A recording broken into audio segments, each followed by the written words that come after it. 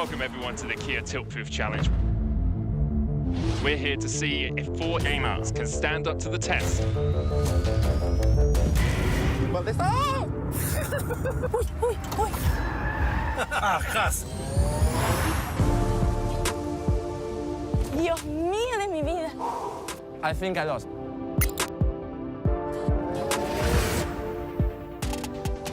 I'm so happy that I didn't eat before.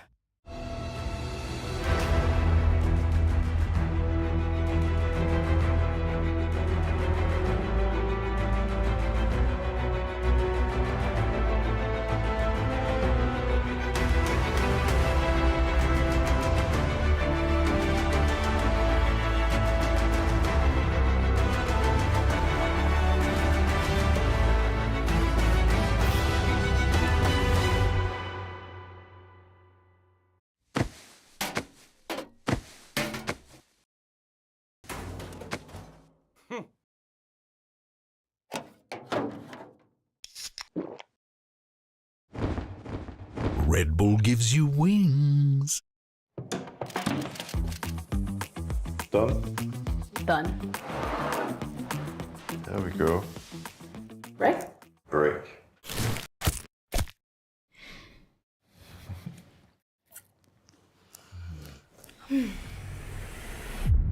Even the biggest champ needs a break.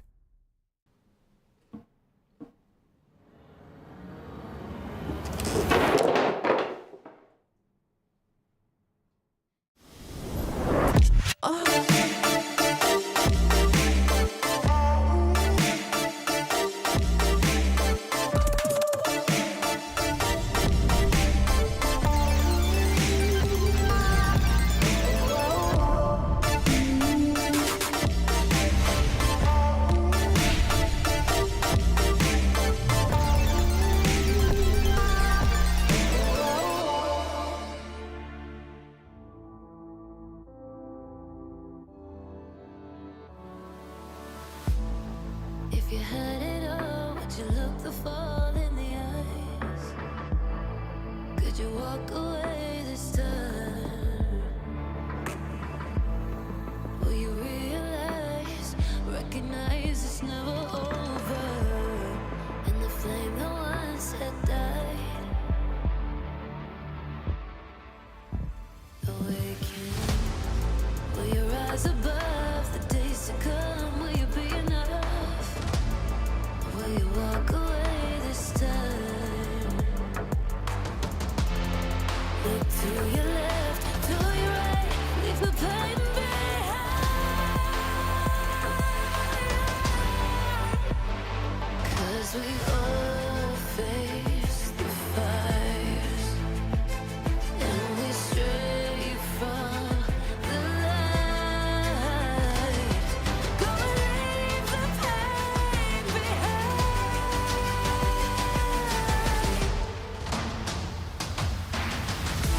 Feel that rush, feel the taste. Can you feel it with the pain? Wash it away and stand again.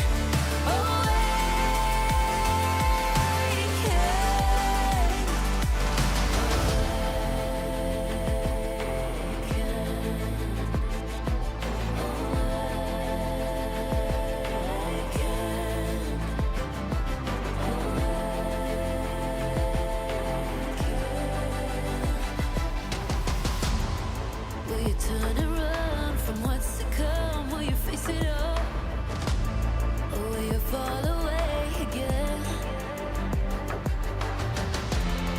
What's calling out to be found when the time is right? When the time is right. 'Cause we all face the fires, and we stray from the light. Gonna leave the pain behind.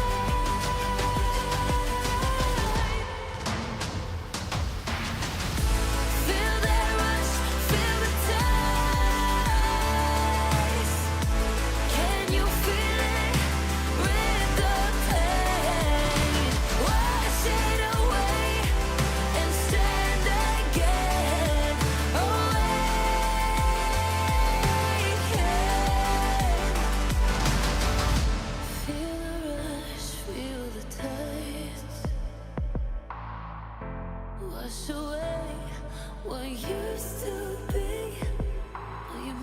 your stand. The world in your hands again.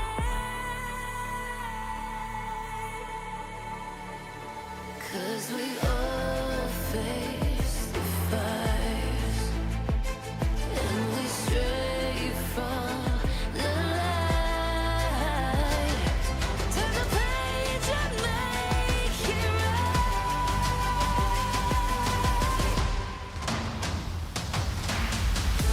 Feel that rush, feel the tides. Can you feel it? Rip the clay, wash it away, and stand again. Away,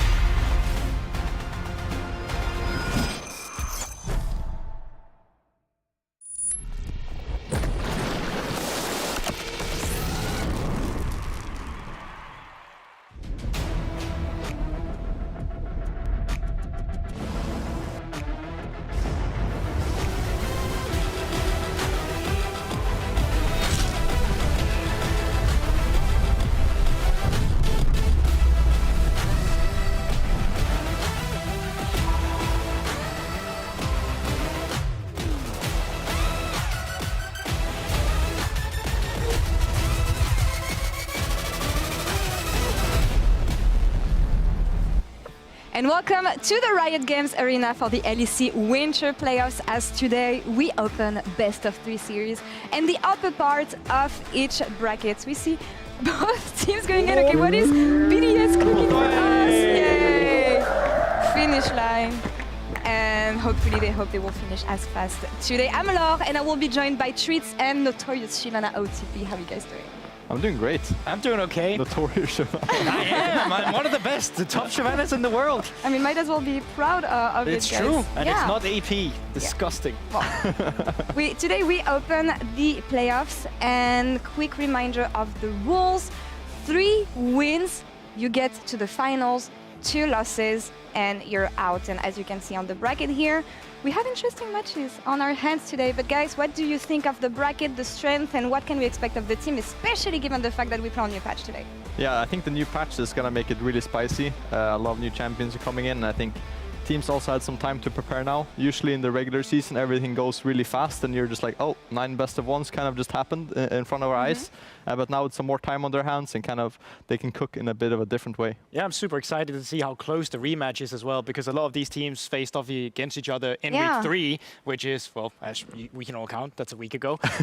So very refreshed, and you can quickly, if you were the team that lost, gather all the information that you need and then come in with a different plan to today's series. Yeah, and it's always about who can adapt the most onto the new patch. But we want to talk to you about this new patch, actually, 14.2 for the playoffs. So let's get a closer look at what we have on our hands with Dagda.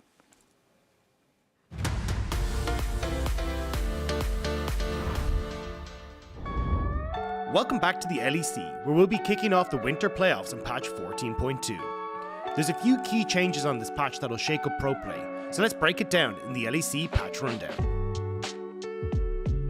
First of all, the new Champions mode is disabled for the duration of the playoffs, so if you are hoping for some extra fire in the bot lane this week, sorry to disappoint you. What did I do? Supports had the time of their lives in the first few weeks, as AD carries were forced to build support items. Ooh, Senna coming here through, we go. and that's just going to be the Seraphine. Double support item, almost guaranteed to come through here. Sadly though, the fun is over, as double support items were heavily nerfed on 14.2. The gold penalty now applies globally to anyone who has a support item in their inventory. Additionally, every champion with a support item now contributes towards hitting the minion penalty. On champions, we're still trying to figure out exactly what Wade does, but on 14.1b, he definitely did a lot of damage. He doesn't have Ghost until about 5 seconds from now. Arrow slows it down, but Humanoid with the spiraling despair out again. You need a Severing Bolt. Odoamne dodges away and puts it back in though. Humanoid still chasing him. Hang on a minute, finds him. Chasing down the Udi. Who thought it could be done? The Visionary would be even stronger on 14.2, as its cooldown and crowd control spells received a buff. Humanoid, get ready to make some more epic paintings. Yeah, I wouldn't have it any other way, you know?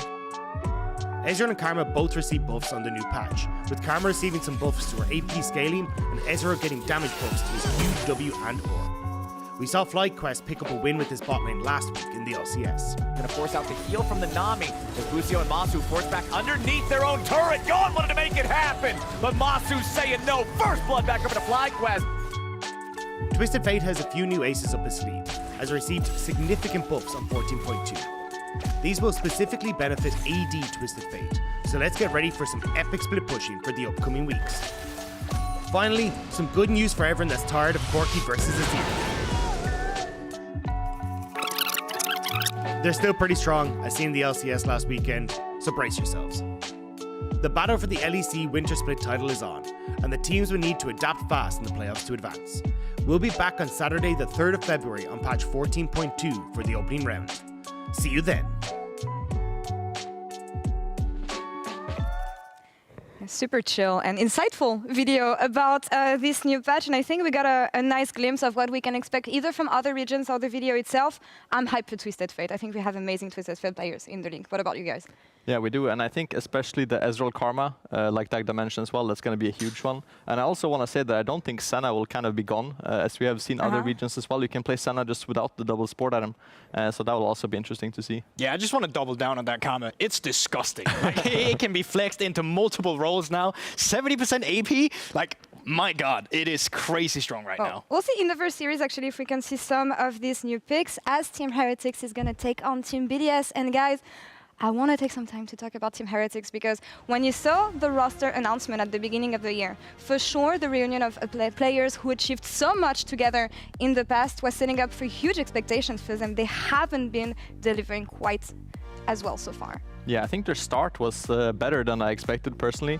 I thought they would take some kind of time to scale into it, but they've almost done the opposite. They started pretty strong, and then last week they ended really bad. So I'm not sure kind of where to judge them. They do a lot of things great, but also a lot of stuff in mid-game where I think like they have so many experienced players. How do they kind of do these mistakes or on objectives? So coming into today, best of 3, it's a kind of a new battle for them, and it will be really interesting to see. Yeah, honestly, I had a bit of a hard time to actually evaluate when I was going through the games again, because at times the early game goes super well for them, but they struggle to translate it into the mid game.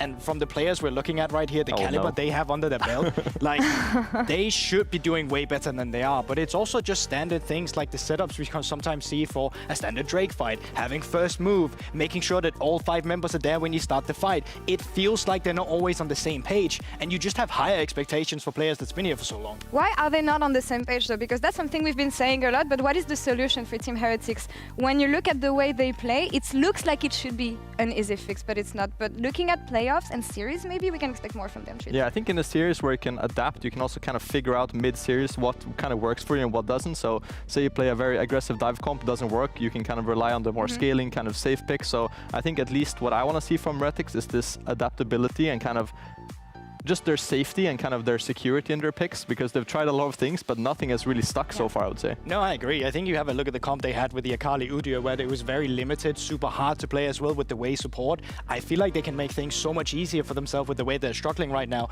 And maybe they also think that I'm not saying that they're not good, but maybe sometimes they think they are better at piloting something that's hard to play and then going overboard when you could have made it easier for yourself. But I think it's normal to have these expectations when it comes to this roster, because when you compare them to BDS, and when you compare the veterancy and the experience of this roster compared to Team BDS, GB, it's weird that the young kids are the ones showing more. No, and I agree. Like, if you take a look at the games this combined roster has together, it is absolutely through the roof. Like, alone combined with these guys, over 2,000 games, and that's counting, of course, LEC and the internationals as well. But not only that, this is a championship-winning team. Every single player here has won the LEC at some point in their career, and you expect more from them than we've seen so far. Yeah, and in my head, I'm thinking, oh, they have a lot of veterans here, right? A lot of games under their belt. I wouldn't expect mid-game to be a struggle role for them. Maybe early game and some new matchups, etc., but not mid game. So that's kind of where the surprise lies in me. Yeah, and then you have the opposite side of it with BDS.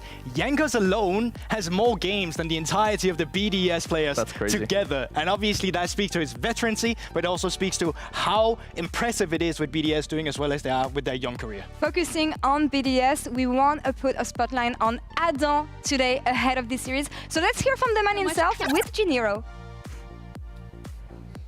Thank you so much, Laura. We're joined here by Adam. So you're the topic of conversation on the desk right now. And I thought we could maybe pick your brain a little bit about your philosophy in the top lane, especially when it comes to the BO3 series that we're going to see you play today against Heretics. Well, kind of, you know, how I am as a player, I try to always keep the same philosophy, which is, look, I always want to keep my aggressive playstyle in my lane, at the same time trying to find some sneaky windows to help my teammates, because this is what I'm good at, and I believe everyone gets a lot of time surprised by how I play. So I don't think Heretics will be naturally prepared to my gameplay as well. I believe that my own gameplay can counter like their entire team, so I don't expect too much, you know, difficulty against them today. So we need to see, yeah. Okay, I'm loving the confidence. Absolutely. Thank you so much for that. Laura, we're going to be heading back over to the desk, and you guys can analyze what we just said. And see, Broxa, this is what I love the most about Adam. The confidence outside the Rift, but both in the Rift as well. And it shows in his playstyle and the aggressive way with which he set up the rest of his teammates. And I think there's a lot of examples that show this. Yeah, I think especially now coming back from Worlds, you can see that Adam has really evolved, because he's always been the type of player to go the extra mile to give his team advantages. Before, it was a little bit random, now it's a bit more controlled.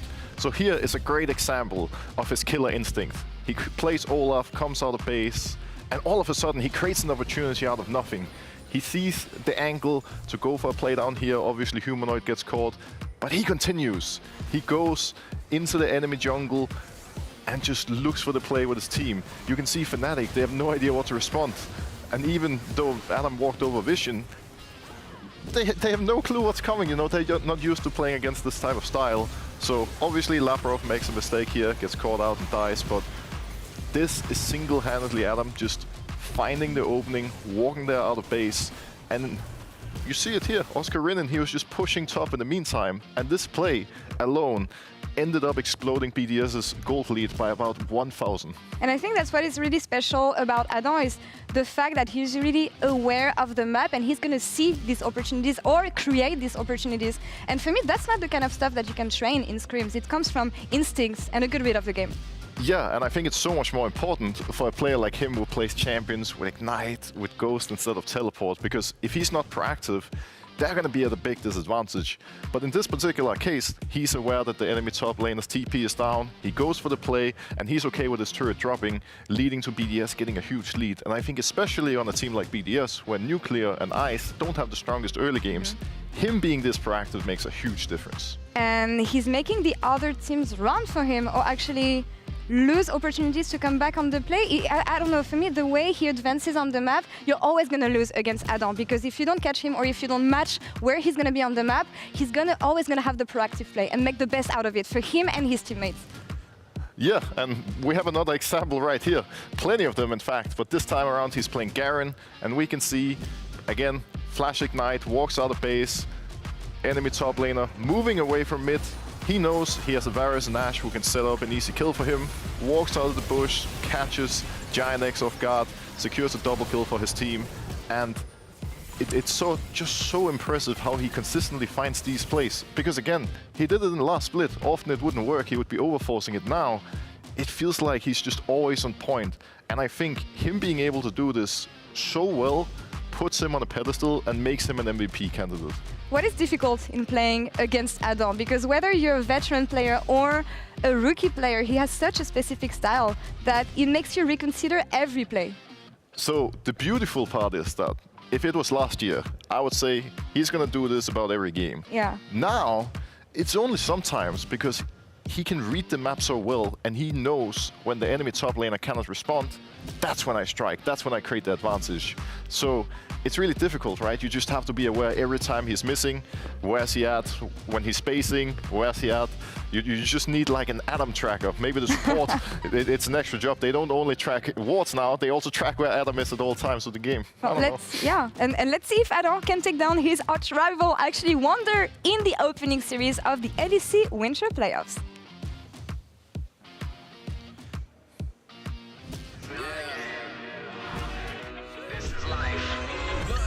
Push that weight to get that dough, but I don't break cause I've been broke. If ain't no pain, then ain't no growth. To keep it 100, I came in to run it and bet if I had to, I'd do it again. It ain't no race if I don't win. Trust I'm coming up for that top spot, coming up for that throne. Trust I'm coming up for that drop top coupe sitting on chrome. I done came and snagged my dub and threw them deuces up. To make it rain cause ain't nobody quite as smooth as us. See, I done worked and I done bled cause I done hustled way too hard. And I get further every step, the sky's the limit, shoot for stars. Hustle, hustle, hustle, hard, hustle, hustle. I push that weight to get that dough, but I don't break cause I've been broke. If ain't no pain, then ain't no growth. To keep it 100, I came in to run it and bet if I had to, I'd do it again. It ain't no race if I don't win. And welcome to the Catcher Desk for the first best of 3 in the playoffs for the winter season. BDS versus Team Heretics. Desk talking a lot about the top lane match, but I think you can understand why. Adam versus Wonder will always hold a special place in my heart. Even as the memes die from many years past, this is a lane I think I'm always naturally going to want to gravitate towards. Yeah, and I mean, even the fact as well, like BDS got booted out by Fnatic and Wonder in the season finals, so a bit of a grudge match even in the whole squad as well. So I think they'll be wanting to take him out here as well. Yeah, I think it's similar, of course. Time to meet the players, welcome them to the stage. Of course, remember, it is the luxury for both of these teams of double elimination. While they can't afford to drop down today, you always want to be at the top, fighting your way through, working your way into best of 5, keeping that single life, extra life alive for the BO5 stage. Striker and Peter Dunn, quick fist bump. We are now moments away from picks and bans. And again, while top lane is important, I think, and Adam is always naturally going to kind of draw attention to it. Really curious to see what the bot lane meta looks like for us in the LEC this week. New patch, new champions looking powerful. And, you know, 14-1, 14-1B were an interesting time for teams. And by interesting, I mean super overpowered if you were using double support items. So I'm curious how both sides, you know, are going to adjust, where they're going to put their focus. There's room to play carries. Ice has been playing a lot of utility. Flacken's been kind of going back and forth between both options. So some room to experiment, I would say. Yeah, and definitely we've seen things like Ezreal. We got some nice buffs to him as well. He could easily become high priority. We've seen a lot over in the LCS, paired alongside another person who got some buffs to her was Karma. So I wouldn't be surprised to see that kind of being the direction a lot of these teams are leaning. I mean, even for Karma as well, she's just so flexible across multiple different patches. We heard the Desk talk about it as well.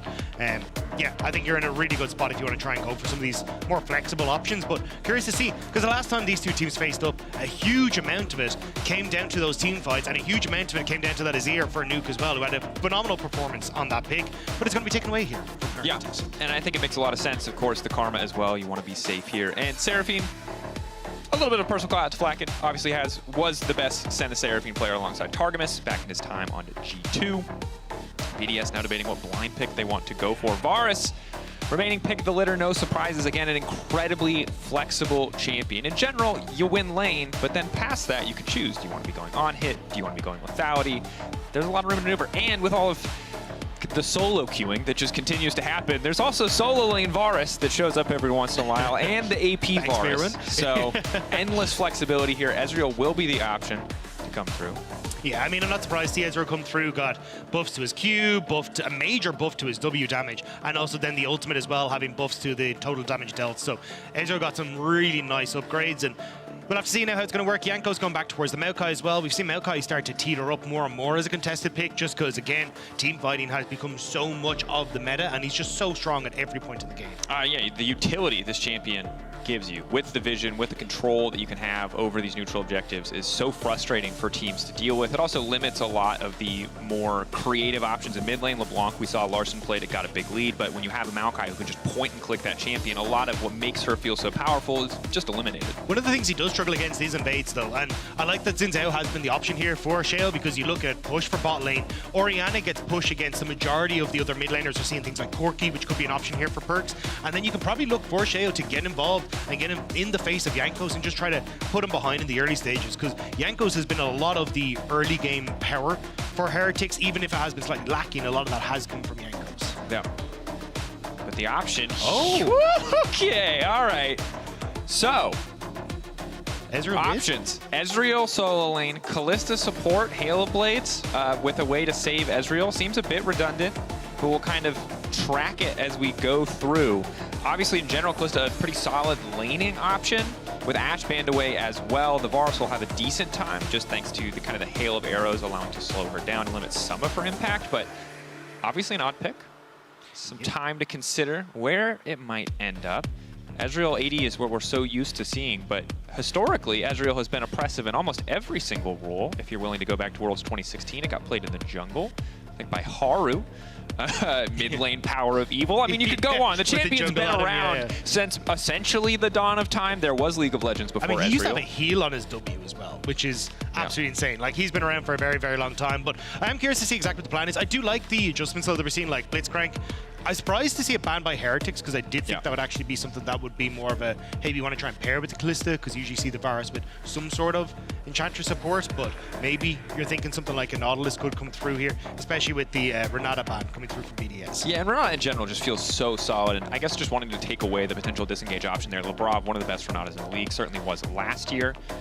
Now the options to come through. Important to note, Perks has been spamming Ezreal and solo queue, so could see some of that on stage. I was always skeptical when I see the solo queue history and it immediately transitions to stage for the Ezreal, but trades incredibly well. Before first back, if you're hitting your Qs, it's impossible to lane against this champion. I mean, I saw On was spamming Bloodsong lethality support Camille earlier on, so I was kind of like, all right, there's a few people messing about in the patch. Didn't think we'd immediately get it, but he's we'll cooking. have to see as it goes Okay, but there's forward. different tiers of cooking. Ezreal's evergreen. You know, he's a solid meal no matter what you're doing. Yeah, Bloodsong Camille support. I remain skeptical about Rob, to say the least. But it is the Bard now locked in. Okay, so it feels like Kalista Bard in the bottom lane, Ezreal in the mid lane. There is always going to be room for flexibility there, but see how comfortable Team Heretics are flexing it across roles. And again, when you have an Orianna and a Varus on the opposing team, Bard ult feels so impactful. Massively so, and even now with the Rumble as well, you can kind of prevent a lot of that follow-up engagement whenever you throw down the equalizer. But at the moment, it's kind of curious to see. You could go back towards the Udyr here for Wunder. That has been his go-to in a lot of these situations. He will go back towards it again. So it definitely feels like with the double range in the bot lane, Heretics have kind of fought back against a lot of the poke that you would have had with the Varus in that bot side. So at least you have the opportunity here to try and prevent a lot of those pushes into potential invades from Sheo. Alongside Perks as well, should have good push in that mid lane. So I think at the moment, it's going to come down to those team fights, and I mean, Heretics, they have a ton of utility for these fights and a lot of ways to try and shut down BDS. So I think Heretics have an opportunity to fight back against BDS, which is where they lost in those team fights the last time these two teams faced up. I think you're completely correct. We'll see if Wunder wants to go for the AP build or if he goes for more tanky options on the top side. My biggest concern is general lack of AoE on this team overall. Yes, you have Ezreal. Yes, it was buffed, but it's not usually enough to carry through fights. When you look at the potential of a Rumble Orianna on the opposite side, it can be tricky to navigate. If you find a pick, if you have better vision, certainly you can fight from at least a little bit of an advantage, but definitely going to put BDS's team fighting to the test. They have all the tools necessary to pull off a win here. See if they can execute on it. And again, BDS coming in as second seed. I think I wouldn't call them heavy favorites, as Team Heretics have surprised us many times in the past, but I think I would say at the least clear favorites in the matchup overall. And now with the draft, Perks on this Ezreal is the big question for me, I think, to no surprise. Yeah, I think a lot of the problems that we're seeing with Heretics, I was talking to Goberg and Treats backstage about this, is kind of the shortcuts that we see Heretics take, is like, they won't set up vision correctly, they won't push out waves correctly before they try and set up for objectives, they'll end up trying to get away with not sending enough people to defend the side lane and get caught, someone will die, and then it all starts to fall apart. So I think that's where we're going to have to wait and see if Heretics have cleaned up, because BDS are the team that will punish that. Certainly are. The other thing BDS are notorious for, Sheo especially, aggressive early pathing, creative options, just trying to take camps away. And we talked about it when the Maokai was locked in the immediates in response. Maokai is super good on the patch, but what we often see is kind of utility for utility trade with the Maokai. We've seen some Juani's come out.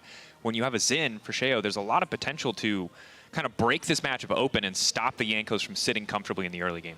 Yeah, and I think that's basically what we're going to be seeing if they can try and achieve. Looks like Ice is going to be going for that poke Varus as well. So that'll help out in getting some control over the wave state when it comes to pushing, particularly in the mid game. But we'll have to see what the plan is going to be for Sheo in the early stages. Wunder already just poking his head in mid lane, just to spot out where Sheo is. I don't think it's going to be anything apart from, hey, we want to make sure that no vision goes down into Jankos' jungle, so Sheo can't track him. And I really want to see lane assignments as we get into the mid game. Hold that thought. Rocket's coming in. Wunder and Adam just trading a bit early on. Doran's Ring not really showing us much about where Wunder wants to go with his build, just very standard for the lane phase. But historically, when we've seen metas where both Lethality, Varus, and Ezreal have been meta, it's been a lot about who can get mid push first. And Ezreal, obviously, you have the ultimate. Varus, you have Piercing Arrow, which is just going to eat an entire wave. And it might not seem like it matters a lot, but in a composition like this where there's so much vision and so much pick potential, especially kind of on both sides, I think taking control of mid will be everything as we get into the mid game. Yeah, I feel with the TP perks we in those side lanes a little bit more often, so it kind of becomes Flakked versus Ice, and I think that's where Flakked is going to struggle. The only opportunity here is really if Kaiser can kind of hover mid, and maybe you can look for a few of those Tempered Fates to pick off Ice as he's trying to threaten that mid lane priority, but from the get-go, you can already see Kaiser and Flakked are getting control of this bot side. It will be a little while before Ice comes online. But hook landing is big. Ice, Hailblade's proc. Nice stun comes in from Kaiser just to stop any follow-up, but trade very much in the favor of BDS. Yeah, double range advantage, level 1 with the Bard, especially with Q and Bard passive, going to do a lot of work. You saw it there, but the trades, I mean, you saw the respect inside of BDS, a lot of burst damage with the Nautilus Varus. Yeah, and one of the things we started to see a little bit more from Kai'Sa's as well is that you can go, from Kallista's, is that you can go for this Serrated Dirk first back, and a huge amount of that is if you can put 3 points into Q, get your Serrated Dirk, then you can one-shot backline creep. So you can kind of see there that you're just able to send it through onto the Varus. So Varus is kind of stuck then, where you end up getting hit by these massive amounts of damage. You can get chunked out thanks to Rend resetting off of another creep. It becomes very difficult to play against. Oh my god! Wunder just gonna get burned down! He wasn't ready for it, we weren't ready for it! Adam, first blood! That's not how this matchup goes. Not at all how this matchup goes. Apparently it is. I mean, we just saw. Yeah, I mean, so the way this is supposed to work is Wunder gets push, crash third wave, you can reset, get your no magic mantle that he has at the moment, and then you're in a fine spot because you can't really do anything. Adam taking that ignite is a massive risk in this matchup because it means you can't match that TP play, but the fact he got the kill early means that he's in a fantastic spot, especially if the jungler comes up, as you can see, Sheo on reset. They can look to punish where Wunder hasn't managed to crash his wave, and this could be frozen in a terrible spot for him. Absolutely could be. All that additional money as well for Adam, especially if he's ever allowed to leave lane. Early game equalizers, we know how important they can be. Jankos is here on the top side. Sheo, meanwhile, in bottom lane, hoping to make a bit of a counter punch. Gank setup very easy for this duo. All Adam needs to do is step a little bit more forward. If he gets greedy for the next CS, it should just cost him his life. Oh, I feel like he knows. Look at, he's just staying right on the edge. He doesn't know. He didn't see it coming. Move forward, Q back, instant, easy smash there. Follow up on the bear stance. Get more, the ram stance, excuse me. Adam taken out. Nice counter punch. Coming in for the side of Team Heretics. We saw it coming from a mile away. Nice, clean, simple.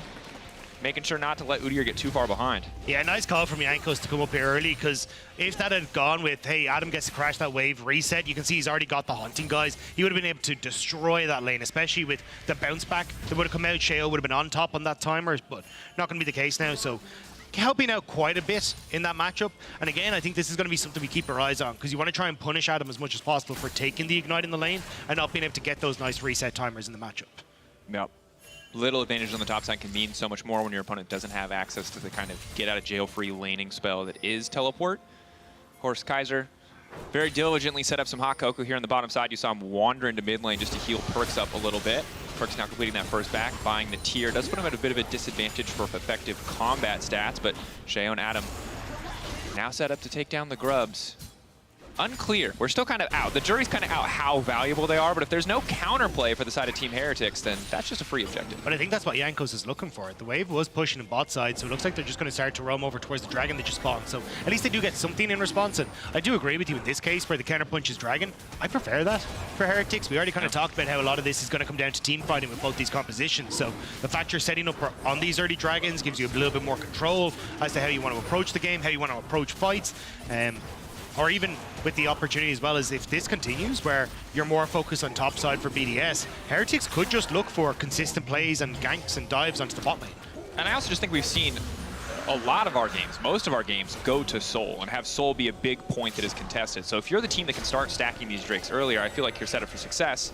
But obviously Dragons are going to feel a lot more clear in terms of their impact in a game than something like the Void Grub buff, right? It's going to offer you a bit more push. It might offer you a plate here or there, makes your pushes at all stages of the game just a little bit better. But knowing you can force a fight around the 4th Drake is a huge asset to have.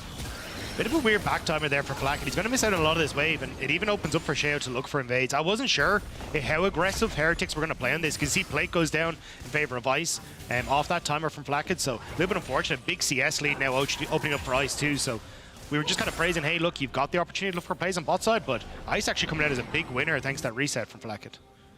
Definitely a nice situation to be in. Speaking of, early lethality, obviously in general, if you've missed it, very much buffed in the new season. Not going to see that from Flackhead yet. Does buy boots, does buy a dagger. He's just got a little bit of everything, but now the potential dive coming through on the top side. Sheo has the option to set up with Wind Becomes Lightning, but doesn't want to get over eager. The potential from a turn here with Jankos in the area is very real. Instead, they're just going to be happy with a bit of damage down on the tower, and Adam knowing he can push this in safely, at least for the time being. Sheo backing away and maybe hoping to just waste some of Jankos' time here on the top side of the map. I think a lot of it was just a guarantee that Adam got that crash because he doesn't want to be stuck underneath the tower if Jankos is on this top side. And you can see the vision that they placed down over by like the Raptor camp and stuff to try and spot out where Jankos is, but might need it a little bit more. Although Adam should have seen that sapling get thrown, yeah, and immediately backs away. This wave's pushing out, so there's no need for him to overextend. Yep. Still pretty favored in the push overall, as obnoxious as Udyr can be as a laner. Rumble can still at least keep up in a lot of circumstances.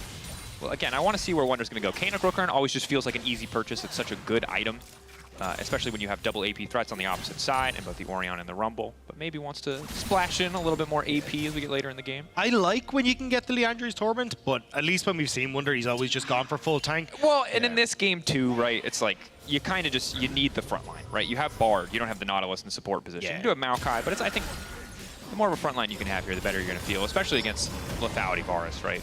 I will say, though, this is like the one game we actually have some kill threat, but I might have to hold on to this. There's the ult. Equalizer, clearing the wave, as it was designed to do. Team fighting ult, not wave control. Now Jankos stepping in, has not spotted Sheo yet. Who are they going to try to turn on?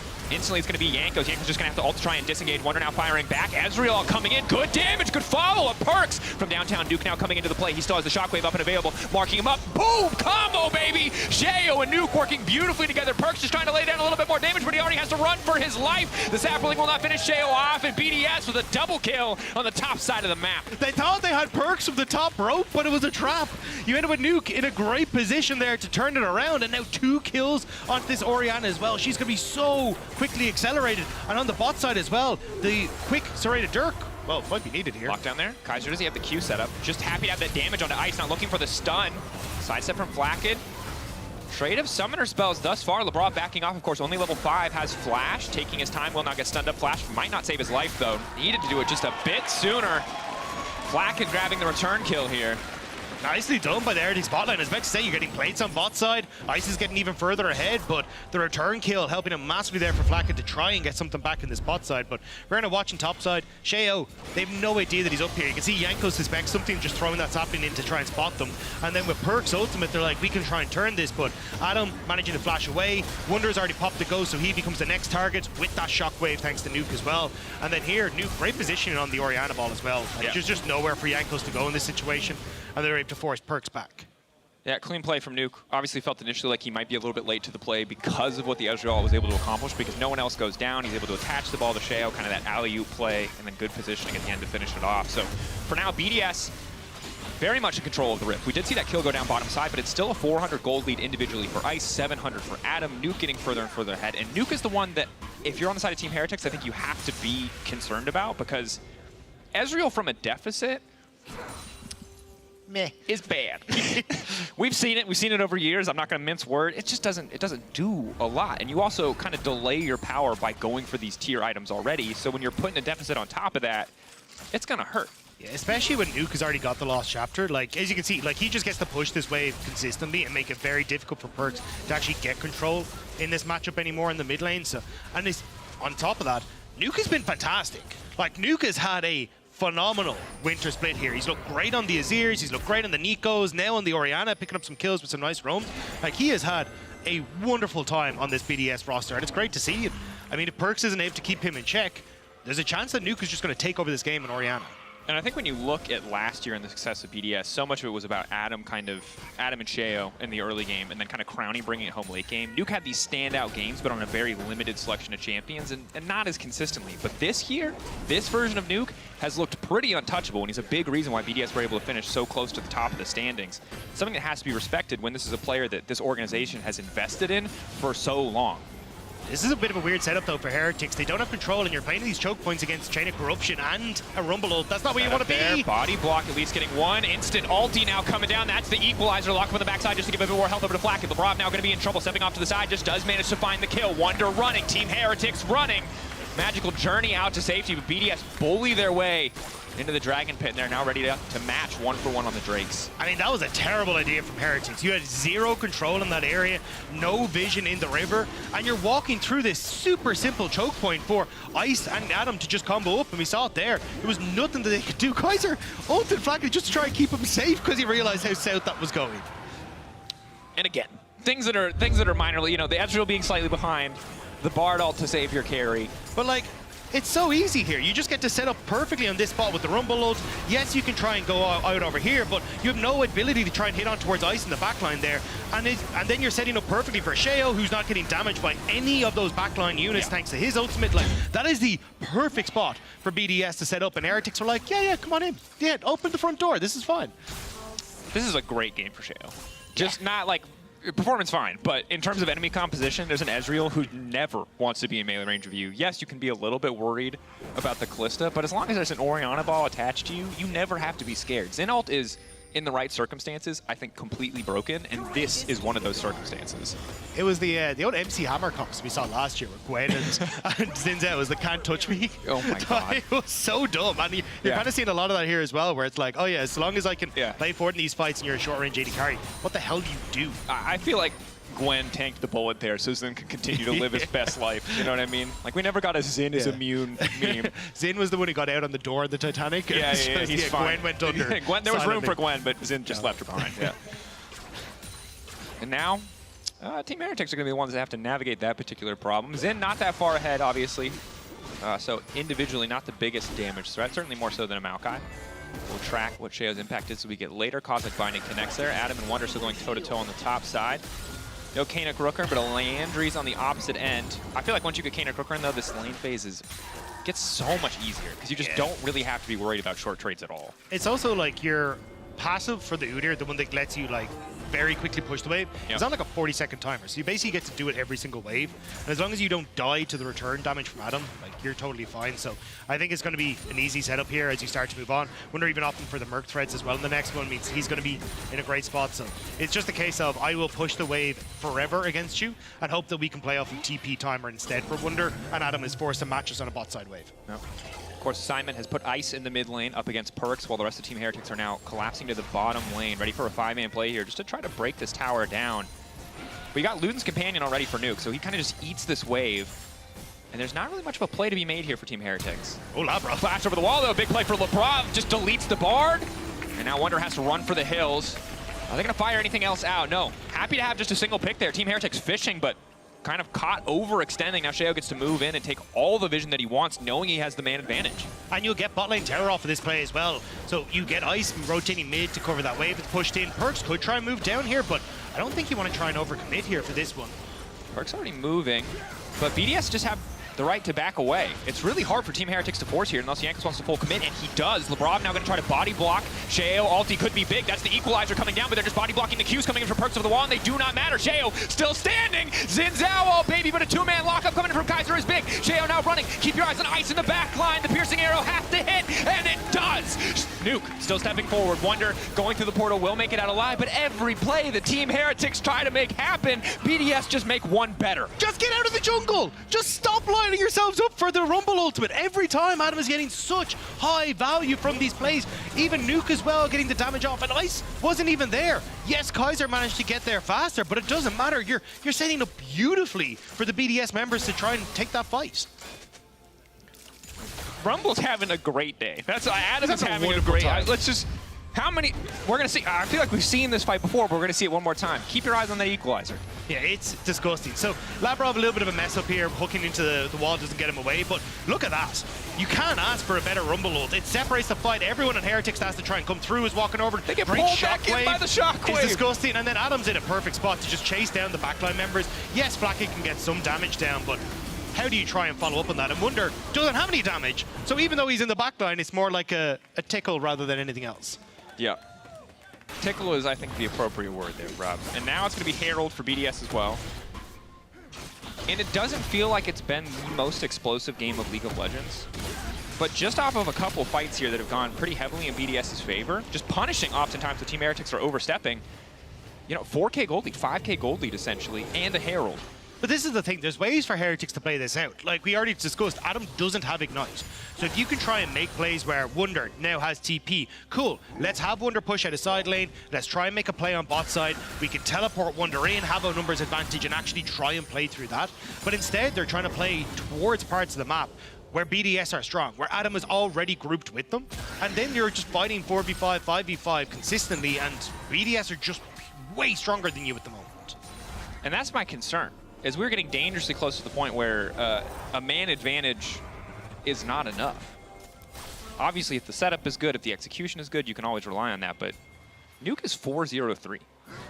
He can just go death cap second, like if he wants to. I'm not sure what the choice will be from him, but he really only has to worry about killing Flacket and Perks. There's not enough damage on the remaining members of the team to be a threat once those two are taken out.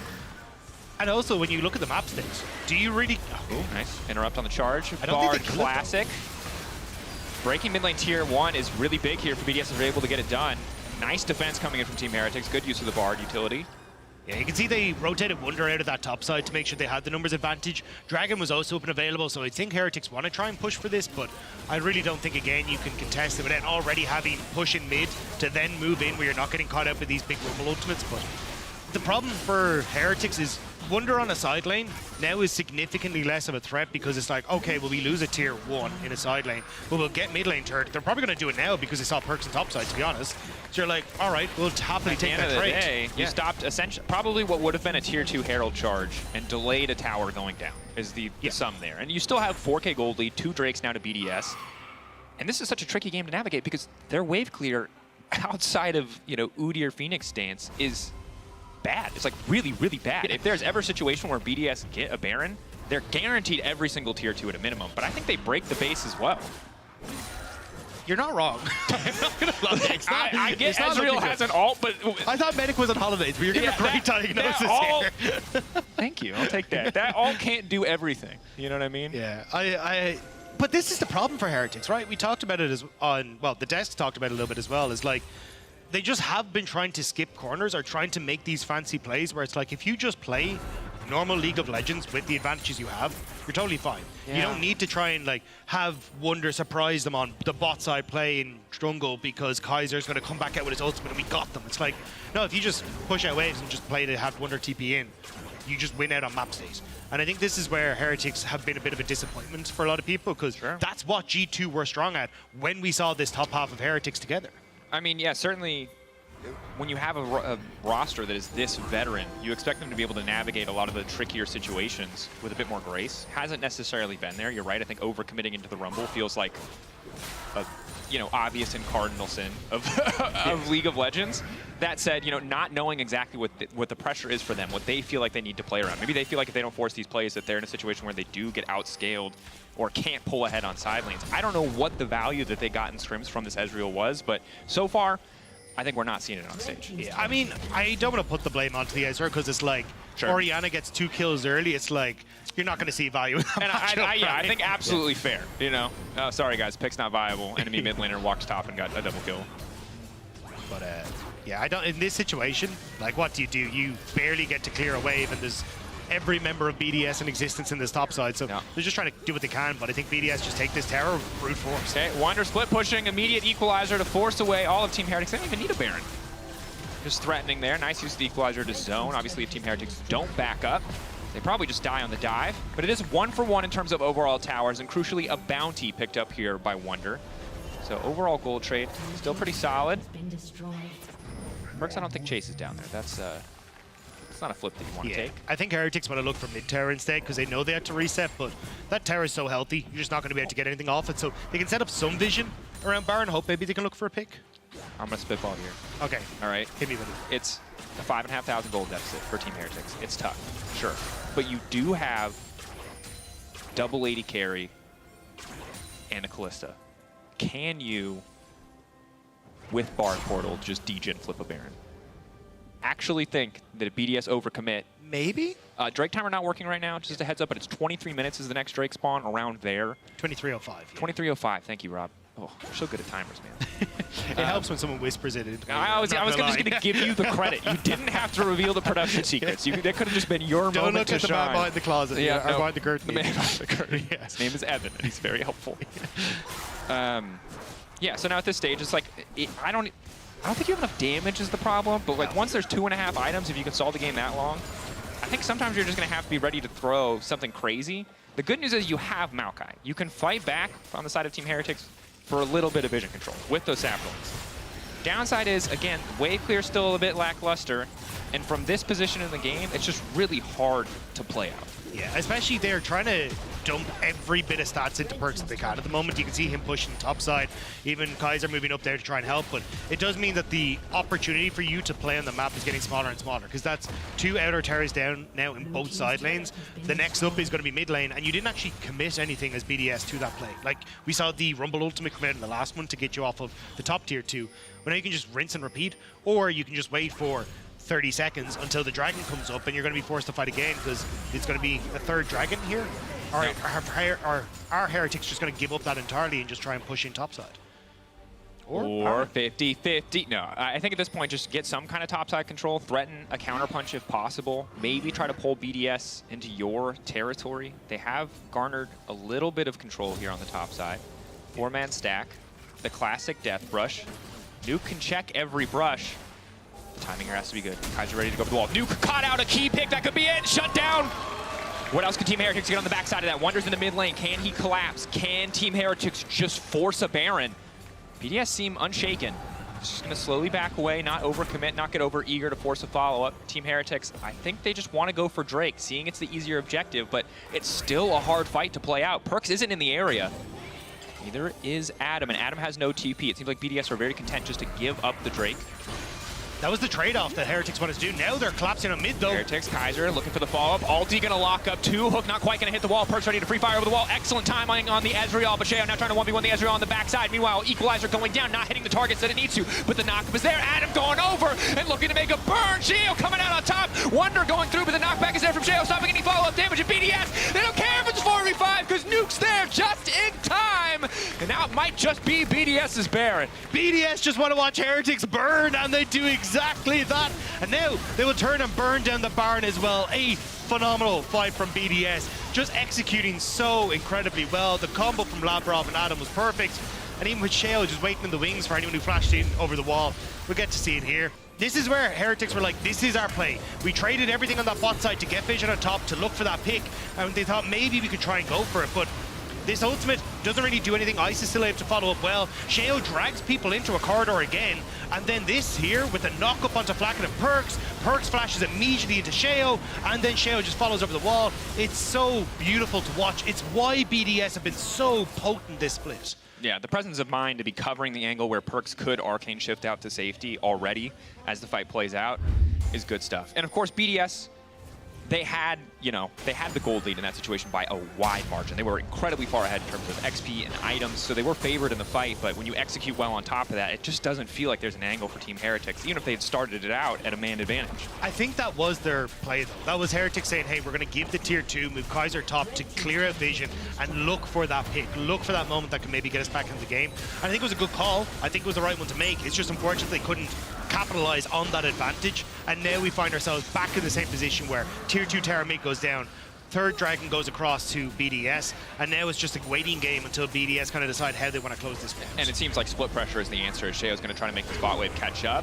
Team Heretics see an angle to force the play and are trying to lock him up. Kaiser going to find the stun, but Ice is untouched over the wall. Kaiser is dead, no doubt in my mind, as Ice is on a rampage. LeBron body blocking, making sure Flacken can't get into the fight. Now it's just Yanko has to run for the hills. BDS punching down at this stage. Team Heretics going for any angle they absolutely can to find a way back in, but BDS are simply too far ahead, too calm, too tempered. They're not going to give them that angle. Yeah. Heretics just looking for any sort of Hail Mary play they can go for, but it's been intercepted every time, and now BDS, they're marching towards the base. You've only got 3 members there, and I don't think they've been around for long. Well, going through. BDS don't have to overcommit here, can play it out slow. Have stick stacks, getting all these Void Mites coming through. Triple Dragons, Baron, a minute still remaining. But they are going to back away, not wanting to risk anything. Again, it's no longer the best of 1 stage, best of 3. A 1-game lead is not enough to finish the job. So BDS still going to play it with discipline. Don't want to take any risks. I mean, Or do they? Hex Flash. No, they're just going to back. All right, back to it was nice. It was nice. Got to respect the angle. Yeah. But I'm just waiting until they've actually back, because Kaiser did have the ultimate, but not going to go out with the Tempered Fate. But yeah, at this stage, the advantages for BDS are kind of looking like a C.S. Lewis book. It's literally everything between the Dragons, the Barons, the Void Mites. It's like, yeah, exactly. Yeah. So, Kaiser tries to make the play here, but again, it's like, okay, ult is taken by Lavrov. Great ultimate from Ice that forces Heretics to split away. Lavrov as well, ulti Flacken means he's forced back. And then Kaiser's just overextended. Jankos is caught up on the opposite side of the ultimate. Again, it's just really good usage of the ultimates on BDS to scatter Heretics so they can't correctly follow up on top. Yeah. Some teams, you give them everything in the kitchen sink. This time, BDS giving them everything in the wardrobe. Coming together. There's not a lot left to say. There's not. League of Legends is a game with snowballing. While pro teams are fantastic at finding ways to come back that you're just never going to see in solo queue, eventually the math is just so far against you, and the math is very much stacked against the side of Team Heretics. As a result, they will be able to clear the way, but a beautiful equalizer. BDS just walking in and focusing down the tower. Jankos goes in with the twisted advance, but it's not nearly enough. Sheo immediately ult, stopping any potential follow-up damage. And I feel like this single champion just hard counters Team Heretics' hopes of coming back in the game. Zinalt doing work so consistently. Yeah, and I mean, the fact that Adam ended up getting ahead in the early stages has made these equalizers so disgusting to watch. And now BDS, it's just a victory march, and they decided that they want to make that happen through the bot side of the map. The wing becomes lightning, it's just going to hit away at them, but yeah, BDS, they're playing this slow, they're just going to back away.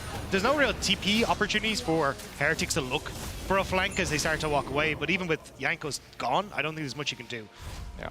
But without a lot of their major cooldowns, BDS are now opting to back off. Perkz is getting scarier. The Ezreal damage does start to add up, certainly in the new season when everyone can get a red buff as well. Feels pretty great for the teams with double carries, like the side of Team Heretics.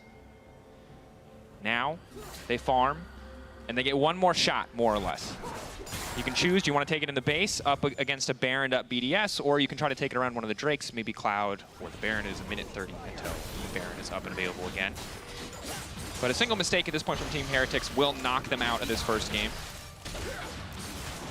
I mean, I want to say shoot your shot, but at this stage, I think that shot's gone for Heretics. It's just, kind of just look back, game 2, what went wrong, what do we try and correct, and how can we try and, like, well, take it slower and not play off of BDS advantages.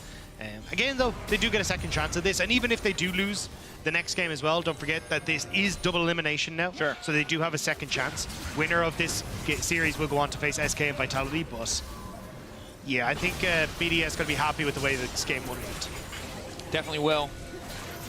Team Heretics ready for a final defense, not even interested in the major objectives. Yanko's trying to buy space with the ultimate. Perkz' ultimate, nice connected onto Nuke. Wunder has TP'd in. And they have stalled the push. Another wave pretty far away at this point. But look at how well BDS have actually set up these two minion waves. Like, bot is about to crash, mid is about to crash, and top all in sync. And it's like, okay, well, how do you try and defend all three of these Heretics? Random Bardald, of course, they thought they might have an angle to catch there on the flank. No one's going to be caught out there by Kaiser, but so now there's no Bardald for the fight. Sheo just going to walk forward, instant equalizer down to try to buy a bit more space, but it's not connecting on a lot of members. Sheo now flashing forward, ulti to block any potential follow-up coming in for Perks. Wonder stepping forward, but doesn't do enough damage to threaten. And Team Heretics are holding on. Not exactly the best combo from BDS, but they're just going to back it up for Baron. That's about to spawn, and again, those minion lines we're talking about, a mid and bot, have just crashed into the towers and the base, so Heretics have to back off, which means it's still a free Baron, so even when it doesn't look that pretty, it still comes out in favor of BDS. Definitely does. Baron going to drop here. Easy pickup. Of course, Team Heretics looking to make some sort of counterplay. Nuke, no TP. Adam, of course, didn't bring it, so there's no potential backdoor threat here. Nuke can just push in mid-wave, however.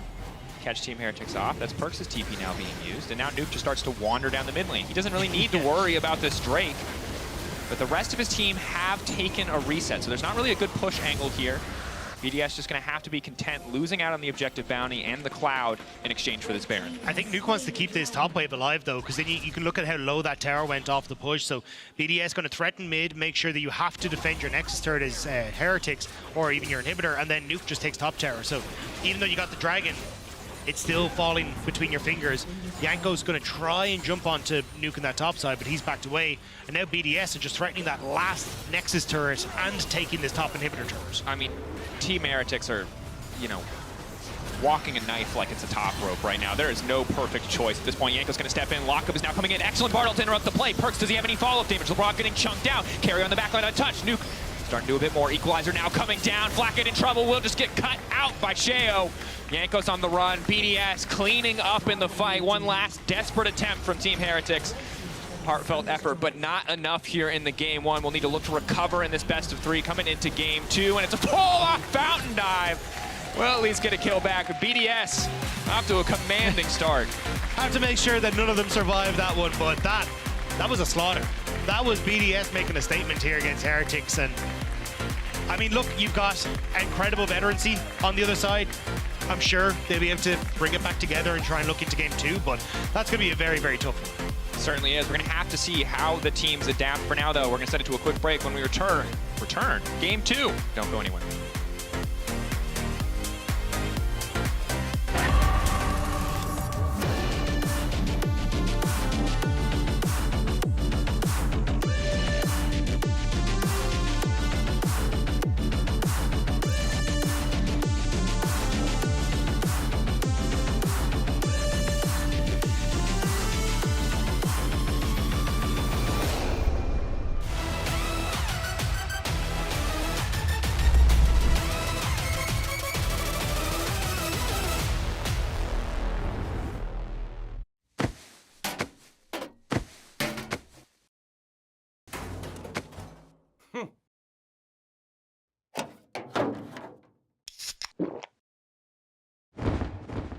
Red Bull gives you wings.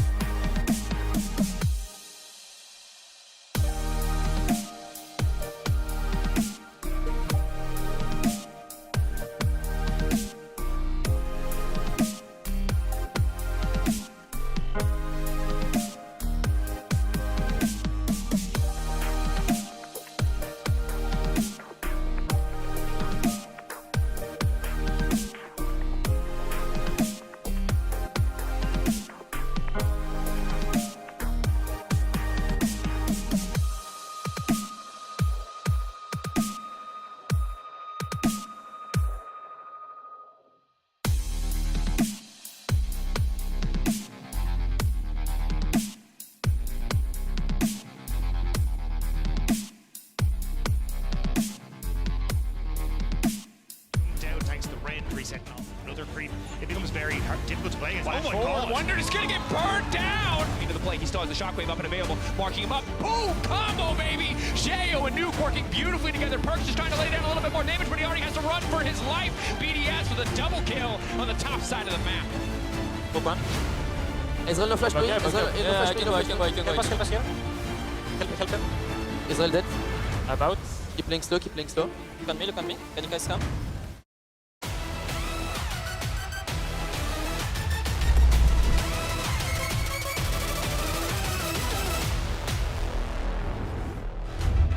Welcome back to the LEC as BDS grabs a convincing win against Heretics here in Game 1. And Broxa, I know that Adam said it would be easy because it was such a stylistical mismatch between him, Wander, and the rest of Heretics. He delivers again, but this time on Rumble, which is what I didn't expect from him. But textbook Adam on the top lane.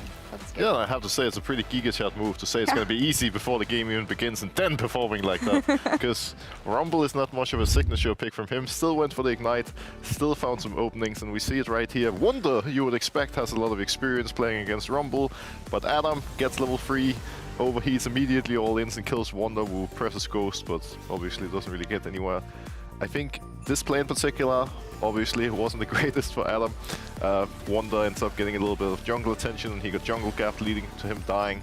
But fortunately, it didn't really end up having too big of an impact in the game. And here, Adam actually ends up baiting out another gank from Jankos. He realizes the jungle is after him, brings his own, and with a little bit of help from Nuclear in the mid lane, well, another great play has been secured.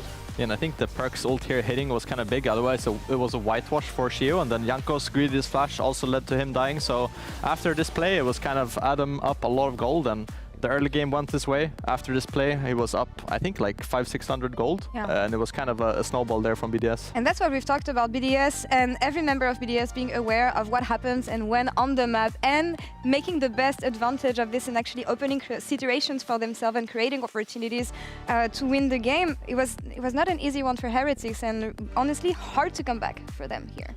Yeah, it's a pretty brutal situation for them to be in, because it feels like they got mostly outperformed, both individually and as a team. Yeah. They also took some pretty big risks in draft. I'm not entirely sure what they were cooking. We'll get to that later, but I think if you're them, you just hit the reset button, play more standard, draft more standard, and then it's going to be a different game, hopefully.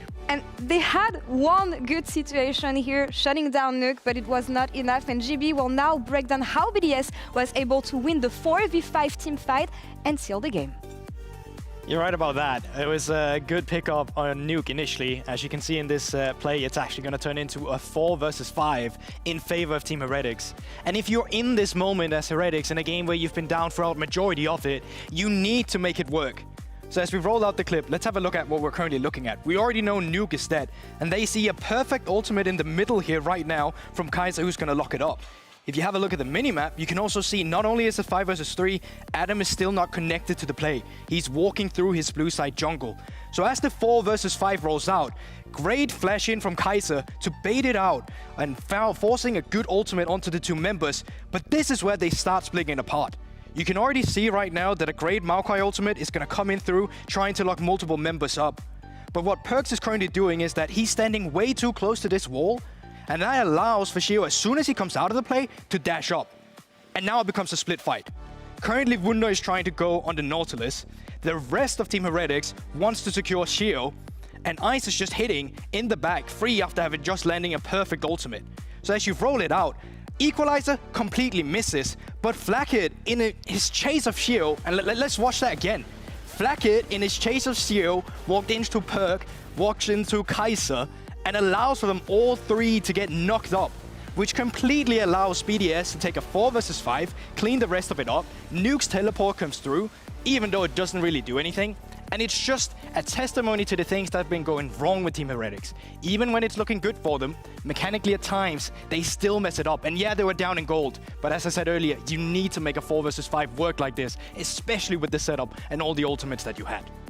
But that was all I had for the Telesbreaker. So to break the rest of it down, I'll throw it back to the desk. And thank you so much, GB. And that's why I really like this breakdown, because it shows so much why you should get worried about Team Heretics, because even when they build for good situation, they're not even able to make them flawlessly happen. And I don't know, for me, it's both team play mistakes and individual mistakes that don't work here. And I don't know what to expect from them, because Perk said that they will show up in playoff. They're not showing up so much here. What can we expect in game 2?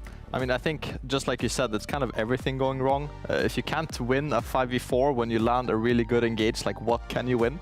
I think it's also very frustrating to play those games, because when you come back after the game, you're like, wait guys, how don't we win the 5v4? Well, it should have been easy, right? Then you have to look at it and you go, oh, like if everyone basically did an individual mistakes, like everyone overextended, split targets, etc. So there's a lot of things for them to go through, and I think it kind of starts from draft, kind of making it easy from the get-go. I think that's my #1 point to them. I think what's interesting is, like we talked about in the pre-show, we have one team that's really fresh and new, many, players with limited experience, and one that have played for literally forever. But the guys who have been around forever have zero synergy. Like, they're just in completely different pages. And the others, they, sure, there's some individual mistakes here and there, but at least they're all following the same call and doing the same thing. And I think, while we can talk about the individual stuff and draft, that is the main thing that makes them look so bad compared to BDS. And I think, like when I was looking at this draft, I see Varus 1P, right? You respond with Ezreal Maokai, which makes a lot of sense in my eyes, but then you go for the Ezreal mid-flex with the Kalista. And in my eyes, the Kalista doesn't really have an easy game to play in this draft. I think, especially with the Nautilus being picked on 4 by BDS because of the Blitzcrank ban, I really think Heretics should have banned out Nautilus. It's the easiest engaged champ against Ezreal and Kalista that you have in the game. In my mind, that was kind of the biggest draft blunder that Team Heretics did. I think they had a very easy comp kind of built up, and then the Kalista kind of made it difficult for no reason. So even though they won in lane, it was enough to have kind of a team fight impact. And I think what you both bring here is really important, because again, it comes also from the draft not having a clear direction. They want to stay on red side here for this second game, using these counter picks, hopefully for them. What do we want to see here on the side of Team Heretics? Well, I would like to see them actually using both their blinds and counter picks properly, because none of it really made too much sense. We saw the last pick, Udyr into Rumble, which was a complete disaster. Like Treach just mentioned, the bans weren't really ideal and they gave up Nautilus when they shouldn't. The Israel is a complete question mark. It reminds me a bit of in 2021 when all mid laners were playing Lee Sin, and they're like, oh, this looks fun, I'm gonna play this, but like they have no idea what they're doing. Like, why are you picking it so early, Yeah, for me, that's the main problem, is that you want to pick something easy to execute if you're going to have that many issues executing easy comps to begin with. And especially when you look on the side of Team BDS, who came prepared, because for me, seeing Adam on Rumble is not something I expected to see in 2024, not at all. So they have new picks alongside a really solid gameplay to begin with. Yeah, I think they were kind of going for the easy draft, right? They have Nautilus R, Rumble R in team fights, long range poke from Varus, and kind of the Orient to follow. So I thought the BDS draft was very straightforward, and Heretics on the other side, I think they were trying to go in every direction, kind of comfort pick on all sides here. So we go into the second draft here with kind of a similar bans, I would say. This is a salty run back, perhaps, since I was banned this time around. You guys were not too happy about the Seraphine ban, if I'm not mistaken, instead of Senna here. Yeah, I was thinking that the Heretics might have some other Senna comps cooked up. They didn't in game 1, and obviously Ice picking up the Varus again. I think he's a very solid Varus, maybe even the best Varus that we have in the league. This time around, they skip the Ezreal altogether. They just go for a kind of an easy point and click here on Jankos with the Vi, and the Kalista again for Flacket. So at least this time around, I think when you have support counter pick possibility from Heretics, it makes a bit more sense in my head. I like that adaptation from Heretics here, banning the Sin Sound, knowing that BDS is going to pick Varus and getting a really strong jungler in Vi. Now, regardless of what BDS picks, Heretics will always have a stronger jungle champion. And now I'm thinking of Blitzcrank, because in my head, Kaiser should look for the Blitzcrank here. There's a lot of good targets, and with the Kalista, there's almost no counter pick that Labrov could do into Blitzcrank. Renata is also a fine pick, but I think that Blitzcrank gives you so much pressure on the bot lane, and it's been kind of a contested pick in LEC for the past weeks. Still very strong on this patch as well, so I'd expect either a Renata or Blitzcrank to come through here. You can also just look for something like, I was going to say, like a mid laner here as well, to just match Orianna and hold support, because there are a lot of options. But it'll be interesting to see if BDS kind of ban out a few of these supports. So we've spoken a lot about supports. Like, if you were Kaiser right now, what would you want exactly? Like, how would you feel comfortable going into the game? What do you need? I mean, basically, Kalista is not going to outscale Vars or Yana Pop in teamfights, right? So I think your goal is kind of to make bot lane as volatile as you can. I think even something like the Nico could go into the support role. I think that's a pretty good flex that Heretics picked up. But my goal is to make bot lane as volatile and as spicy as possible. So I think it's up to BDS now to kind of ban away those champs that can make the game into a clown fiesta. How can you surprise Team BDS though? Because it's tricky. fast. Yeah, it's tricky. They come armed, and you're always gonna have some bans that you have to throw in the top lane direction because you know that you won't be able to handle these picks. Renata taken out of the pool here. More supports to be banned, maybe. What do you expect, Roxa? Well, I'm thinking there's so many directions this could go. There's all the melee champions, like there's Blitzcrank, there's Nautilus. We could look for something like a Rel. I'm wondering where Senna is at in all this. Do you think it could be good in either countries? Oh, I think Senna is pretty risky, especially for the side of BDS. I think Kalista Senna as a duo is not that good for Heretics, and I don't think that you want to play Senna into the Kalista. It's very dangerous to kind of stay alive in that lane, so I would expect for Heretics these top bans to lock in their top lane on 4 and hold the support flex kind of that the Nico is until 5. Udyr banned away now from Wunder, so I'm curious to see if he has a blind pick cooked up here that's good into Adam. I think Cassante is kind of the obvious choice, which was banned away last game, and it's kind of the easiest top laner to play on the patch. I mean, yeah, we said easy to execute, and for me, this is Heretics' composition so far, and that's what I was expecting from them in a way. How do you finish this composition for BDS, Roxa? Well, I think it really comes down to what Adam wants to do right now, because Always. he could lock in Garen, he could go Rumble again, he could go a completely different route. It's hard to predict, right? So this is a Garen game, no, surely. Surely There it's you a Garen go. game. That is. It's always a Garen game for Adam, anyway.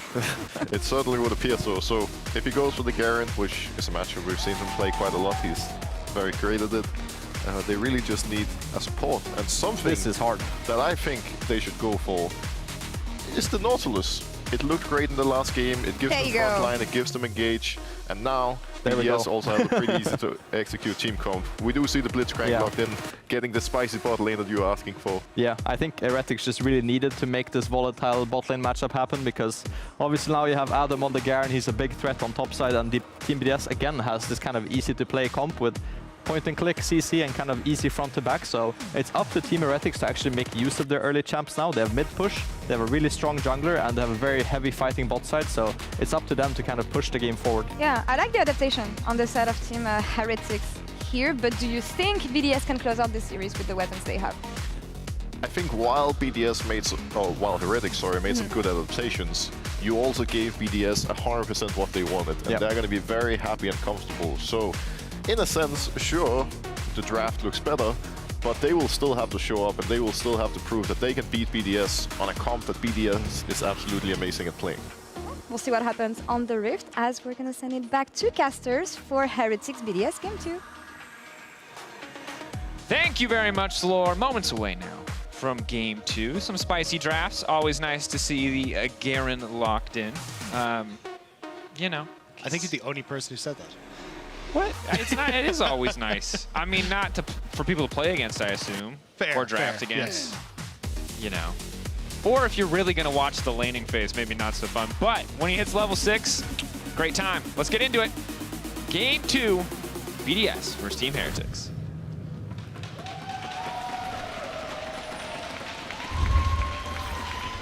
And right off the bat, Rob, we heard it from Treats on the desk. He wants bot lane to be spicy and explosive. I feel like with 2 hook champions, that might just be what we're gonna get. But Team Heretics, they're not. They don't want to wait till lane phase, Rob. Is it the blind hook over the wall? They want to start now. Looks like it will be, yeah. Oh. All right, guys. If he ever does that again, we all have to make sure we go ooh and then scream really loudly like he hit it, just so we throw him Like off. we used to do at Rift Herald. Yeah, Just- exactly. yeah, I feel like. Can you imagine you're on stage, big venue, people are screaming as you throw the hook. You think for exactly half a second you've got it, and there's nothing. Right. Oh. Attention. No. No, never mind. It is, the cooldown is a literal year, but a year has passed, so it is available now. It also, like, if you end up throwing 2 of those hooks, You're it out of really, mana. yeah, you're Oh, just God. wrecked for mana for the laning phase. So not surprised to see them back away. But either way, they kind of faked the ward going down. They didn't actually place anything into that bot side jungle, so they won't know exactly where Shea was starting. Mind games on mind games. But they're going to see if they can catch them as they move through. Yeah. Ice, of course, not opting to take Cleanse this time around. No Again, Cleanse not useful against any of Blitz's CC. Labrov. Hook! Ooh! Wow. Wow! Okay. I mean, wow. I have seen games where that hook has hit. I swear to you. That's crazy. But it doesn't connect. Labrov. It's high ground, low ground. You know, it's like, yeah, high ground, low ground, for sure, for sure. I feel like every year we have a new thing that people get upset about, and this year it's high ground, low ground. We need to obsess on something as a community, and that has just become the new one. No one plays Yumi anymore. What do we have, you know? They got rid of Duskblade. What do we have? You know, what can we all collectively be upset about? We're working our way as down a team. the list. Yeah. Nothing brings us together like high ground, low ground. Good damage coming in from Adam. Just kind of keeping track of his Garen builds and what he wants to go into a tanky option like the Cassante. And also just keeping an eye on what Jankos can get done here. Remember that the last time, game 1, if you somehow missed it, Flacket and Kaiser, some okay stuff happened in the early lane phase, but then they just took a very unfortunate recall, Rob, and it feels like that's where everything fell apart. Yeah, and I think the problem for them here is that you're kind of heavily reliant on some of these hooks from Kaiser to get control on the spot side. Last time they had the double range, so they're able to play a little bit more aggressive, but at the moment, with Labrov opting into the Aftershock, it actually becomes pretty hard for you to try and trade effectively. Because you get the damage reduction off of the Glacial Augment, it is only good if Ice ends up stepping over it. A lot of the times is to try and prevent whoever's hooked from escaping.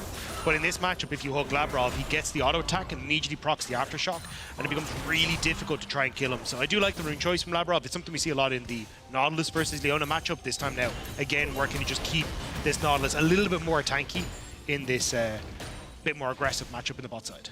Yep, obviously tricky. Contextually, you know, Glacial can feel a lot better, but specifically in those melee, CC-reliant matchups, oftentimes being more tanky is just more impactful.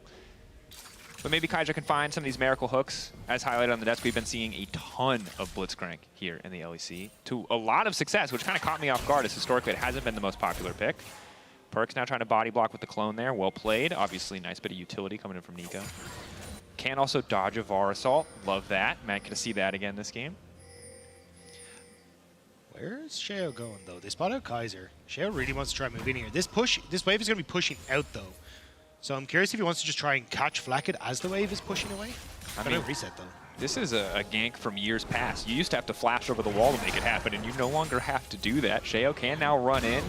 Wait on the W. Still hooking up Flacket in the meantime, forcing out the cleanse flash back, hook back into the tower. Aftershock still there. Mitigating at least some of the upfront damage, but forcing out 3 summoners from the Team Heretics bot lane. Yeah, nice though. The fact that you're able to get all those summoner spells out, you make things significantly easier to try and pick off Flacket on a next rotation if you want to try and go down there once more. Plus, all that vision control on the bot side as well means that they haven't spotted Revise. So Sheo, I think, wants to go for a repeat, but this is dangerous because you should know that Jankos is going to be on reset and coming onto the bot side jungle.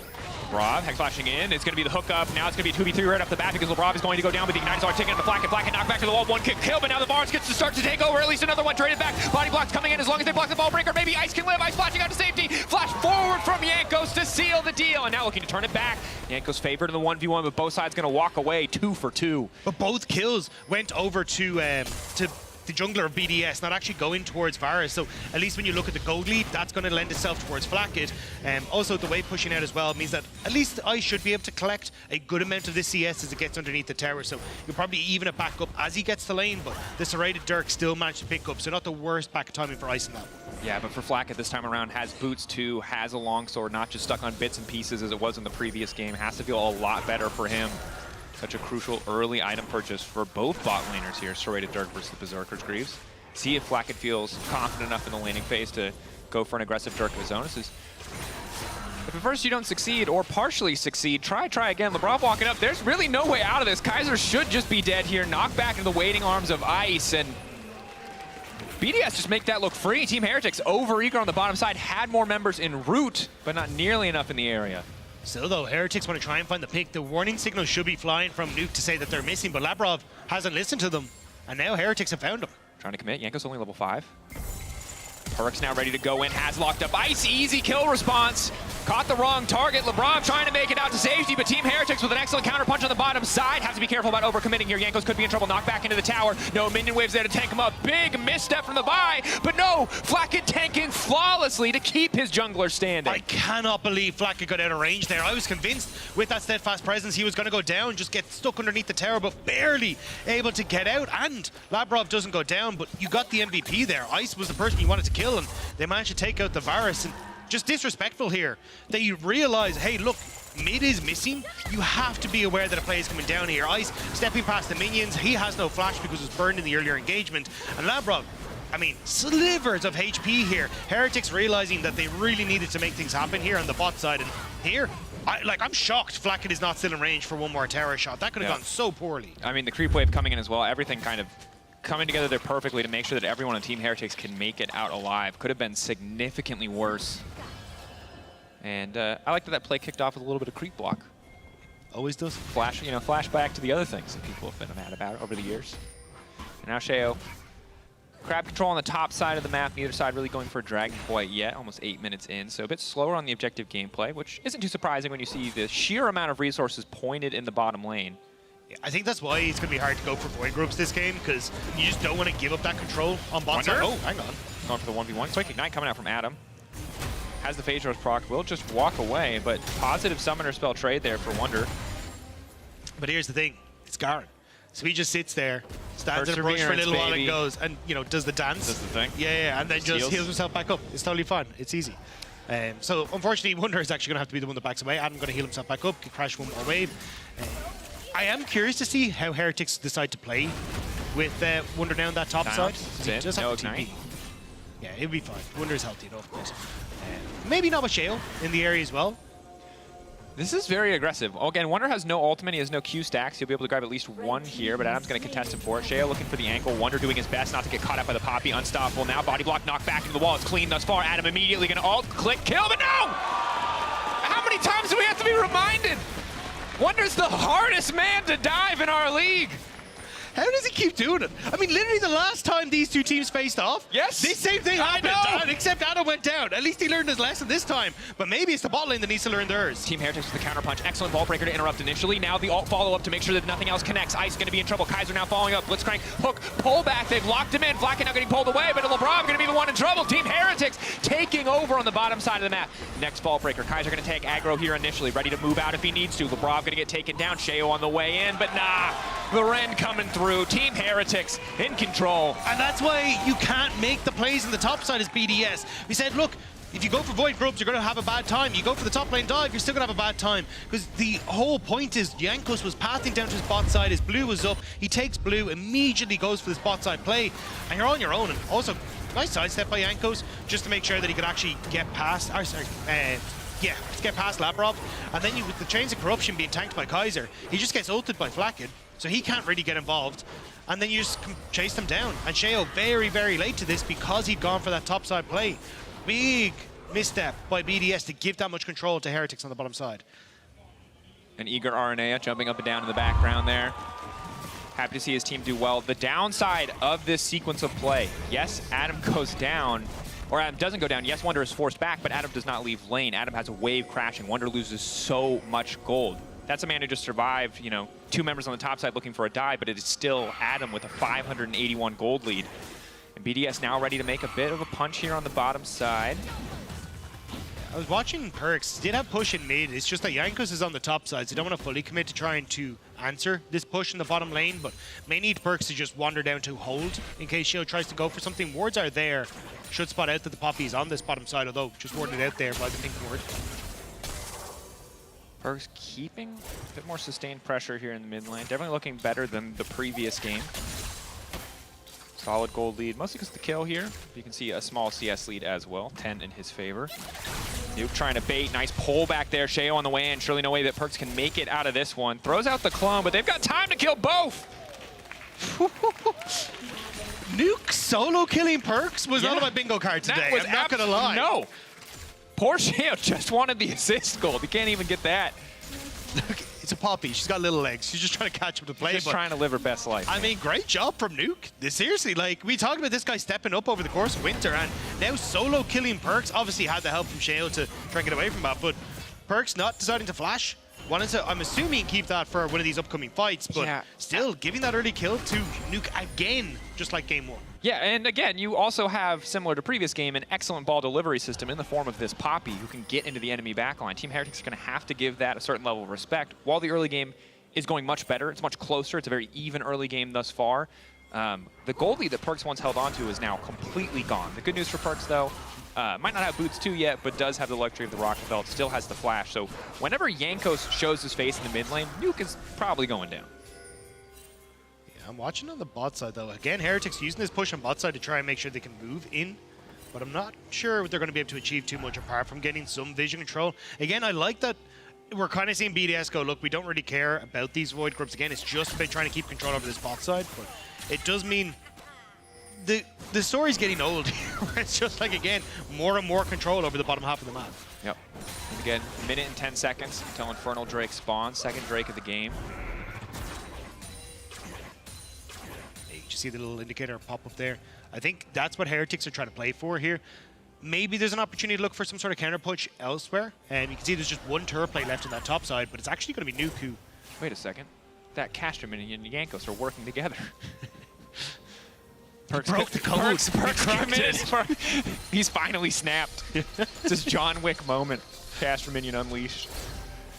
Still, though, forcing Nuke out of mid lane means that you do get pressure on this mid lane. You'll get a turret plate, get to reset. And again, as you say, just, 20 seconds now until the dragon spawns. I think this is where you're in a position where you could look for a play, especially with resets coming through from Ice and Labrov. But Flackett looks like he's on a bit of an unlucky timer himself, so maybe they're not going to be able to contest this as much as they would like. Yanko Sundered Sky as well can be a very impactful item in skirmishes. Frozen Art, good overall, cheap, nice early item for Sheo, but more upfront damage from the side of Team Heretics.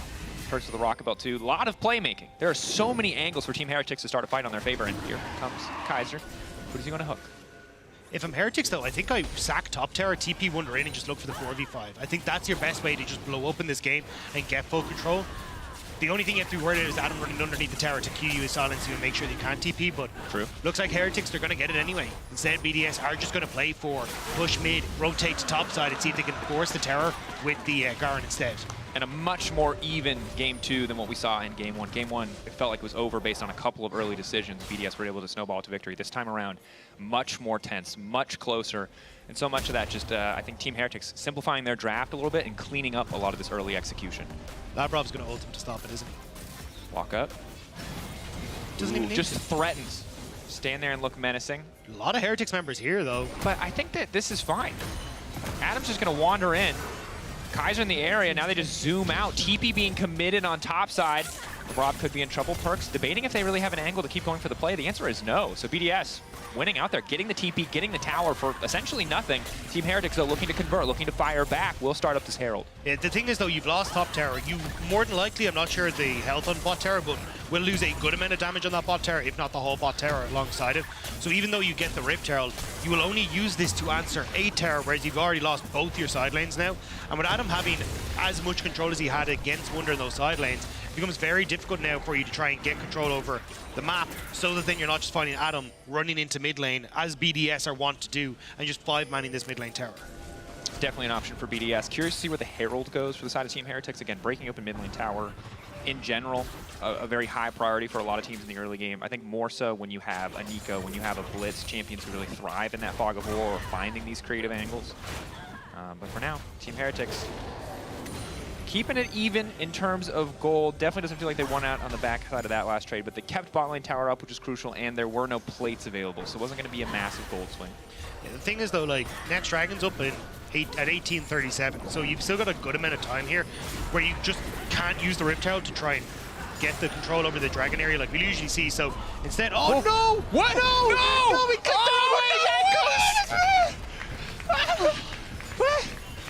For content? Why? All right. We're all just going to agree that nobody saw that, right? No one's going to roast Jankos about that forever, right? We're just going to let that go. Yeah, I'm definitely tuning into Jankos' next stream. I want to see exactly what he has to say. Because he missed his cue as Lee Sin on Void Grubs last week. Yeah. So I feel like he's just building up the amount of things people are going to roast him about. Yeah, I think, yeah.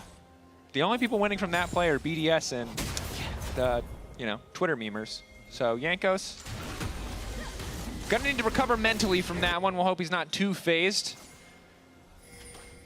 As that was bad. That was very, very bad. Hook comes in on the bottom side. His team, though, gonna try to help him find a bit more redemption as Flacket jumps in for a quick kill on the top side, potentially on Adam as well. Adam flashing in, instantly shutting down Jankos, and Perks might be in trouble too. That's a red buff. That is a very fast Garen. Perks now running, has flash. Adam not gonna fully commit. Just a 1-for-1 trade when you consider everything across the map. So on both sides, bad things happened. So for Heretics, don't dive the Garen. Garen is very, very strong. Adam has proven time and time again that is very quickly able to kill you. He doesn't have any tanky items, Rob. I can see he has why. a W. The W is really broken. It's so broken. They just buffed it. It's 4 seconds at all ranks. You put in 1 point and you live your best life. And yeah, Adam living his best life there on the top side. Good that they're able to find that pick on the bottom side. Flacket in a much better position in this game too. Definitely much more of a threat. Backing on the ward, the Blitzcrank knows. I just lazy recall from Labrov, like that's all there really is to it. Gets completely caught out, they end up getting the kill, and then I think Panic trying to scramble, but it only means that Flacket's the one that gets the kill instead of it going to Wonder, which would have been better off, but here, I mean, what do you think is going to happen, Jankos? I mean, he's so strong. Oh, Jankos is still under the tower. Oh, he takes the other shot, yeah. That's heartbreaking. But this is what Adam does in this champion. Like every single time, he will find these moments where he just flash ults you, absolutely murders you. I said earlier, like Jankos don't dive Wonder. Just don't dive either of these Just players. don't have top side. Just leave top side don't alone. leave them alone. They're living their, well, I was going to say their best lives. They're Adam's not. definitely having They're a better time than Wonder, but at least you can try and help Flacket. He's 3-1-3, 500 gold up. He's having a great time. They're farmers now. They've given up their weapons. They've laid down their swords. They're just, you know, they're working the plows. Hey, Pitchfork's still They're on hurt, the field. You know, they're in the fields. They're just hanging out together. You know, just leave them alone up there.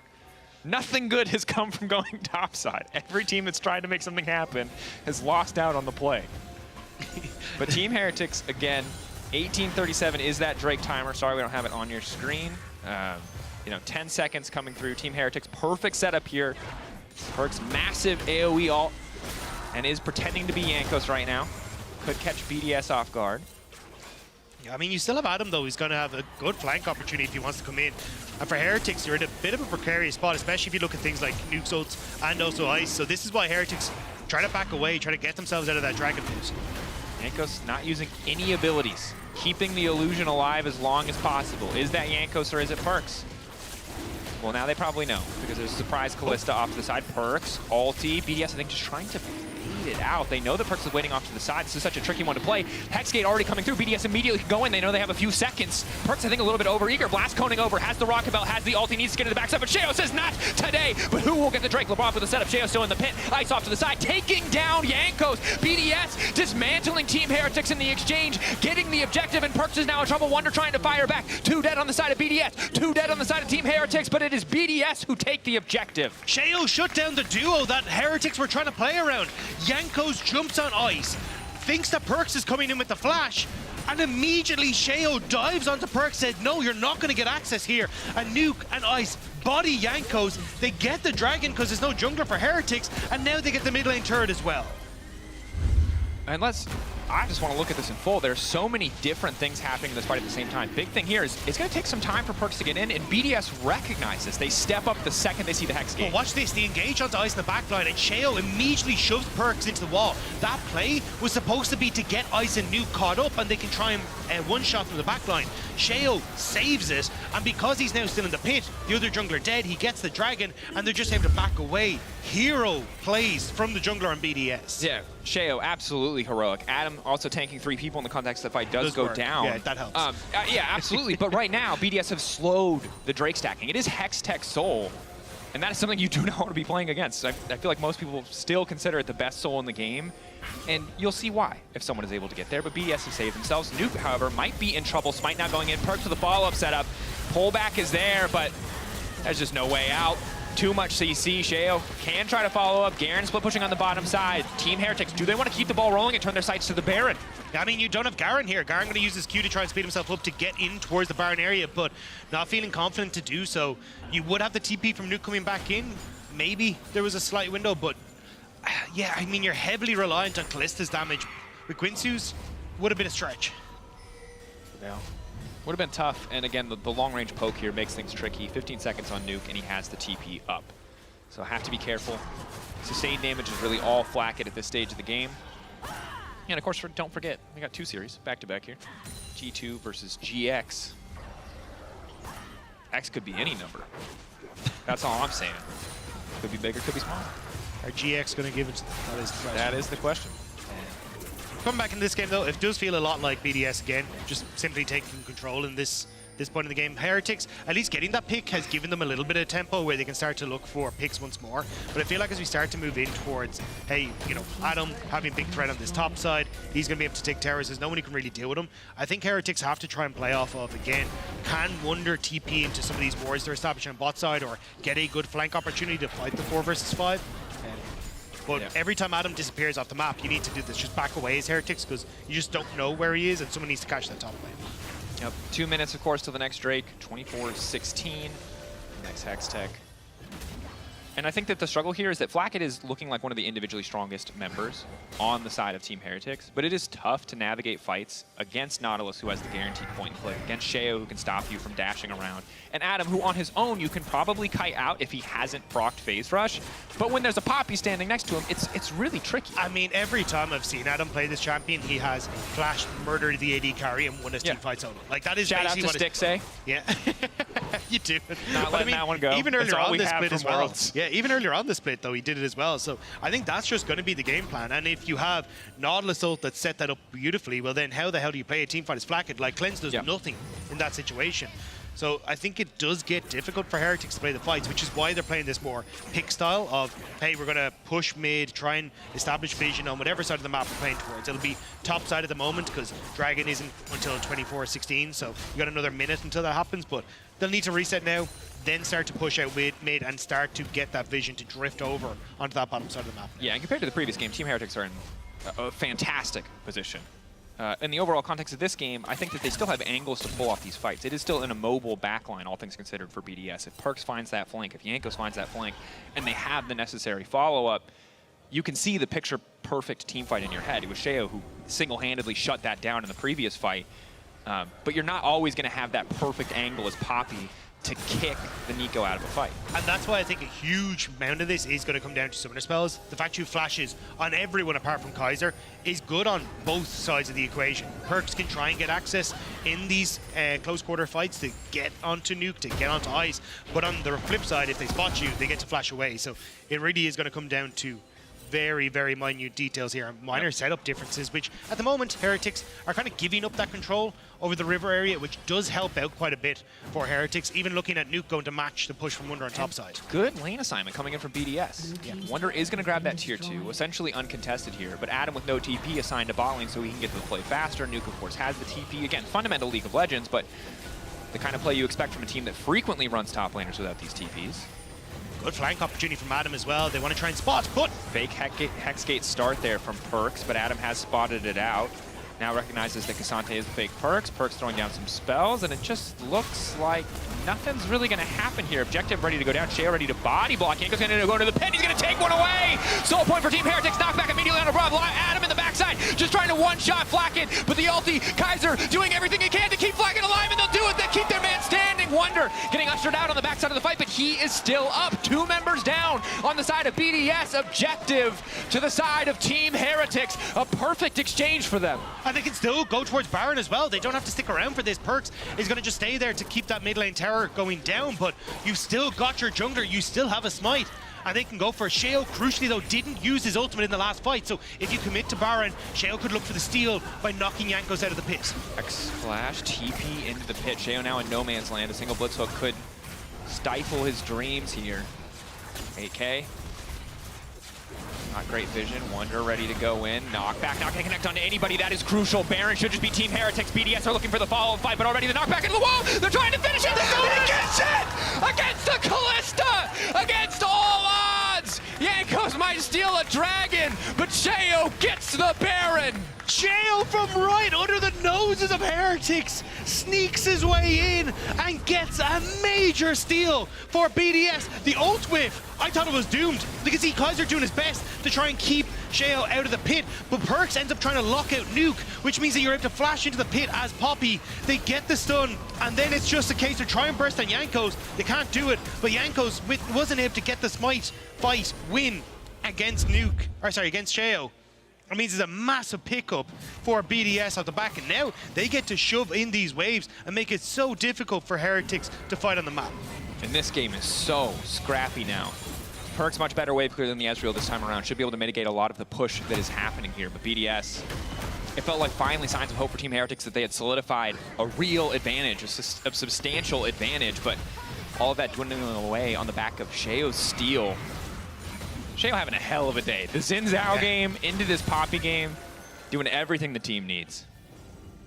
Yeah, and I mean, going for a very supportive build as well to make sure that he's able to keep Ice and Nuke in check. The Frozen Heart going to get a lot of value against people like Flacken when he dives in onto the backline as well. It makes that life very difficult for the Kalista. Ooh, flash out to safety. Knockback there, pullback coming through for Wonder. Immediately going to see the McHales. Kaiser packing a bit of extra tools to make sure that his backline is safe. But the split push is happening. BDS really need to get aggressive here. Response now coming in from Nuke. TP now coming in as well. No interruption. Man advantage in the fight for the side of Team Heretics, but a nice start to it. The immediate shutdown as LeBron gets the kill credit onto Jankos. Perkz trying to kick things off, but he only manages to lock down 2. Adam gets pulled back into the back line and should just get deleted, but he keeps on spinning for just a little bit too long. Ice is untouched. Nuke is untouched. Shockwave onto 2, and down go BDS. It's a triple for Ice. And it might just be a 2-0 victory here for BDS. That was a beautiful fight. Labrov finding the hook immediately as Perkz TP'd in meant he couldn't get the flash fight that he wanted. And now BDS will crack open the base. Looks like they won't go for the throat just yet. They'll just leave the base in shambles. One inhibitor down, likely a second to follow. Perkz up first on the TP, but just not able to make it count. Nail-biting fights. BDS just out-executing by the slimmest margins. Jankos has to be careful about stepping too far forward here. Vault Breaker just to clear the wave. Threatening potential follow-up. No TPs left for the side of Team Heretics. Wonders around the corner. Doesn't look like they're going to be able to go for the flank. There's some pings there. Not sure if they want to try and go for it, but watch. Okay, so as this comes in, so we get the turnaround to stop Kaiser from being able to follow up with the hook. Watch Labrov. Actually, no, it's Sheo, my bad, who gets the stun immediately onto the Perkz, into the wall, which means Perkz can't get onto the backline like he wanted to. Ice is able to buy distance. Nuke comes in just the end as well. But even with the front line gone, you bought enough space for the BDS duo to take down the rest of Heretics. At the end of the day, if we look at a damage chart, that's going to be 90% the Varus. But understand that Ice, like, yeah, there you go. Every single person on BDS willingly jumped into the fire so that Ice could sit in the back line and chill. That was an insanely easy fight for the Varus. It is 30 seconds till the next Drake. That is soul points for Team Heretics. Maybe one more steal could net them a soul. Start to even out this 5k gold deficit in terms of raw stats. Well, BDS have too much control. Garen now on the top side. Maybe they can look for a pick onto him right before the Dragon starts, but you can see BDS now. They've just established themselves with the opportunity to clear it. Well, I was going to say a lot of vision, but that's a lot of red in on the opposite side of the map for them, like in on their own jungle. So a TP play from Wonder, potentially Perkz won't have his up and available, but it may just be a case of shove out top side, collect waves, try and get towards like Rabadon's death cap for Perkz, because there's no way for you to try and contest this with the way the game is set up. Yeah. And again, I think that kind of the story of a lot of this game is that Team Heretics are fighting blow for blow in so many circumstances, but when push comes to shove in the really big team fights, BDS have done such a good job at shutting down Perkz especially. Like on paper, the early game solid for Perkz, not bad. You'd think that the setup would be easy, but he's just getting denied access in each and every one of these fights. I don't think he's had a single Nico ult that he would say, ah, that was the one. That was the sick one that I'm super proud of. Every single one has been mitigated or interrupted or just hasn't worked out for him whatsoever. But I think that's what's made BDS so threatening this year is how good their team fights have been. This is the person I'm marking. You can see there is clear communication on, hey, we're going to have Sheo make sure that Perkz can't get in a Dragon fight, make sure Perkz can't get in on the TP. Like, keeping the back line safe. And as a result, look, Ice has looked good this game on the Poke Virus, but Nuke has been the one that's 30% plus of the team's damage on a regular basis. And when he's on the Azirs, when he's on things like the Orianna, you can see how strong he's got. Crypt Bloom now, he's going to hurt. Back there, but there's no real follow-up. Perk's already spotted out on the wave. Sheo now stepping forward. Instant ult to knock up 2. Barzal now going to follow. Perk's cleansing out, but he just has the ult to get out to safety. BDS. They get this fight. Jankos just gets to run. They can try to turn back on LeBron, but here comes Nuke. Eyes on the Orianna. Eyes on the potential Shockwave. Instant follow-up coming in from Adam. Instant 2-man Shockwave. BDS cleaning house. Nowhere left for Team Heretics to go. Sheo says, wonder you can keep your life. We're going to take the base. I mean, Heretics will have one more in them as they move down to the lower bracket with this win, but BDS, they want to make this a resounding victory here. Absolutely do. No Shockwave left, but BDS simply too powerful. Game 2, much more back and forth, much closer, but at the end of the day, BDS just playing better in the fight. It's out-executing, outperforming. They're going to keep on the upper bracket as they take down Team Heretics with a relatively clean 2-0. I mean, Labrov putting away his mouse as the Nexus falls. You can see they were confident throughout this one. Another day in the office for BDS, it looked like, but incredible performance. I am genuinely so excited to see how this team performs as they start to move on. They will go up against the winner of SK versus Vitality. Yep. And if you're looking at this slaughter that we just witnessed, I'd be nervous as both those squads. Yeah, I mean, there were weeks where it felt like SK were, you know, ready for that challenge. And I don't know who is ready for the challenge. BDS clean showed us a lot there. Ice remains incredibly consistent. I think the biggest surprise, one of the biggest surprises for me this split, but of course, player of the series, you can vote now at LEC on X. Top lane Adam, mid lane Nuke, bot lane Ice. All of them doing their job. Sheo's supporting character won't get the opportunity this time around. Quick bow from the team. We're going to send it over to a break. When we return, an interview with Adam before our second series, G2 versus Giant X.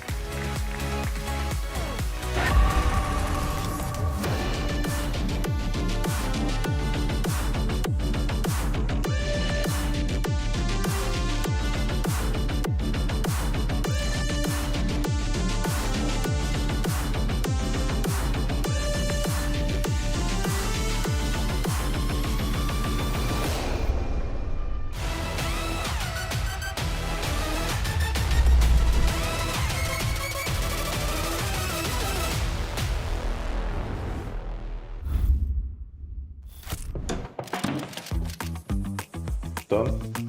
Done. There we go. Break? Break.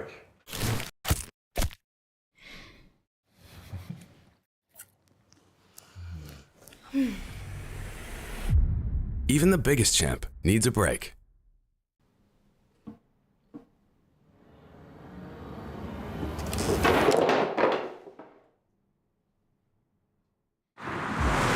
Welcome everyone to the Kia Tilt Proof Challenge. We're here to see if 4 gamers can stand up to the test.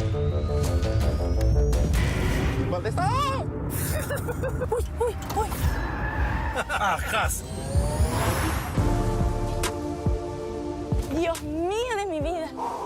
I think I lost.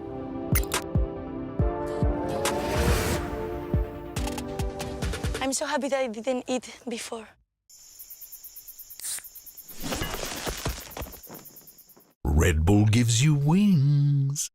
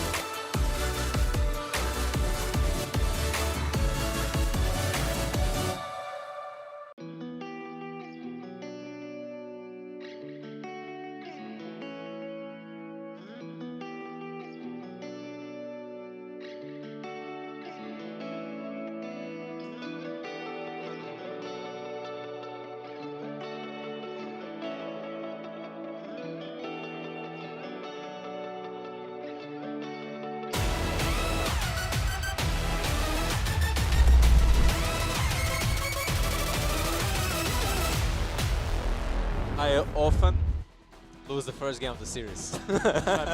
It's fine, bro.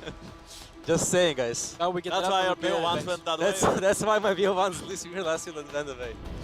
Get the control over the dragon area like we usually see, so instead, oh no! What? No, we clicked Oh shit, I'm trolling. Oh my god, I'm trolling so hard. I misclick, I don't know what happened. Kalista no Sams here in the pit. I go Kalista. Oh, nice fight. Oh. You only got one speed. Careful. Yeah, don't trade. Wow. Wow. Okay. Wow. You can win. Good job, yeah. Okay, that's okay. Back to the LEC, we have Adam joining us for the first interview here in the playoffs. First win secured in a BO3. I don't know if you remember, but last week on the PGL, I asked you if it was going to be 2-0, 2-0. Yeah. And you said yes. Even this morning, earlier today, you were very confident coming into the series. So predictions have gone right. Yeah, I mean, like it's nice that we got pretty confident into this best of 3, right? Because we knew that we were better than Heretics, and all we had to do was just to show it, right? Maybe the second game was a bit unfortunate. I think we've been trolling so hard, actually, it's crazy. But still good stuff to review. I think our first game was pretty decent, and we'll see what happens next.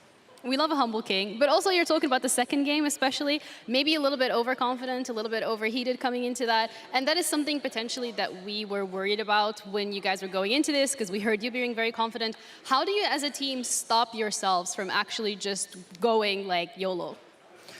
I mean, I wouldn't say that we went YOLO second game. I just think that, I mean, they actually outplayed us really hard from early to mid game until they threw out Nash, right? Mm-hmm. So, like, we didn't kind of win the second game, like they just kind of give it to us, which of course I will take it, right? But it's a bit sad from this perspective, but also it's a good point that we can improve.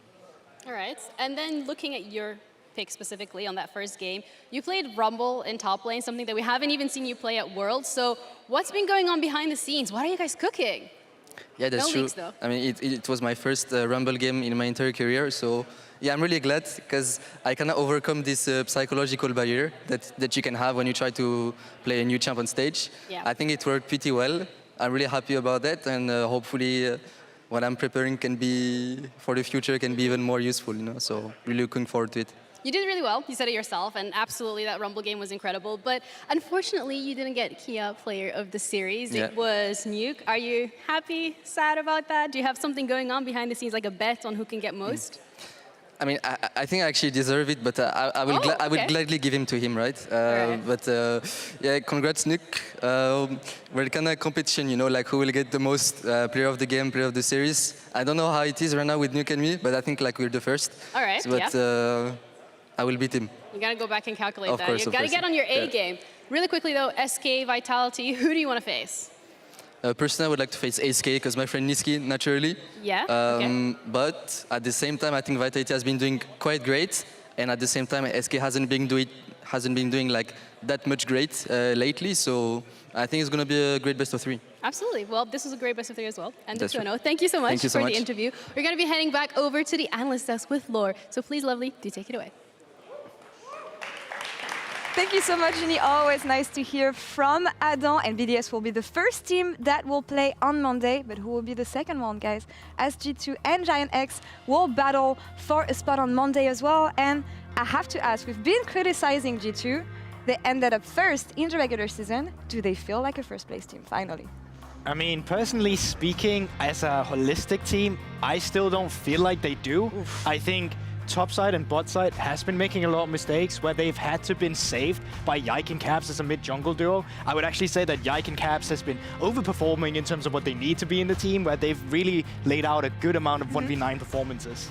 I was just thinking, if you take Caps away from G2 and put in almost any mid laner in the league, I would be a little worried as a G2 fan coming into this one, because like you said, there's just been so many things missing compared to what we're used to seeing from them in the last year. I mean, the Caps factor is always something, on course, but on the GX side of things, who's been the factor? Who's been the X factor of the team? And do we feel like this team is actually solid enough because they clawed their way into playoffs last week. But have we seen enough from them? I mean, personally speaking, I've really been loving their bot lane lately, and I think Ignar has been a fantastic addition to that team.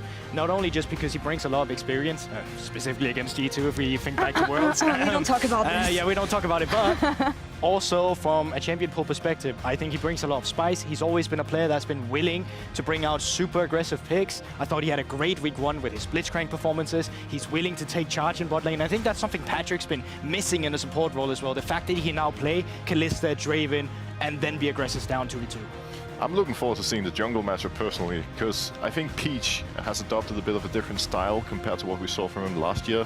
He's gone from playing farming simulators and now actually playing PvP and looking for a lot of action. Yeah. Yike on the other side looks pretty great on stats, but still hasn't really played up to expectations, I would say. No, but it's not Yike on his own. It's Yike and Caps for me. And that's where you want to take your eyes at when it comes to G2 today. I think it's going to be about all the mid jungle here, and this is where they should focus on, GB. No, I completely agree, but I also think that it's harder to jungle if you have losing lanes. We've seen Yike get invaded quite often if his bot lane fell behind, and then suddenly Yike couldn't play the game. He started losing camps. There goes my red buff, there goes my Raptors. Super difficult to stay up, and I think that's also where GX will have to pinpoint their point of aggression. That will have to be towards the bottom side. I'd love to see them try and expose the fact that the G2 bot lane has been a bit shaky. I'd love to see them try and attack with Ignar specifically and go for the outplays in the 2v2. And I feel like it's interesting because we see it right here. Last year, it was near impossible to kill Hans Sommer. He was always on point positioning-wise, but now, often people just go directly to the bot lane for free kills because his positioning is just completely off so often. And this is going to be so key for G2. This guy is going to have to perform today because with the way Ignar and Patrick are playing, if he keeps dying this much, they're going to get destroyed. Yeah, especially because, I mean, at first they did fine against the GX bot lane, but then they started throwing a bit. But it's also an overconfidence that we see. And some of the clips we just rolled out earlier, it was really Yike being on the top side. They still play too aggressive when they don't have the jungle pressure. And you now then pair it in the fact that Patrick and Ignar has been doing as well as they have on specific champions like Daniela as well to bring out the aggression options that we've already talked about for Ignar. It is going to be incredibly pivotal that you get your bot lane ahead because in the past, as Broxer mentioned, very G2 heavy, not so much anymore. But for GX still, that needs to be a point of attack. And I think from the side of both supports, it's going to be interesting because I like to think of the best Patrick days when he was playing with Mickey. Now he's going to be against Mickey with Ignar, and I think both supports with how aggressive they've been and pivotal they've been in the past is going to be a matchup both in picks and playstyle. That's where you want to keep your eyes at in the bot lane. Yeah, definitely. These guys are very aggressive and the team heavily relies on them getting an advantage and pushing it to the rest of the map. And bot lane on G2's side doing so poorly compared to last year is a big part of why Mickey hasn't been able to be as dominant, why G2 hasn't been as dominant, because if you're not always pushing and pressuring, Mickey can't be unlocked as much. And for Ignar, well, him and Peach, it seems like the synergy is really coming together, so I'm super curious to see how they're going to abuse G2's weaknesses. Story-wise, I'm really happy that we see Ignar against G2 because of what happened at Worlds, but I'm especially excited to see Ignar versus Hans Sommer. I know it was ages ago, but this bot lane made EU dreams in 2017, and seeing them facing off against each other on the Rift is always something special. Oh, absolutely. They kind of paved the way for the likes of the future stars like Caps, like Broxer as well, coming in as well in 2018, really starting to... we made it to quarters in 2017 too. Yeah, but that wasn't against T1, so that was different. But still, my point still stands. Listen, I'm just thinking back to 2017. I will let you debate backstage. The series is about to start, so let's get to it with Hysterious. Back to you guys. Oh, that's cute. I like that. That's a nice name. I was backstage and I'm like, oh, Hysterious, Sterivetti, I don't know. And Law comes out straight away with the best one we've heard so far. Yes, we are.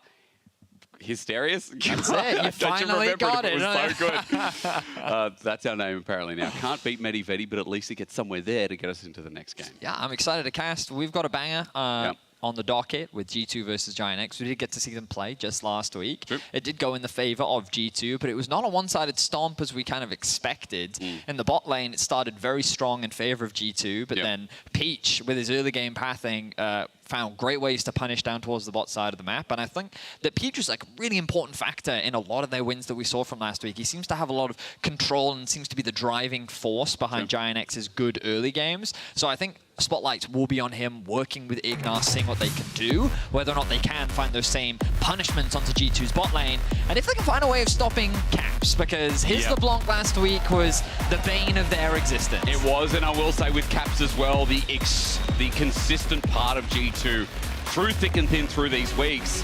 And a side note, if you haven't been watching that last week and you're not really up to date, G2 finished first, right? They got the first choice coming off the bat. They naturally picked Giant X, they picked the 8th seed.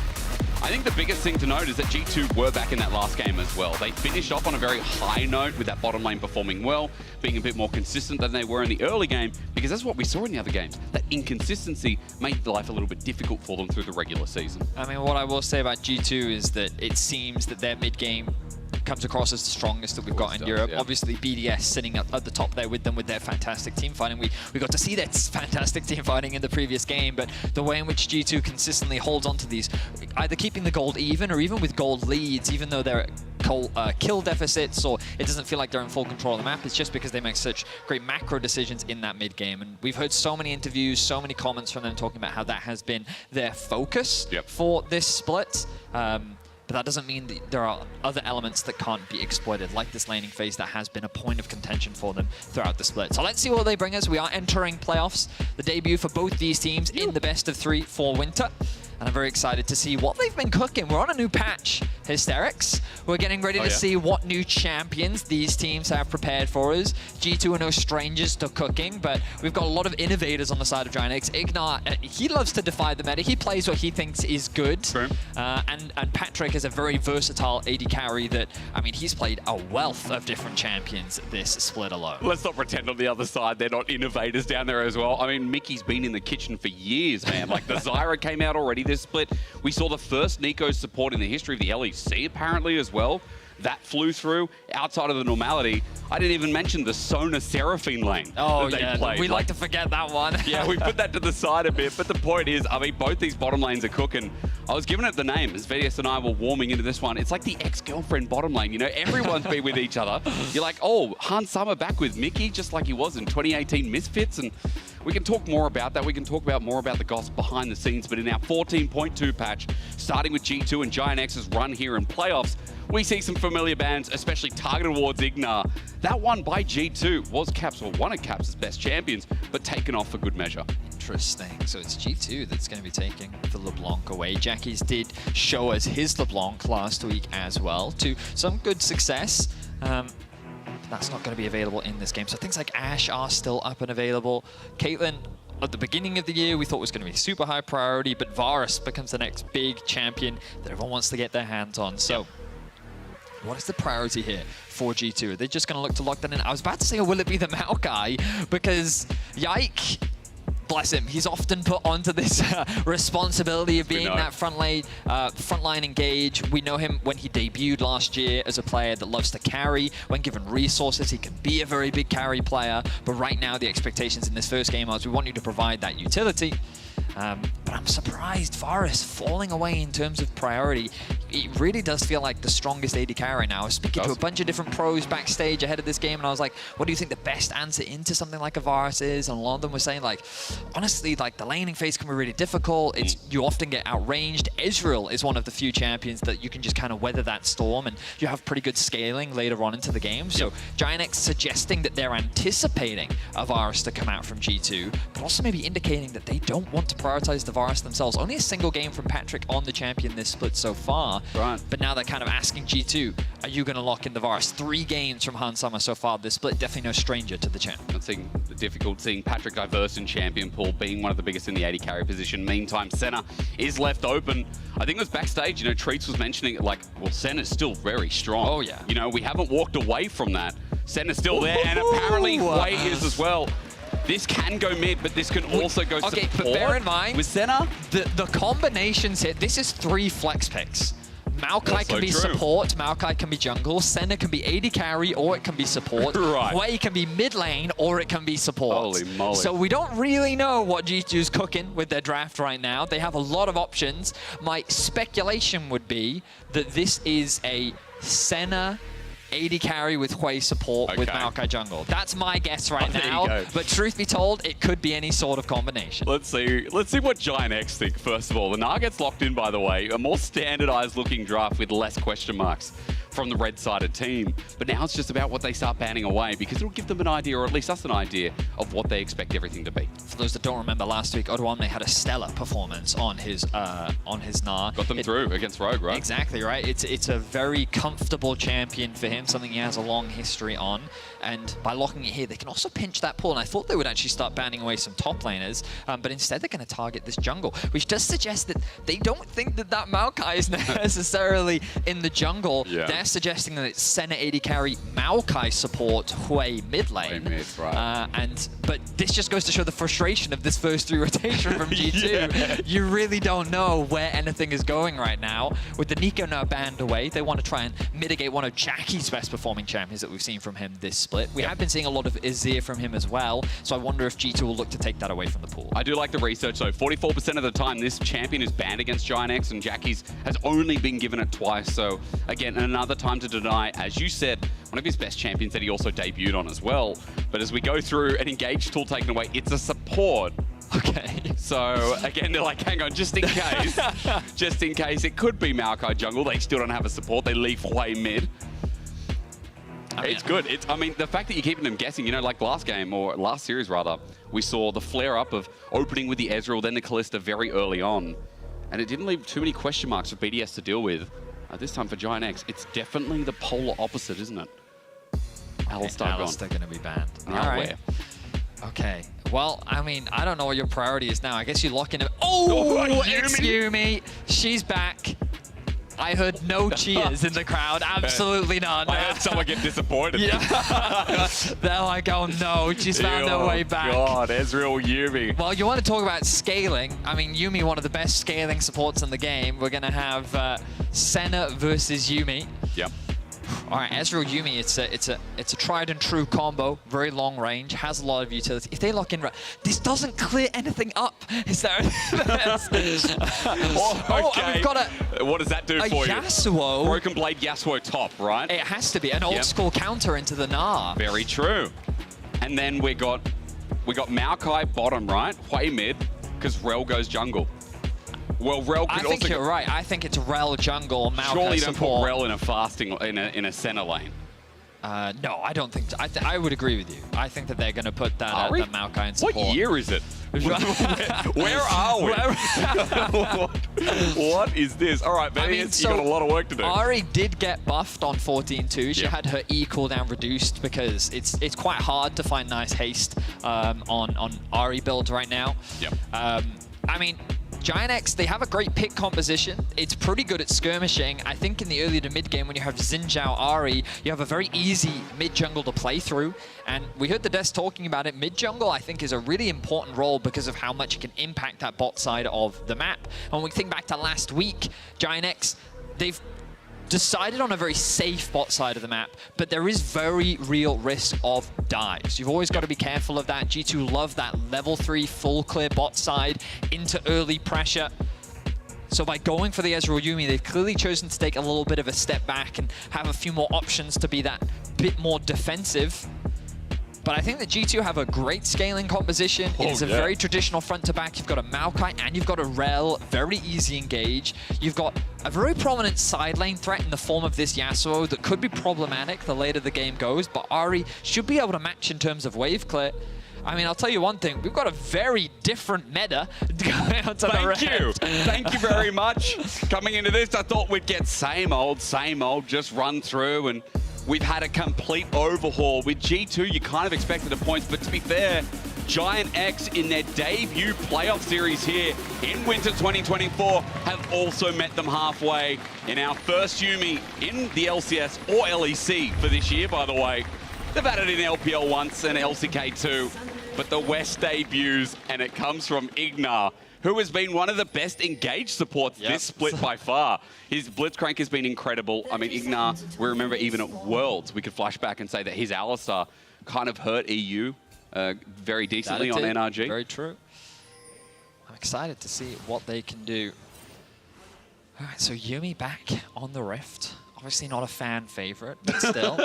Good. Strong scaling champion. Very strong start. I think it complements a lot of champions on the side of Giant X as well. True. In particular, the Xin Zhao. When you go for an engage, having a Yuumi on top of you provides that extra utility, that extra defense as well. The heals, the sustain can be very, very valuable. It also pairs it very nicely with an Ezreal. It gives you a lot of long-range poke and also a lot of safety in these team fights. But there's a lot of utility on the side of G2. This Maokai ultimate, this Rel ultimate. These two frontliners and supports get way more gold now, which means that we're seeing a lot more damage supports, you know, because now they can actually get that first or even second damage item on top of things like the Zaxax. But for tankier supports, these engage ones, oh, they get so tanky, right? Like early Frozen Hard is a very cheap investment that gives you a lot of utility in frontline. It's 2,400. It was 23 before it got nerfed a little bit. Okay. So it's a very low cost item as well. Yep. Yeah, we look at these early paths, we can see it's going to be Yike doing a full clear towards his bot side. A ward was dropped from the side of Giant X towards his Raptors, so they should spot him out there. Meanwhile, on the top side of the map, G2 getting the same information onto Peach. They know that he's doing a full top side, so... Great try. And Caps already taking advantage of the passive there. How familiar... We cast Hui together, didn't we? We had a lot of fun. We cast the first way. I didn't even bring up the cheat sheet again, you know, with the 10 different abilities. Do you know all of the ability names? Severing Bolt. Nice. Devastating Fire is the QQ. Yeah, the QQ. God, we're doing this again. Molten Fissure, the QE. Nice. And then... God. The rest. The rest. The Orb. Harbor's Orb. That's fine, that's fine. As the game goes on, I'm sure they'll all come back to you. I hope so. He's a great scaling mage. I think that he has some crazy damage in the late game. Yeah. I think one of his biggest weaknesses is he doesn't have the most mobility. If he gets ganked, especially against champions like Ahri and Xin Zhao, he can be in a lot of danger. But at the same time, if you're playing well, you have a lot of tools to get out of some sticky situations. The EQ combo, the fear that he can apply. Oh, I like that combo. You hit him with the EE, then you also have the WE, and you hit him with the QE, so it's... Oh, like that, Betty, with the passive. You know, last time we cast Hui, you spent the first 2 minutes telling us and showing us how much you know of this champion. I mean, it's a lot of our the bomber. best way to utilize this champ in the early game is really taking advantage of that passive, proccing it as often as possible, because the extra damage you get from it is crazy. And you can see Caps doing his best to fully utilize it. Ahri's wave clear early on is not that strong, but here comes Peach. We talked about his aggression. What can he do? Caps has got backup, though. All you need to see is Yike flee on in, and rather, the fear is there. Out of range from the spear. Yike's taking the damage. Caps can't help out much yet to save his mid laner. It cost G2 their first blood. I mean, we talked about one of the biggest strengths of this Giant X roster is this mid jungle. Yike tried to provide cover. I feel like Caps was pretty safe, but then Yike chooses to go in anyway, very disconnected from his mid laner. And Giant X are there to punish. Great job from Peach and Jackie's. And Jackie's, who was in a struggling 1v1 matchup, now gets himself double buffs. Yep. And he can now push out this wave and get a comfortable back. Well, I mean, opening up, especially when Jackie's someone we talked about at the start of this split with his debut as a rookie, had some big pop-off performances on the Nico. It's been few and far between. I think that's what makes Giant X such a fun team to watch, but also concerning if you're a fan at the moment. You never know who's going to step up, but you also never know who may be lacking. This team's got a lot of development to make do, and especially with some of the names, you know it can happen, especially with Patrick and Ignar in the bottom lane, especially with Odo. We've highlighted Peach. Jackie's just like that missing piece that could actually turn them into a 4th, 5th place team, maybe even higher, depending on how far they'll go. But at least opening up here in this series, the first kill over to Jackie's, especially when he's close to level 6. Great charm there. Means that this Ahri is going to be a bit of a nuisance. Because remember, Hui does not have mobility. That dude is stuck where he stands unless he puts a puddle down and starts running on it. And some reason that gives him movement speed. Sure. Outside of that, he ain't getting out. Really like what Peach has done. We talked about it before we got into draft. I think this man was so instrumental in their 3rd week of the LEC when they were able to get those 2 very important wins. They did fall short to G2 just last week, but overall they I think that this man in the jungle just does so much for their early game. Their mid game is where we often see Giant X make a lot of fumbles. Sometimes their objective setup isn't the strongest, and sometimes they take fights that aren't really optimal for them, and that's where teams have found windows to punish them. But we'll see what they've been able to work on with this week to prepare specifically for G2. Again, some nice trades coming out from Caps, but Jackie's with the red buff, the level advantage as well, really taking back control over this lane. Caps now hitting level 6, and Jackie's already looking for a bit of a roam, seeing what information he can get. Doing exactly what you can do as an Ahri player. Lost Chapter already picked up. No massive ring picked up yet, though, as we look for the engaged bot side. Peach is running in. He has flash available, but Hans and Mickey already outside of range. So the 2v2 continues on. No big discrepancy, no big lead down there. And you can say the same about any lane except for mid due to that kill.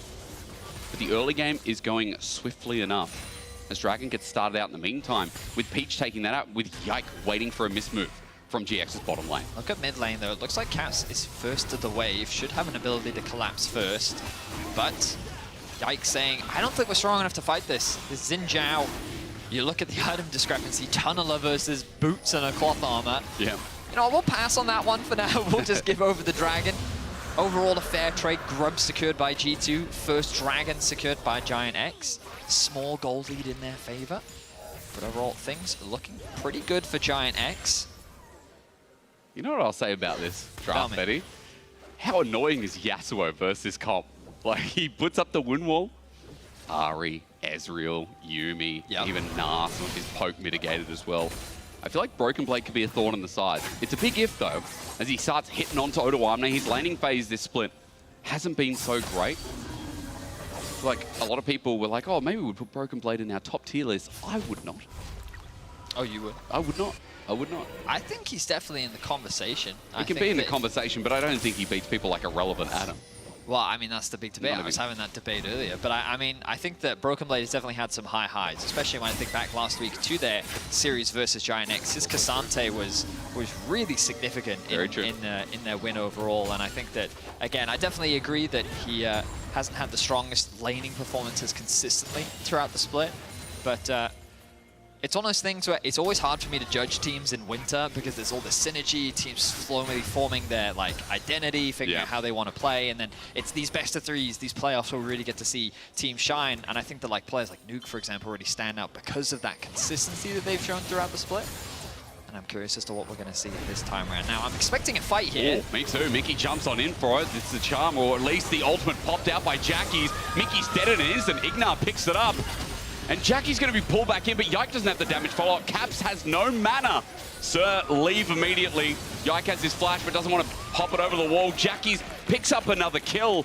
Big mistake by G2. Giant X really taking advantage of this strong mid-jungle duo that they have. Ignar there to offer support as well. Jackie's going to connect another charm. Caps, is he in trouble? No. He's going to walk this way out, but I mean, Jackie's is just going to be all over the map at this point. 2-0-1 for the Ahri. Caps is going to be able to sidestep that one, but you're right, big mistake there from G2. You just look at this comp, you're like, yeah, a lot of utility, a lot of front to back, there's a really strong front line, but at this point in the game, they're nothing really but paper to Xin Zhao. That man does not care. He is so strong in these early skirmishes. Nothing really happened to him in the patch, which means that he wasn't affected. He was very strong in the previous meta. He's still strong now. And Giant X taking full advantage of that. Off to a great start. Have nearly a 1.5k gold lead. Patrick's suffering a little bit here, but he's doing all right. What happens to G2's bottom lane? No, Ignar's been found out without a person. That cat needs a friend, but won't find one. Caps picks up the kill. Ignar caught in rotation. And guys, I know you can't see Dragon in the top right of your screen. There's 2 minutes till that comes up, so it's not going to lead to anything yet.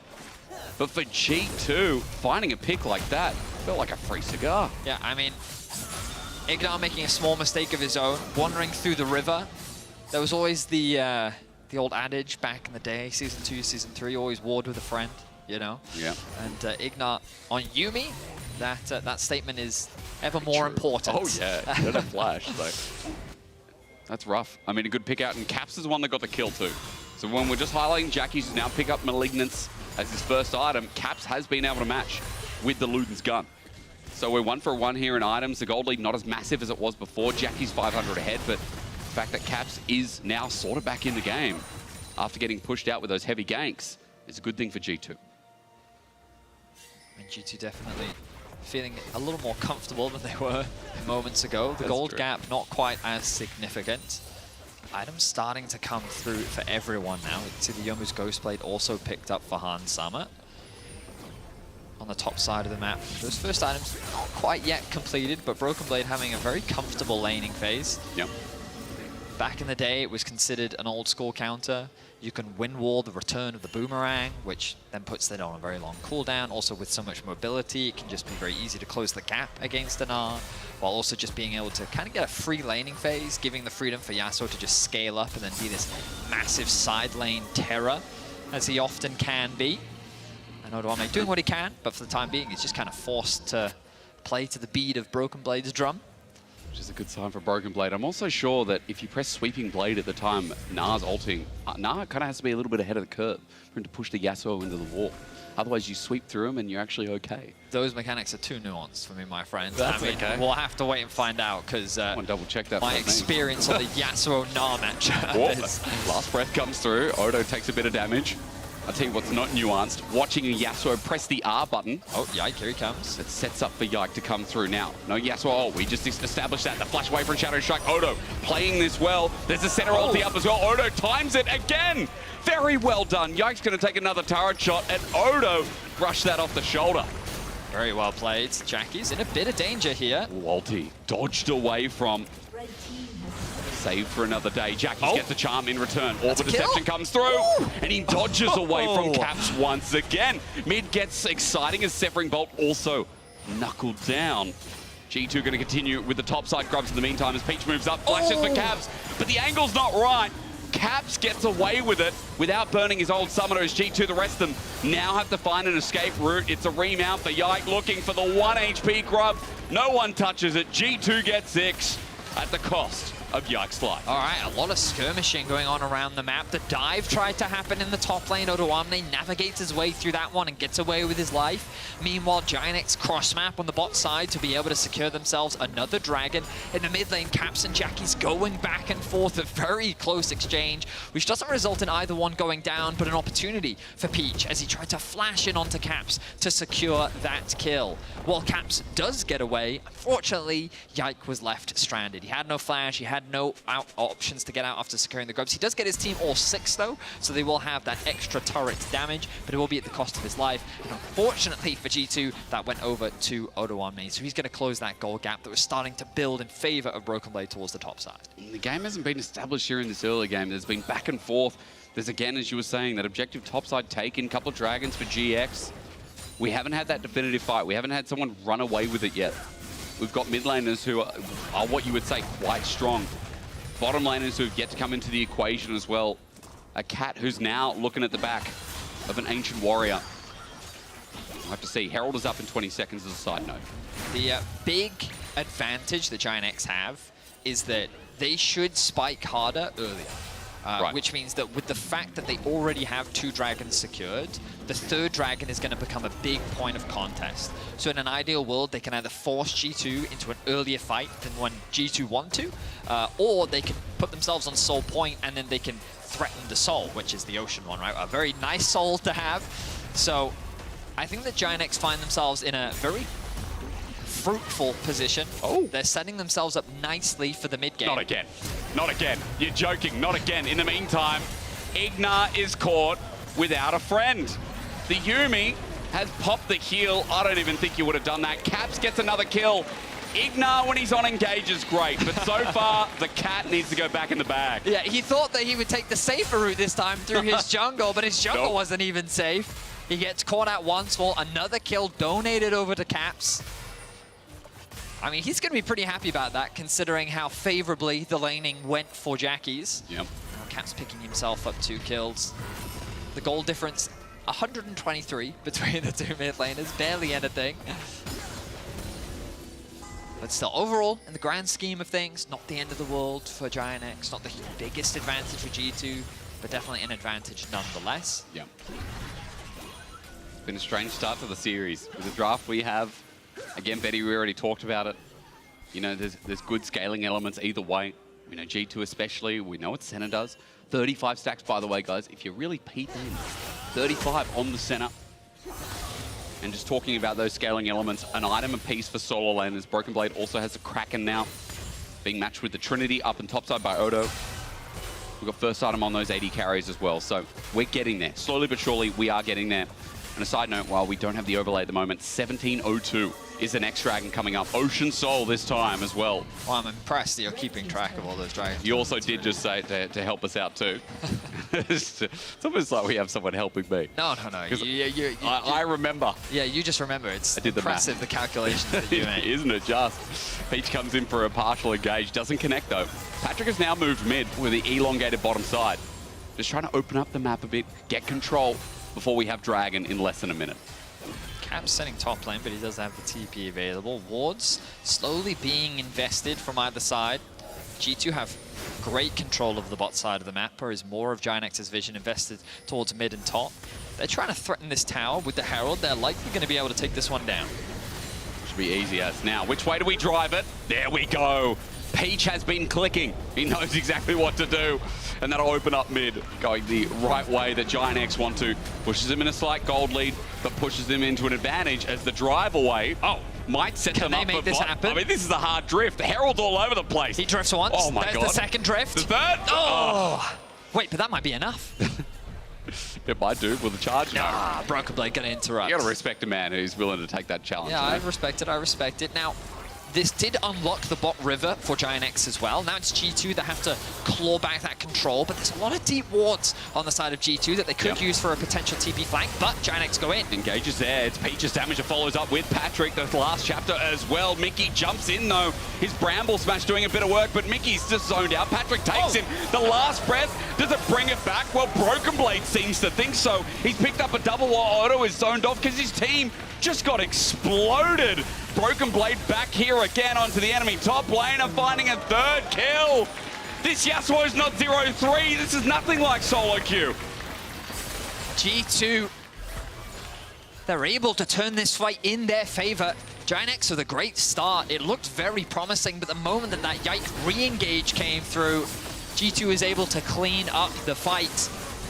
Now you're going to start to see the scaling threats that is this G2 composition. TP coming in from Giantx. Patrick trying to steal. It is secured though, hard against the rail as Yike Hex flashes out over the wall. And Patrick gets rooted up on the back end. Dragon goes over, fight goes over, gold lead goes over. And we'll watch again, as you mentioned, it's that G2 re-engage that changed the play. So Broken Blade is sitting bot lane. Giantx say, you know what, we can actually force a fight here. Nice engage onto Caps. The exhaust gets thrown down. He flashes away. This Maokai ultimate creates so much space for G2 to reset. Now Hansam is safely on the back line. And then you see this great engage from Yike, followed by the ultimate from Caps, along with the ultimate from the Yasuo as well. Just sets up for an incredible wombo combo that swings the fight heavily in the favor of G2. Giantx are forced to run away, and Broken Blade picks himself up another kill. You already highlighted 3-0-0 now for the Yasuo. And we talked about how this is the kind of window that Giantx wanted to take advantage of. But G2, they navigated the fight better. And now the problem is that the scaling element, Senna, is only going to continue to ramp up. You can see on her champion portrait, her the small icon, that small number indicates the number of souls that she has. Relatively low for the time being. It's actually quite low, yeah. But that's going to continue to ramp up. Caps in the mid lane also going to get stronger. Hui scales incredibly well. He's going to do a huge amount of damage in the late game. So Giantx are going to have to resort to finding picks, finding skirmishes in the side lanes, trying to catch G2 off guard with the power of this Ahri and this Xin. But we'll see how they navigate these fights, because now with that dragon secured, they don't have that threat of, oh, we can force G2 into another dragon fight. G2 can just use this time to scale more if they want to. Wait until they reach those second or even third items before they go for another exchange. Which should be happening to him. I mean, Broken Blade is level 13. Yes, Odo the same, but 1.4k gold lead over his counterpart. It's just from that one fight, Broken Blade has now been unleashed. And we were talking about a man that had some games that made us question where he sits in the top laners of the LEC. It's nice to see him enter playoffs in a very big way. Kind of shut us up for a second as Baron spawns. On a side note, we are getting to IE second here for the Yasuo as well. Just picked up in the base. Oh, the cat's going to have to run farther to to reach the other cat. Wait, are they family? No, it's alpaca with that skin. Oh, is it? It's the It's an alpaca. Yeah, you didn't know that? No, 'Cause I it's thought they were cats. No, well, I mean, they can be in Right. the meow skin, but this is the world skin. So because it's for, it wasn't Pyoshik, it was, I'm trying not to gonna remember, help but it's you the 'cause DRX skins. It's the DRX skins. So you have mini alpacas in the Maokai. I forget who the skin is for. I can't help you, but I can't even remember my own name most mornings, man. Yeah, those are small alpacas. Yeah. Ah! It was indeed Pyoshik. We almost died. You guys didn't hear that at home, but look, at the very least, sorry, wow, definitely Pyoshik. G2, they're the ones waiting up this top side because it's Giant X making the play, but they're holding it under turret. The Spiraling Despair starts it off. Odo is just punished against the wall. Caps picks up the kill. Look at the damage from Play already. There's the Charm trying to get Yike because G2 are on the chase. And they've got the health to do it. Nature's Grasp flies through. It lands on 2. Peach is isolated. Has Ignar, but Mickey's the one who can tank up the damage. Jackie's runs in with the Spirit Rush, but Hansama kites away, heals up as well. We aren't going to get the claw from Caps as they get poked out, but G2 are looking again. The dance continues back and forth. Broken Blade continues to push on bot lane. Mickey may have overstepped his bounds. Has he indeed? Well, there's a teleport coming through to save Mickey's life. He flashes away. It's Rel again setting up, but Broken Blade isn't there until he is. Hansama gets a kill. Jackie runs away. Peach is sniped down from downtown. A severing bolt, severing lifeline. Severs the game. One, it feels like at this point, with how they're running away. Jackie's narrowly escaping the Shattering Strike, but G2 get another fight in their back pocket. Wow, G2, they find another fight in their favor. I thought they were going to threaten the Baron. They're not going to gamble it. Broken Blade playing at the very edge of the tower's range there. Will get hit by the shot, but Giant X, it feels like that they're running out of options in these fights. Multiple points, it felt like G2 were overstepping their bounds. Like this one in particular, I'm like, Mickey, I don't think that this is the position you want to be in. But the TP then comes through, he re-engages, he gets a heal from the passive, Yike then acts as the front line. And look at the positioning of Caps and Hansama, fully utilizing their range to stay well out of harm's way. And I mean, the fact that Caps got that kill onto Peach, the QW just has such a long range, it's so difficult to escape from it. And this is the threat of that front to back, and who gets in the thick of things with that front line that's engaging? It's Broken Blades. You have multiple sources of threat that Giant X have to navigate. And truth be told, they've only got a lot of single target damage, right? They've just got to find that pick, they've got to get that kill, and they've got to use numbers advantage to turn in their favor. But even in a 4v4, Broken Blade wasn't even in the fight, and they were still getting bullied away. It's so rough, wasn't it? Broken Blade again setting up. That ult not coming through. Does he need to, though? Peach is stuck in the middle. Another kill over to Hazaki. Oh, you do, actually. He's able to get in the house. Jackie's is going to Spirit Rush away, though. Now you're stuck in a 5 versus 4. And Dragon is up, sitting, staring them in the face. And Giant X are like, what can we do? We've just lost our jungler. I mean, not a lot, is the truth. Okay. Glad you're being honest. They have their eyes focused on the mid lane. God, that's severing bolt at this point. They're chasing the movement speed. Ulti comes through, Jackie sidestep, bolt again. The cooldown ain't too much. What can you do? He has the flash. What can you do? Oh, Patrick's dead now as well. It's gone from okay to bad to worse for Giant X. Every fight now is looking more dominating than the last. There's a Yasuo who's 5-0 and one he's 3,000 gold over Odo. A frustrating game for Giant X. Save him. Oh, what? The damage is crazy! I did not expect that. He's got Horizon focus. That's probably something to do with it. We talk about the Yasuo scoreline, 6-0-5 for Caps. He's been involved in 11 of the team's 12 kills. Same for Hansama. I mean, yeah. It was a Yubi, I guess, but still, like, that cat is dead. I mean, it's crazy that they just kept chasing this play. Jackie's did have the flash. I guess he thought that he could walk out of range of it. But then the Maokai ultimate to boot. Giant X needed to take advantage of that strong start. They needed to find a way to use this Ahri and Xin combo to keep forcing skirmishes, these 2v2s, these 3v3s, and snowballing from there.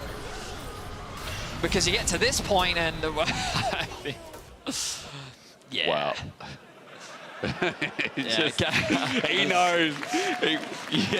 Rome's like, I don't think any of us really expected it. I mean, it is, of course, only a level 10 Yuumi. Yeah, that's also but true. Still, that damage. There it is. For the whole game, that damage has been ridiculous. I mean, this is what we know about Hui. Scaling mage, you don't have mobility, so naturally in the game, how do you compensate for that? Well, you're going to have a lot of damage, and when you land hard. I mean, the biggest thing as well, people don't remember, or at least maybe don't know, severing bolts and execute as well. Oh, it is. That's a why great it does point. so much. Yeah. So, again, looks good as Yike, maybe not. Hex Splash going to be interrupted. They've found the G2 jungler without a horse. It's not amazing. Jackie's able to pick up a kill. 3-2-2. Okay, it's a good pick for Giant X. Remembering that Baron is not available. G2 took it before, so that objective not being on the board means that maybe G2 is safe with that small mistake. Definitely will buy a bit of time. Well, indeed. Giant X, but the problem is G2 have a wave topside. They're immediately going to move to it, unlock this tower. The Giant X would love to try and force something, knowing that they have a numbers advantage. I'd be scared though. Peach, as he runs in, I would still be scared. He's isolated from his team. It's a Yasuo. He's going to sit in the bubble. Hunsummer repositions. Mickey now out of position. Senna's Fate does not help the position at all. Broken Blade getting zoned out. He might die as well. Okay, hold the phone. It's G2 things, but it's happening in the mid-game, not the early game this time around. Hunsummer nukes Jackie's though. What are we watching? Severing Bolt comes through. Somehow Jackie's died, and now Patrick runs in. Cap's getting zoned out. He flashes away. What is this? Yes, Yike indeed is back. Patrick here. He flashes over. Shattering Strike. He gets out with an Arcade Gym. Oda 1, he's joining in. All right, new challenger. Who's up next? Caps gets the kill. G2 back in control. Should I be looking for anyone else? Jackie's is 15 seconds off with the teleport. And that was that. That was that. That was that. It's real ult. Won't find Caps. Okay, so, I mean, that was a big int from G2. I think Giant X did exactly what they needed to do. They found that initial pick onto Yike. They know they have a numbers advantage, so they keep trying to force this fight with their numbers. They force a fight here. This wind wall, though, is so obnoxious. The Maokai ultimate as well. Peach is forced to flash away, but the Yuumi keeps him alive. And then Mickey gets caught out, and you're like, right.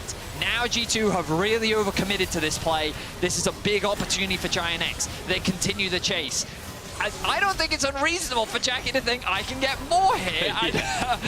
He just was not expecting that kind of damage. So then Giant X have said, okay, fine, we'll disengage. Patrick said, hang on, they've overstepped. We'll re-engage. 2 versus 3. We can fight this. But the range from G2 is so obnoxious that they buy enough time for Yike to show up. Yike's like, okay, we can get the kill. Then Odoamne says, no, no, no. We'll create a numbers advantage again, turning into a 4 versus 3. But no, Patrick's 2 whole health. He's forced to run away. G2 get themselves another kill. And I don't know who won that fight in the end. We did. The viewers, us. We won it. But no objectives ended up going down in that, well, mess. Yep. And, well, G2 also wasted the Baron.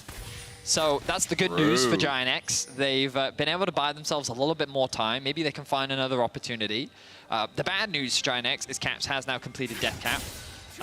He was already doing damage, and now he will do more. He will indeed. Is there anything good on Giant X we can talk about? Anything exciting there? We've got a Cosmic Drive for Jackie's, which, you know, the base movement speed now gives us is good with Spirit Rush. I'd love to, like, give more positive points for Giant X. Unfortunately, their mid laner is 2 levels down, their AD carry is 2 levels down. Their jungler is looking to be like one of the strongest members right now alongside the Ahri, but I don't actually know if Giant X have enough damage to kill anyone, even if they do catch them out. Like, they have to catch them completely isolated. Yeah, they're very much relying on G2 to make a mistake at this point, especially as G2 will only continue to scale as the game goes on. We're now at 84 stacks on the center. It is. That's not the highest. Well, no, I mean, AD carry, you traditionally have less, right? True, Vedius. Very true. I'm just used to seeing double support regardless, so I was like, That's oh, a fair point, yeah. You know, it wasn't a center fasting lane at all. It was center 80 carry lane. Yep. You're very smart as teleport comes through. This is Sway. Caps is joining in the fray. Now, Giant X are trying to walk into River. We're going to see how this one goes, because as we've seen the last couple of fights, despite G2 throwing away the last one, they are still very strong. As mentioned, Broken Blade gets poked out, though. Vedia said early on, single target damage is big from Giant X. They kind of need Odo to be a part of it as well, especially in Meganar. That's stacking up. G2, if they get hit in a choke, Odo can bring the game back. But it's a big if right now as Dragon Spawn staring in front of them. They want a third ocean. And Giant X are trying to pop their little head in. We're waiting for the engage. Meganar's there. Mickey's like, okay, Nature's Grass, let's go on the Meganar. Will he be able to get his perfect ult? Not at all. Broken Blade with 1 mana, though. In the meantime, Caps ran up his way. Ain't none of that way. As Peach has to ulti out, but Flash as well as Broken Blade matches him. A double over to Hans Sama. It looks so janky, but G2 just have so much power. The comps are just... One is just so much stronger than the other at this point in the game. Be scaled. Giant X are doing what they can to force their way in, but G2 are just not giving them any windows. You look at the HP piles across the side of G2, and they're barely dented. They're going to start off this Baron, and it definitely feels like that this is G2's game to lose at this point. Giant X, they do have a series, of course. There's an opportunity for them to try and find ways to bounce back moving into game 2. But yeah, I think that they were not expecting this level of scaling and also flexibility in the draft. So many questions. Oh, Patrick, the prediction spiraling, despair prediction. The bolt isn't there for Caps. He pressed R, there's a lot of damage. Passive goes off. Level 18 play, ladies and gentlemen, with 3 items and an X on his hourglass, or at least soon to be, I should say. Top turret's going to go down on top of that with a Baron in their pocket. You say yike, I say yes. Shattering Strike, his engage is great on the Rel, as we know and love. Broken Blade has now made himself in with the teleport as well, the flip back, and another one bites at us. Peach can't get in at this game. We were hyping this up, especially early on, but at 31 minutes, it is now as one-sided gets as Broken Blade runs in. Under turret, is he going to die? No, he doesn't. He heals up with the Immortal Shield Bow, and they're going to have another crack. Mickey as well, just barely keeping him alive. The bolt is enough. Oh my lord, 10-0 and 8. I don't know what happens draft for game 2, but I know that G2 have put them through a whirlwind as they open up their playoffs here in winter with a very devastating game. You can take that as you will. 10-0-9 for Caps, 6-0-14 for Hans Sama. A very impressive performance from the G2 carries, and Giant X definitely going to have to go back to the drawing board. Oh yes, it is best of 3. We're going to take a short break. When we return, let's hope we get a draft like that right after this.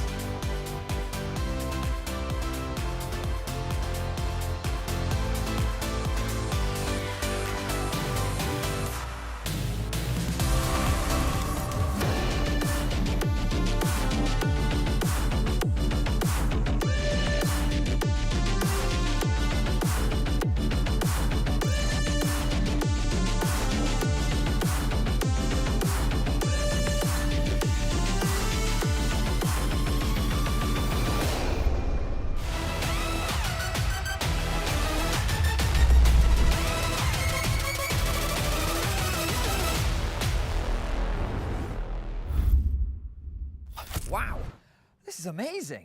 I mean, I had a break, so... do you want to try? I'll be right back. I want to try. Me? Maybe. What am I gonna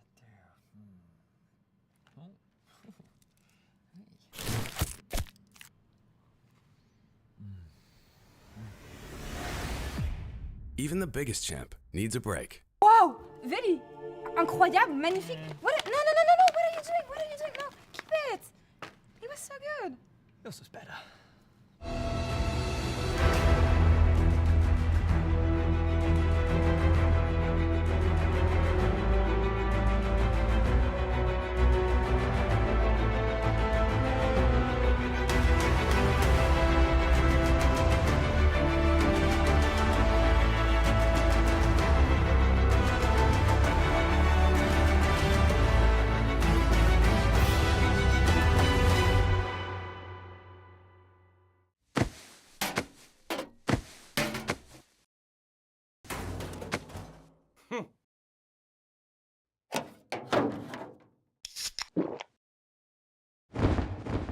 Red Bull gives you wings.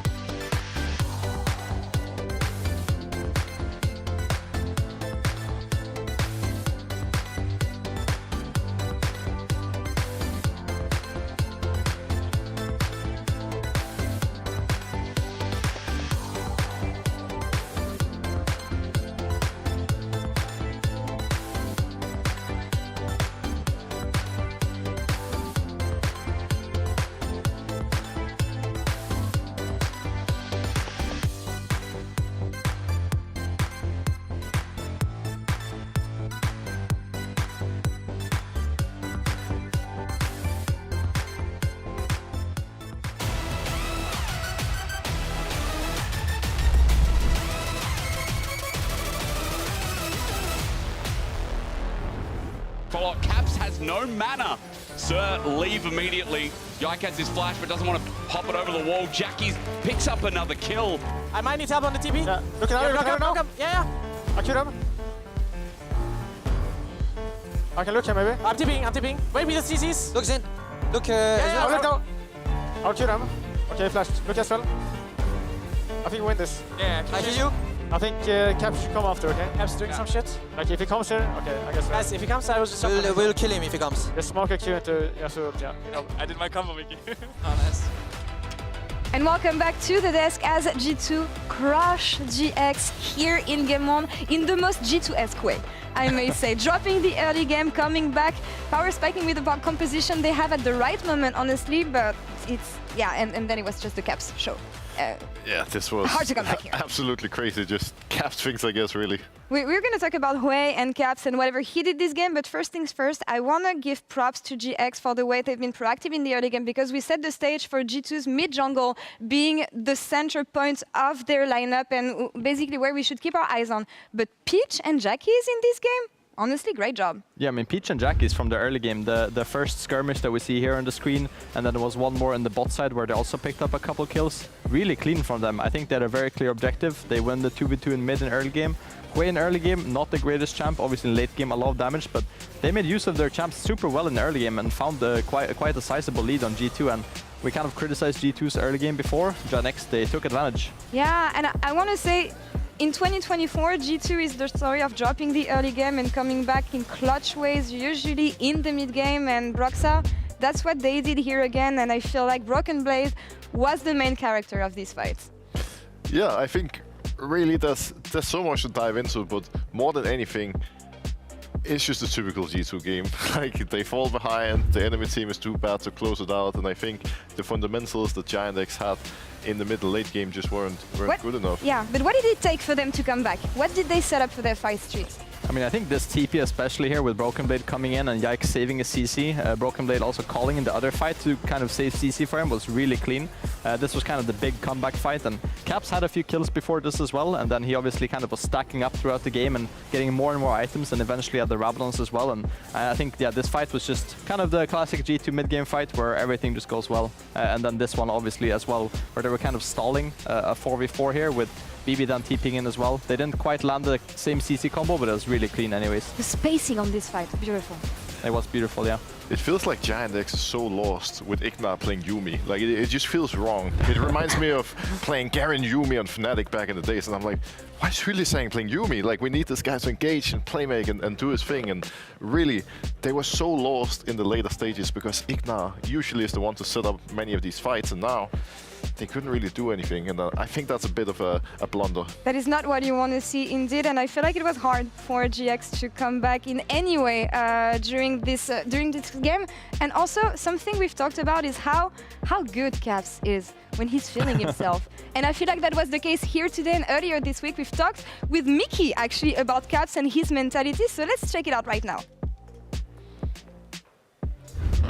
Is just like much better than everyone else because I think he's just way smarter and he just like really likes the game, so the only thing he thinks about is League of Legends. So he finds strategies or like strats like way earlier than other people. He tries a lot of stuff, he's like open-minded, so he plays a lot of champs, so he also has a big champion pool.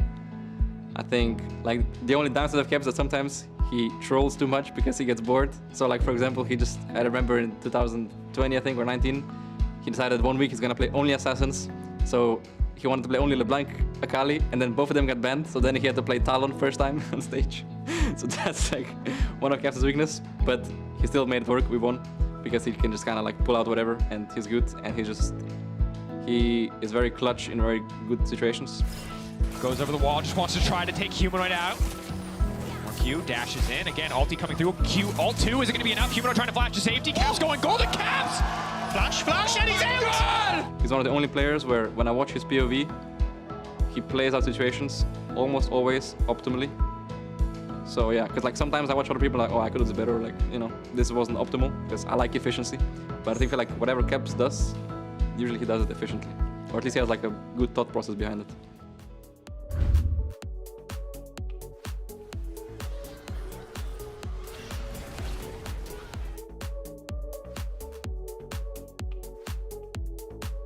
Caps, happy life, I guess.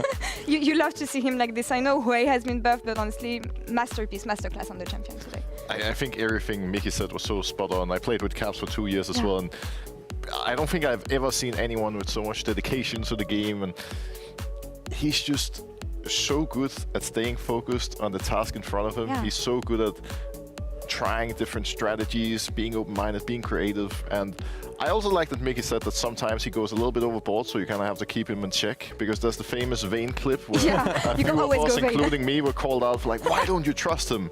And I'm like, you guys didn't see him when he was playing Draven mid in scrims. You haven't seen all his crazy sides, right?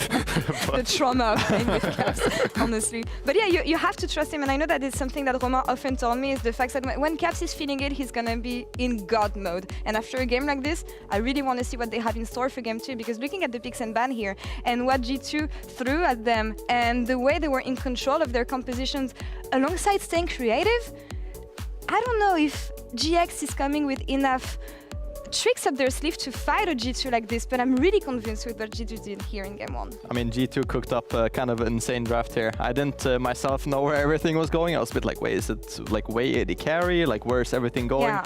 But everything worked out well in the end, and I think I also saw like the potential of the comp. I think the Sen and the Maokai kind of root people up, hold them in place for the way to kind of do the QW long-range skills, and Caps was hitting everyone. He was one-showing people left and right, and then, as you said as well, Laura, Giant on the other side, I think Ignore on the Yuumi. I think also the Gnar, like I'm not really sold on what they were kind of selling to us. So I think for this upcoming game, I think we need kind of a clear strat from Giant X with kind of playing as well more to their strengths. But it does feel like they have an idea of what they want to do, because similarly to the first series, they're gonna stick on red side here for this second game. So let's shuffle everything. Let's shuffle the cards. What do you want to see on the GX side? No Ignore on Enchanters. It's the vibe that I'm getting from the desk, but what else? Well, I think they need to secure a better top lane situation for Amne, because there's no way he was happy playing Na into Yasuo. Ignar on a strong, engage, playmaking kind of champion would also be great, but I think outside of that, they're just going to clean up their mid and late game. It's often been a story, though, Treats, of GX being really, really good in the early game, and usually things crumble and don't go well in the mid game. They have been able to get better at this in the last week of regular season. I'm not quite convinced so far. Yeah, I mean, we saw one game now, right? I think especially, it's not really that champion that Ignore is playing, it's more so the role he fills within the team. I think when he's on something that has engaged, he's a very vocal go button. We've heard him multiple times get him scream, go, go, go, guys. He's really loud. Let's engage here. Like, you will know if he wants to engage. So I think it's kind of like a bit like Hylissang. He wants to send it sometimes, you have to be there to backing up. And when he's playing Yuumi, he's not sending anything. Like maybe a couple shields on his AD carry, that's the only thing he's sending. So for this next upcoming draft as well, Giant X on the red side once again, as you said, let's see some more spice on the side of Giant X now. No more Yuumi, no more Gnar. Let's see some counter picks for Odoamne and engage on Ignore. That's what I want to see. It's always interesting to see what teams have prepped on Wei the first week of playoffs. Wei is out. Yeah, I don't think you want to see Cap playing his champion again. G2 on the driver's seat, though. Here, Broxa, what do they open here with? It's really hard to predict. I'm not helping you here because it's G2. You never know what they're going to do. Well, that's the beauty of what they did in the first game, or how G2 drafts generally. They went for Maokai initially, then they went for Senna, and they just flexed everything. And I'm gonna be honest, I wasn't expecting them to ban Gnar. I'm not entirely sure what the idea is behind that. They probably expected Giant X to take it on free again and then banning Yasuo. Yeah, I'm thinking that if they ban out the Gnar, it tells me they want to look for a K'Sante early pick from Broker Bill, because I think that that's the kind of answer that Odoamne has into it. Very interesting though, because we said we didn't want to see it, and I guess they kind of make sure of it. So Senna and Maokai are still open, they can still kind of flex these champs around. Maokai first pick. Yeah. Hopefully not going to Yike. Yeah, praying that it goes to Mickey again. Yeah. We know how much he doesn't like this champion. But it will be saved again. It helped a lot in creating space in the previous fights, and I think it's always a nice tool to have. Yeah, and also when you're on blue side, you obviously don't have as many counter picks as you do on red, so picking something like the Maokai that can be flexed in multiple roles kind of helps the draft as well, because you can see later on where you want to put it and how you want to utilize it. And Ezreal picked again, Xin Zhao, okay. So far the same draft. Yeah. Run it back. I'm a little bit skeptical about the Ezreals so far. I hope that Patrick is going to showcase us how much power it actually has in this patch, but I still think with the likes of Varus being open, it doesn't really make sense to pick it from what we've seen today. I heard a lot though from pros in general that they prioritize Ezreal a bit more on this patch. So we'll see how this one turns out. Treats any idea? I mean, usually also Karma's open, but in this draft it's banned. So like Ezreal doesn't really have a super solid pairing if it's not with the Karma. You can play a lot of different range. We saw obviously Yuumi. You can play something like the Rakan as well for more teamfight presence. So I think all these champs, as we see the Zac as well. So that's also another flex on the side of G2. I kind of expected to go towards top lane. Zeus had a pretty banger performance on it today for T1 as well, but it's another flex for G2. I mean, I guess. Is it a flex? Because I saw that Insanity was playing it mid in NA. I know how crazy I mean, there, yeah. Sometimes, but... Are we gonna see the cat again? Please no. But yeah, I mean, G2, they love their flex picks. Maokai and Zac, pretty fun champs to flex, I would say. We'll have to see where they go. It's impossible to tell. Well, it's another Ignore cat. Yeah. Sad. I'm not vibing too much with what I'm seeing here. I mean, I'm not entirely sure. Like, he was literally gray screened half of last game. Maybe his eyes were getting strained and now he wants to, you know, continue playing in darkness. Yeah, Who knows? Honestly, look at how long you can control the fight for when you have a Zac, a Maokai, and a Senna staying in the back line. If they can scale, yeah, it's going to be the same situation over again. And it's pretty easy to scale against Ezreal Yuumi. They don't really pressure you very hard in lane, so we'll have to see kind of who goes bot lane here with the Senna. I think that's what Giant X is really missing right now. They have really hard to execute comp with no engage. They need clear engage, clear frontline, clear way of protecting Ezreal and Yuumi so that they can actually, you know, get things started, because often in the previous game they were just standing in front of G2, looking them directly into the eyes, and then nothing would happen until G2 engaged them and they all died. I think also it's kind of interesting now, Giant X is still banning top laners, they banned the Gwen, so it's telling me that they're looking for a K'Sante themselves and they're scared of the matchup. I'm very confident that BV could pull out the Zac into the K'Sante if Odoamne actually goes for that. But I agree with you, Brox. I think they need some more go buttons right now. Their comp is kind of bland, so to say. They want to play front to back, but killing all these big tanks on the side of G2 is going to be pretty hard for this Ezreal. That's the thing as well. Like, even if you have engage, with the way G2's comp is, you know, build up, it's going to be hard to go on anyone. Sure, you can look for Senna, but how are you going to reach her when there's Zac and Maokai in front, and they could even lock in another, you know, couple of beefy boys to protect her if it comes to it. Protect the president. That's something they've been good at, usually. With the direction of the 1, 2, 3 on the side of G2, what do we want to see now? I mean, for the side of Giant X, I think maybe something like Azir makes a lot of sense here.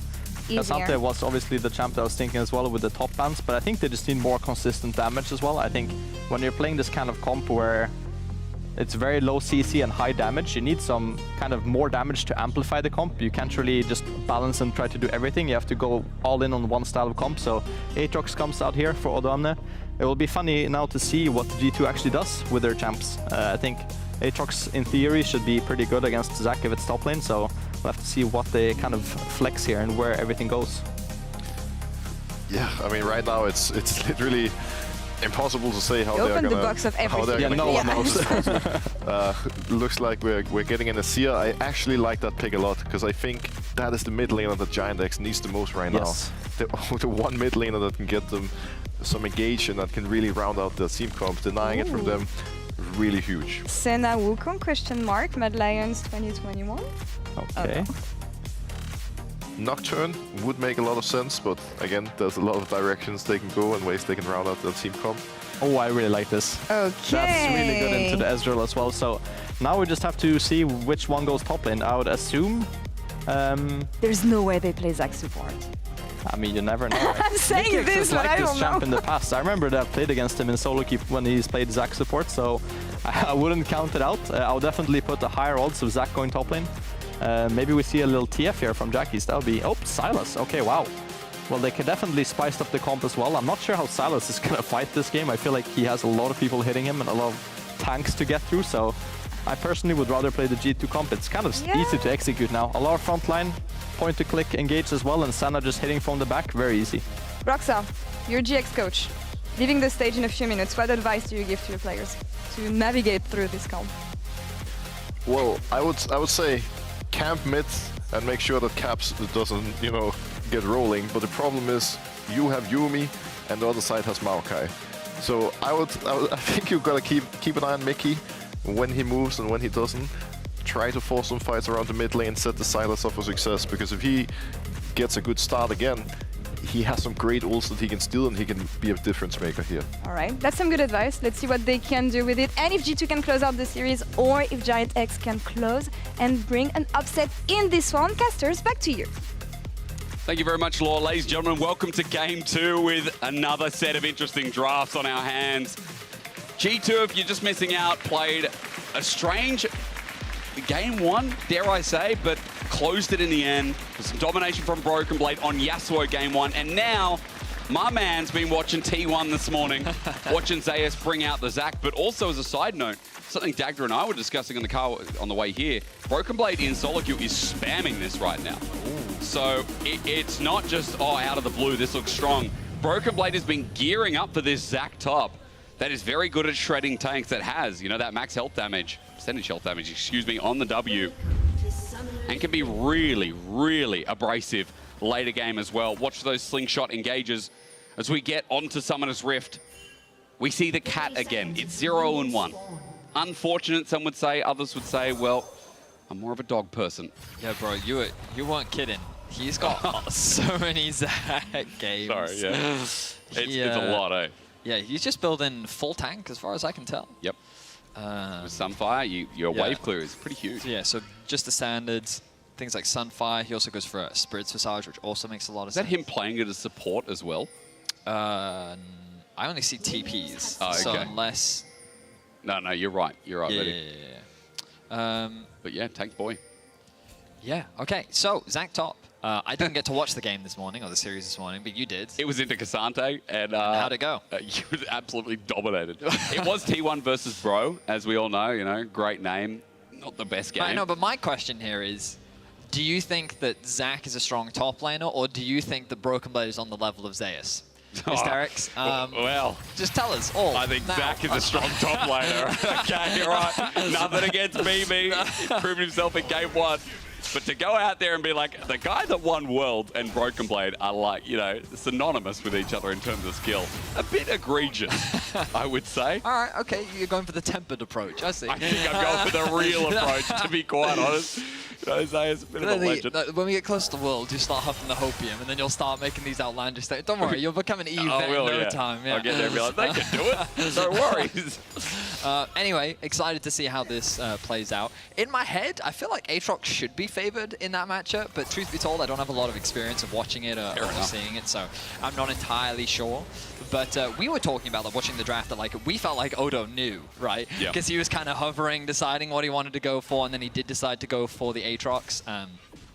So it's likely something that he has experienced before, but it seems that the Zac will have the early push for now. You can see Caps with the range advantage also has that control over the mid lane. Jackie's going for the Sylas. I think Treats makes a valid point. Into a comp like this, where there's so much crowd control, it can be difficult for a champion like this, especially when there's so much range on the side of G2. But he also has a lot of potential options. I remember when we saw Zeka at Worlds bring Sylas out into Maokai consistently and having so many high-impact ultimates that I think that he's going to have some very creative options. Perhaps stealing away the Vi ultimate could give him options as well.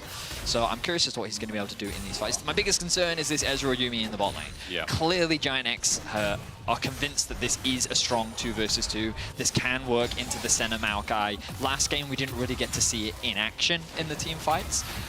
So I'm hoping that we get to see more from it, but I expect this bot lane to be very quiet overall, with more of the action happening towards the top side of the map. But again, the pressure is on Giant X. You look at the scaling, you have to give the advantage over to G2. Once again, they have this really powerful front line in Maokai and Zac this time around. They have long-range DPS in the form of Azir and Senna. You have Engage with the Vi and the Zac and the Maokai. Like, it's a very traditional front-to-back composition, very easy and straightforward to play.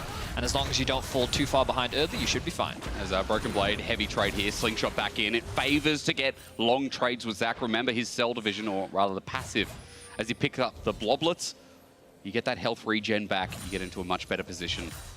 And against Odo, at least gets some back, but Odo having some good trades, as you kind of expected. There's some danger in this early lane, as every time BB also goes for the bloblets, he's punished, but he flashes, gets that slingshot in, and it's match. Odo gets flashed on. First blood to Broken Blade. What a bait. Wow, so Broken Blade uses his flash early to make sure that his Q, the second half of it, can connect onto a minion, which CC's Odoamne long enough. He then tries to flash as quickly as possible, but Yike with the clutch flash Q timing. I didn't think it was going to connect, but he does able to find it, and they end up handing the kill over to Broken Blade. G2 find themselves with first blood in game 2. I mean, opening it up onto the Zac top, that'll get things going for sure. Yike the one to do it again. I mean, last game on the Rel. As we expect, this guy, whether it's carries or, as we now know later on, the control that comes through from some of the engaged tools that we've seen last year in his debut year, at Worlds, and even now, Yike continues to impress here on the buy. Setting up top is one thing. Now for Peach, where can he set up on the opposite end? He's spotted out mid. Control ward gets him. His pings are going up to the grub, so the meantime, to try and use that pace that was established top with Yike burning the flash, and obviously resetting to see if he can get an objective on the map. Kiss? Yep, slingshot in. Playing with fire. Level 6, is he? He is indeed. So Flubber Dub Dub is now up. I've never heard it called that before. I genuinely forgot the name of it a couple seconds ago. Let's bounce. There we go. So we're just going to call it Flubber Dub Dub? Yep, in the tub. I remember that. I don't remember where it's from, but I remember it. Right. Isn't it Scrubber Dub Dub in the tub? Oh, it probably is. Maybe the former, it shouldn't be said at all. I think you're confusing that saying and then Flubber, the movie. Maybe. That's just Zac's nickname, isn't it? Anyway, Dragon going to go down. So the very traditional exchange of grubs for Dragon. Yep, the handshake deal. This time around, though, it's Giant X that will secure themselves the grubs, and G2 with the Dragon. Can we just talk about why Giant X in the early game, last game, you know, suffered out a bit? There was a big team fight, of course, Broken Blade coming down. But I just want to reflect on with everyone. Ignar getting caught out a couple of times, I think, was a big deal.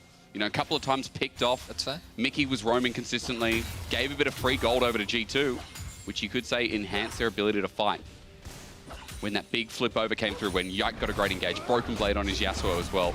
I think Ignar, you know, he's great on these engage tools, not the same as, there we go, Flubber, Dub Dub.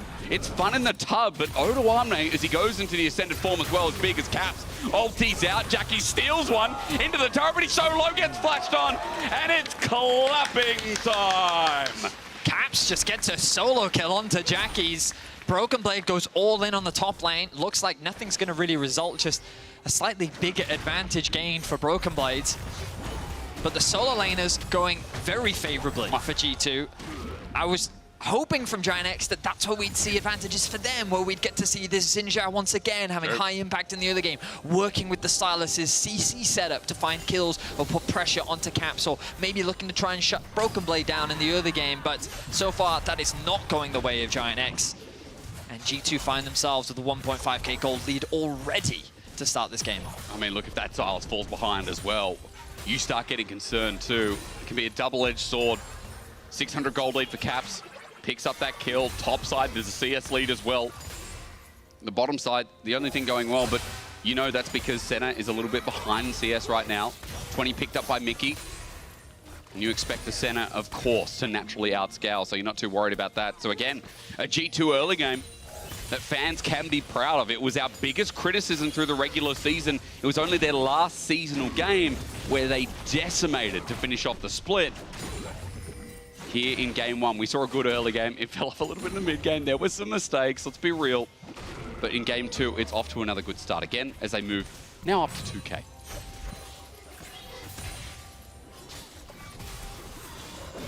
Waiting for the next grubs to spawn in the near future. Dragon, of course, going to be taking a little while, so it's just the constant back and forth farming. And as a reminder, we are, of course, in our playoffs here in the winter split. Whoa. This week and next week will be best of 3s, but then next Monday, or next week rather, I should say, there will be our best of 5. Whoa. Our first best of 5 for the top 4 teams. Yeah, Yep. That'll be the winners match, I believe, and then we'll lead into our final week of winter before then getting ready for spring. Wow. Very high compact split. But yeah, best of 3s now for the remaining weekend, and then only best of series. We already saw one best of 3 earlier in the day. One spoiler, if you still want to catch up on that matchup, it was BDS versus Heretics. And now we're finding in our second series of the day. And right now it's looking very G2 favored. I want to remind everyone that when it comes to scaling, I definitely give G2 the advantage. So for them to have this kind of lead early is definitely not a good sign for Giant X. I love how you said, you know, a bit of a spoiler. There was BDS earlier in the day. You didn't say who won, by the way. Is Mickey X going to go for the engage? Pause the train of thought. The ulti in the backline on Patrick. Yikes, target selection was absolutely magnificent. Mickey's still alive with the Bramble Smash. It slows down Peach. He goes for the engage. He just wants a kill out of this. But as Peach gets demounted by Ignar, his support doesn't trust him. It's a Gleaming Quill that gets a kill for Ignar, but G2 level out bot completely. Wow, so G2 have found advantages everywhere now. Broken Blade is looking in mids. That's... Woohoo! All right, Broken Blade jumping in the minion flashes. Oh, the kiss is so good. It's not like one from Grandma as G2 run away from under the turret. Jackies gets out, but still Broken Blade, that's the ability to roam. I mean, that dive was a bit awkward, though, I have to admit. You want to grab like this there, mate. Caps kind of going underneath the tower, hesitating whether or not he wants to ulti or not. Broken Blade committing the flash as well to try and make sure that Jackie's is CC'd up. Jackie's stealing away Broken Blade's ultimate to buy himself a lot of space. Now, you'll notice that Yike is making his way back out onto the map, but I think the Giant X have gotten an early enough lead on this that they should be fine. I say that, Mickey's on his way, Caps has a huge health advantage and still holds on to the ultimate for now. Jackie's, if he joins in, half health, by the way. You know, as you mentioned, so rightly so, Caps' ulti could be big if he comes on in, but Yike comes through, smite for me. Make sure that it's not going to be 6 no matter what. Now 5th still on the table as G2 control mid. Jackie's gets even lower. Patrick Arcane shifts in to try and get some range to help clear this minion wave, but Caps picks up a turret plate. Jackie's just sent packing without a teleport. Just like that, G2 still benefits. This is so awkward for Giant X. They've now got Patrick moved into mids. Jackie's is forced to base. Caps is more than happy to just actually zone them both away from whatever farm he can. And look at Hansama sitting bot lane, free farming. He should be able to secure himself a plate as well. It felt like Patrick moved up with the team to try and assist with the contest over the Herald. Oh, sorry, the Grubs. And it didn't really matter. 2 Grubs were still secured, so that 5 Grub mark was denied. True. And G2 continues to sit pretty. Bit of a lane kingdom developing here, thanks to Yike. I mean, mid 1K now. 30 CS is the lead for Caps on Azir. Jackie's opted into this, remember. This was a last pick, R5 Silas. It's such a risky maneuver in the draft, and it's not paying off so far as Broken Blade again going all in, but he gets that trade back, remember. The World Ender's out, Let's Bounce in return. Broken Blade is getting all of his health back. This is the annoying thing about Zach Top. If you let him pick up those passives, that dude gets back up to full. War of attrition, he definitely went out. Mickey, though, very low. Ulti. But saved by Hansama. There's a Nature's Grasp. Peach can't finish the kill. Yike again gets into the backline. Patrick is isolated. This Yuumi on top of the jungler. Abandoned ship 07. Ignar, oh, you know what? G2, they were always dog people anyway. No room for cats on the rift. The audience have never cheered louder for the death of an animal. As severe as it is to say, ult for ult, okay, we divide and glide, but Caps can get back in. Jackie's. 1 versus 1, Jackie's gonna try and get it. He flashes on Caps, but Caps gets over the wall, but matches it. Jackie's gets a shutdown. That's gotta feel good after the lane kingdom prowess that's been in your face. Props to Jackie's getting a solo kill onto Caps, much needed for confidence. But now the top laners are dueling once more. Odo on Nate! Oh, he's gone. Wait, is there a TP from Caps? There isn't. I think he's got this kill. He does indeed. Odo, wait. He's taking a while to die. Wait a minute. Wait, no way. No way. After Cell Division, Broken Blade stands strong and minion waves coming in. Odo flashes away, but he's brought back in. BB's going to get his health back. He's got a slingshot about to come up. Now Yike's here. Teleport in response. We're turning this into a big old fight. Ignar needs someone to mount, but Yikes is isolated. He still finds a kill onto Odo. He's kiting out as Jackie's can't find the target. Peach is in here. Mickey's in here. We're getting a full-on bonanza. In goes Peach, but he's rooted on back because guess what? Broken Blade's back up to full health. The Zach Top. BB does it just like Zeus. What a crazy exchange. It's now 11 kills to 2. G2 have a 7K goal lead at 13 and a half minutes in. BB is stone-faced on the cam. Yike has been involved in 10 of the team's 11 kills. He's been everywhere. How has this ballooned like this? Broken Blade's going in again. Of course he is. You fear nothing. You've got a Sunfire cape. And the fact that he survived, he's still 1-0-4 because he got past Cell Division. Odo didn't have the damage to finish him. And then goes on to continue carrying the rest of the fight alongside Yike, as you mentioned. Man, I thought it was such a good TP from Jackie's into the top lane skirmish.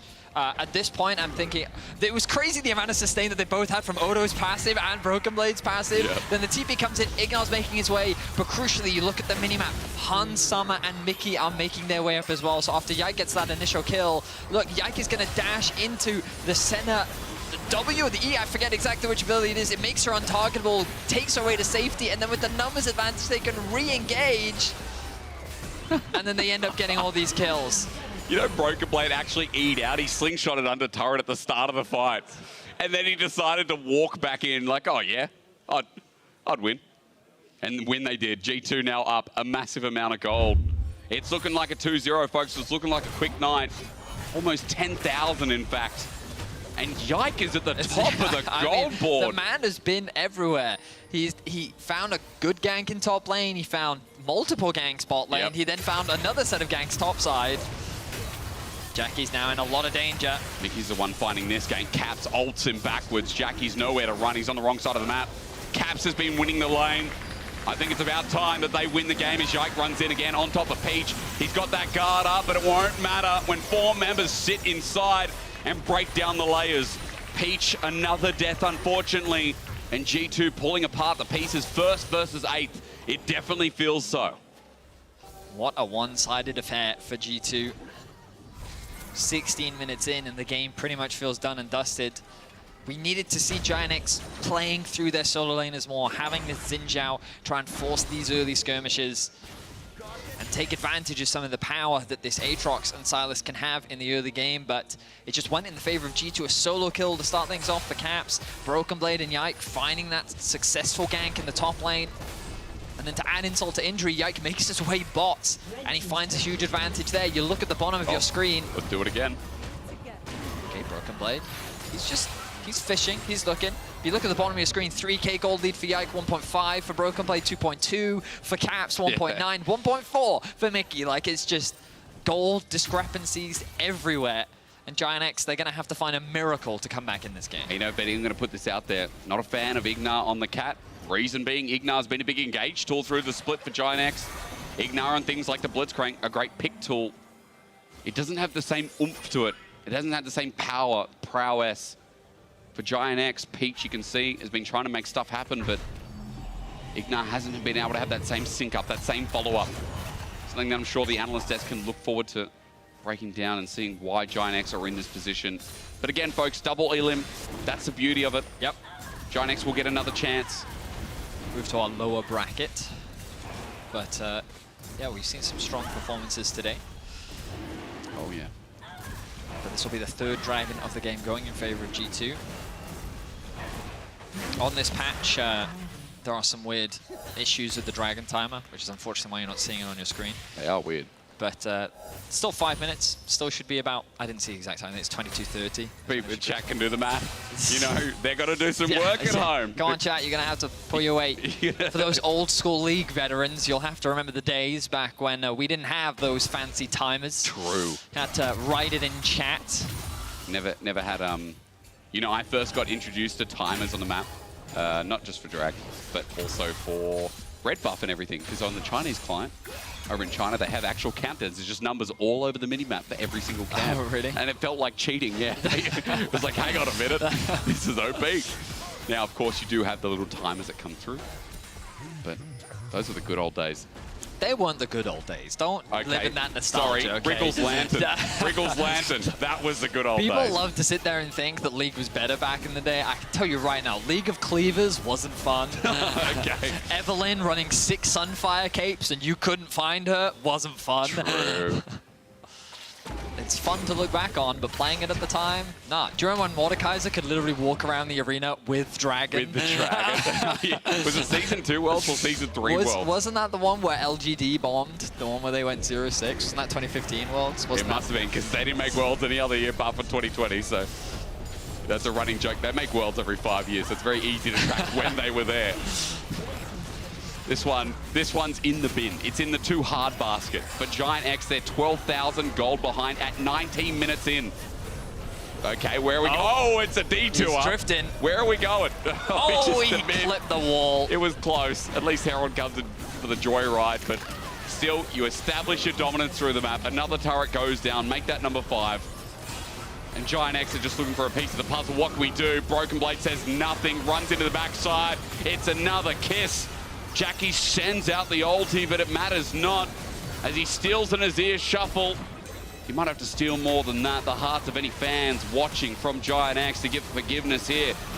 To look for some optimism, it ain't there. G2 have sapped the life out of them. I mean, it's nothing but a slaughter. We're not even 20 minutes in and they're tearing Giant X's base apart.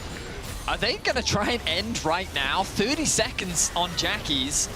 Can they? Perhaps they'll just take the inhibitor, go back to base. Baron is alive. Or maybe they want to end it right now. Do it. Why not? What's the worst that could happen here? Odo's going to get drawn back. He's not being able to move. He flashes out. Not being able to do much. Inhibitor goes down as well. G2's taking the safe path as Peach looks for an escape kill, but none being given up. G2 keeping it clean for the meantime. This is what you want out of a top team. This is what you want out of a team that you came in with high expectations for. Again, they are delivering. I mean, of course, people are going to look at the draft, but I think individually, G2 really did outclass their opposition in this game. They did. And at this point, they're just swinging their wallets around. The engage is strong onto the back line from Broken Blade and Yike. Meanwhile, the front line is just being dealt with. This Xin Zhao feels completely isolated. There's very little it can do against Caps and Hansama. And then it's just a chase from the side of G2. Pick after pick, forcing Odoamne back as their base lies now in tatters. Must have a late dinner reservation or something they're going to get to, that is, you know? I believe the old LS saying was they got a hot date that they got to get to. Yeah, that's right. Got to prioritize. Oh, G2, look at that. I mean, it's smooth sailing. Broken Blade now even hitting up, and that counts. He can slingshot back on in. Let's bounce, popped on up. Odo looks for Caps, but even the range from Caps right now with 2 and a bit items hurts a lot. Broken Blade, his slingshot goes for days. Odo gets poked out again, and Giant X is sent back to their base. It's as slow as you'd like, but as clean as you'd like. With all the super waves crashing at once, G2 had their affairs in order. Only the last inner tower stands for Giant X. Broken Blade threatening the slingshot. Won't use it. Maokai ultimate thrown out. Mickey's going to tank that one up. They don't have enough get away with his life. For Mickey at this point, just with Trailblazer. His ult in return is going to hurt a lot. 3 people locked up. The Emperor's Divide is a good glide, and Peach now meets with the enemies in the middle. Ignar on top. Just turn away, ladies and gentlemen, if you hate MA-rated movies. This one's going to sting as G2 run it forward. It's the start of their playoffs, and it certainly won't be the end as Jackie's last remnant. 20-2. That's the kill score at 22.5 minutes.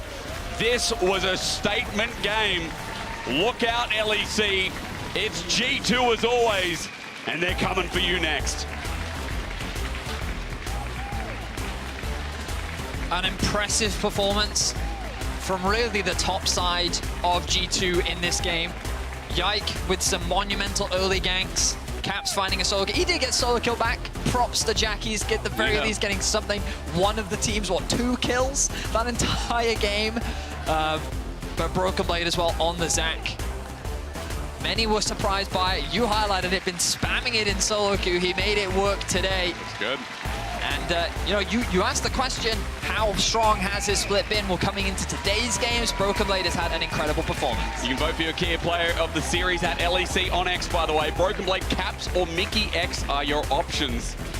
Mickey also having a good game, a good day, I should say, back-to-back Maokai games. For sure. I mean, it's going to be between Broken Blade and Caps, I can tell you that right now. And maybe Broken Blade is going to eke this one out after that last game. True. Of course, got to remember Caps is away from game 1. That was big. That was very big. But this is player of the series. Yasuo game 1 too from Broken Blade, you got to argue. Yeah. But also, you know what I'm kind of offended about? I mean, Yike not being on there. Well, his game one, he did int a lot in the other game. But that's the charm, you know. And then game two, doesn't that weigh it out so much more because he's such a carry? I mean, it's always a contentious subject. You only get 3 votes when there are, of course, 5 players. I mean, what I will say is that while he's not on the board, credit to Hansamer. I think that when we look at G2's whole split, he has been a weak point for the team. I think that his performance has not been as consistent, but he's found a champion that he looks very comfortable on. He's had both great laning phases, and I think that he's looking very comfortable. We'll see how that champion pool continues to develop, but G2 are finding flex picks, man, and it's getting very difficult for teams to deal with. But in this matter, it's exciting to watch at the very least. However, that's enough from us. We're going to throw it to an interview on stage. See what's up. Thank you so much. Welcome. We have Mickey X ready for the interview. Congratulations on your win. I want to start off with the drafts particularly because who's cooking and how are you guys cooking these up? Zach top, Maokai Senna bot lane. What's going on? Yeah, well, the new patch kind of opened up a lot of new possibilities.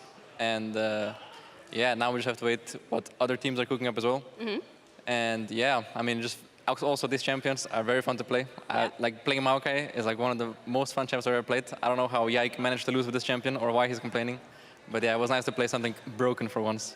All right, maybe in support role, it's more fun to play than in jungle. Yeah. Could be the case, I'm just running around with like 1,000 movement speed and I'm just like sapling bushes. It's like Is that why you picked it, just for fun? Yeah.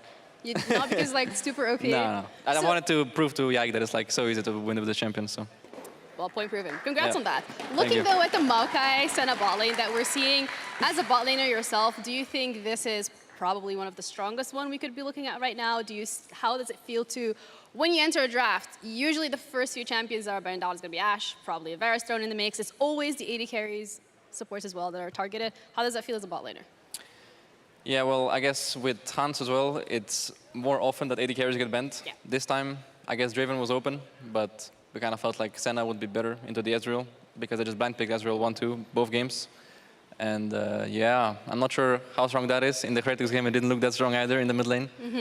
So maybe that was a bit of a blunder on their part. I want to talk about that one. I want to talk about that one because I think something that we've hit on time and time again is potentially the early game from the side of G2. It also feels like the bot lane hasn't really been as strong as we're used to seeing. So what is the process behind the scenes that you guys are working on? Because you all keep mentioning that we're going to be focusing on the early game, we're going to be focusing on the bot lane. So what do you think is currently potentially a barrier from actually getting back, because it feels like you guys traded early game for mid game, which is, it's working perfectly fine, but how can you get both? I think a lot of our games in early game, we just did a few unlucky misplays, and I think our plans have been pretty solid overall. So I think it's just like the execution part that is like lacking a bit, but I think that just happens sometimes in the game. But then when it comes to mid game, I feel like our games are way easier to play or just cleaner. So yeah, I think we're on a pretty good path right now. And also looking at the BO3s, you guys have been doing well. Like the path to getting here has been great. A little hiccups here and there. The Seraphine Senna bot lane that we've seen. We're now, the Sona Seraphine bot lane that we've seen. That was interesting one. But also some advice potentially for people who see these picks watching at home and they're like, yo, I can like lock that into solo queue. Would you advise against it? Like anything you want to say? Depends if you want to win or not. But if they want to win, sure. Or if you want to have fun. Sona Seraphine is not fun, so don't do that. Yumi as well, didn't look the most fun either. Not a Yumi fan? No. No? Too boring. But Maokai, you can lock in, you're going to have fun, and you're going to win. All right. Nice. And from the upcoming series, who do you want to go up against the most? Or for anyone in this pool right now, who do you think, like, that is the team that I want to play and want to prove myself against? Well, I guess BDS, since they're the other top team besides us, I want to play them and prove that they're not that top of a team. All right, well, thank you so much. We have the PGL ready with Lore as well as Broken Blade. It is in the fan area, so if you guys can all just get up and join them, that's where the action is at. Thank you guys so much for tuning in. And Lore, I'm gonna throw it back to you, lovely. Bye. Yay, thank you so much, Jenny. Always nice to hear from Mickey. And thank you, all of you, for joining us for this special PGL Top Father. An honor, as always. See, I love talking to G2 because you guys innovate so much in drafting game and everything, but I'm sorry, dude, Zeus beat you to it this morning. It's not even I yours. was very sad. Zeus, he picked Zek. I was really hyped today. I was going to pick Zek. I know I was going to be the first one, and everybody's going to be like, oh, BB picked Zek. I need to copy BB. And now it looks like I copied Zeus. But it's fine. Shout out to Zeus. He won the game as well. So I mean, he's not a Scream World champion, right? Like he can't get the this Scream World away from you. champions, and we beat them. We beat them. Our very recent game. I know. We beat them. I know. You're on top of the world right now. Great game today. Great series as well. Did it go as you think it would? Did you have fun also? I had a lot of fun. I was playing Yasuo and Zac, so obviously I had a lot of fun. I think in the first game we had a little mistake after our Nash, but second game crazy though. Second game was very clean. Yeah, this was very nice. We love this one in the back room. We're watching it, and the TP, like you literally spam ult when you arrive, I guess. Yeah, exactly. Do you think you're the best Yasuo player in G2? I mean, Dylan Falco already answered that question. Yeah? He did say that it was me. Back in the day when we had Flakit as well, he was playing it. I would say I'm the best Yasuo on G2, yeah. Do you agree, Treats? I mean, I would have to say so. I mean, I know you, BB, and you've always liked this champion, especially into Gnar. I'm glad you got to pull it off and kind of also had a pop-off game. So as we can see, very happy as well. Happy chappy. No, I do think you're a clean Yasuo, and it's fun to see that you're kind of allowed to play these champs in G2. We both know in the past maybe not as much, but it's fun that you guys can kind of cook up whatever you think is strong on the patch. Yeah, I mean, definitely. We have a lot of creative minds. Also, we are winning, so we are more allowed to do stuff that is not the norm, right? Yeah. I mean, I think there's people in NA who like blind pick Garen mid and stuff like that, or Zac mid. It doesn't seem to be working for them. Maybe they should stop. But for us, it's working. So I'm very happy about that. I think also do Hui, right? Cass was very smurfing on that pick today. And he probably had a lot of fun too. he had a lot of fun for sure, and he also got a player of the series today. Deserved, even for the second game. I think he played a very, very great 2 games actually. I think he was very on point today. Yeah, I think deserved. We have Caps on standby, but production, can you tell me if they're ready or not yet? We have a surprise for you guys, but I don't know if they're gonna come right now. Don't spoil it. Not yet. No, not spoiling. Not spoiling. You'll see in a few minutes. Are you happy with the way you guys are winning games right now? Because we've been giving a lot of criticism for G2 and the sloppy early games you have. It feels like you always find a way to bounce back anywhere. I know that talking to Romain, he was telling me that pretty confident in your ability to come back every time because you have the right tools to do so. Are you happy with the way you've been playing, BB?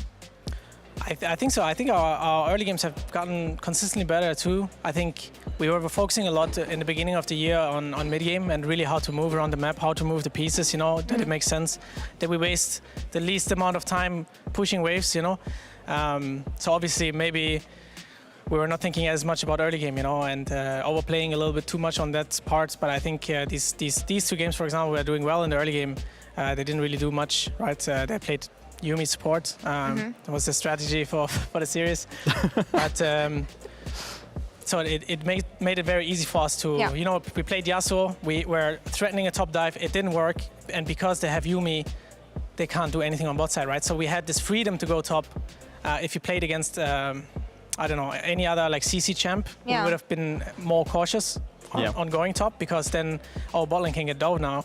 But they made it easy for us. I think we were very winning in draft. Shout out Dylan Falco for winning drafts. Wow. 2 out of 2 Props to the coach. And kind of watching on the sidelines, I felt like you guys always drafted with like an intent, but it looked like Giant X comps were kind of not doing anything, if you know what I mean. Did it feel like it was very, like you said, kind of easy to play against, and they didn't really have like a lot of winning angles?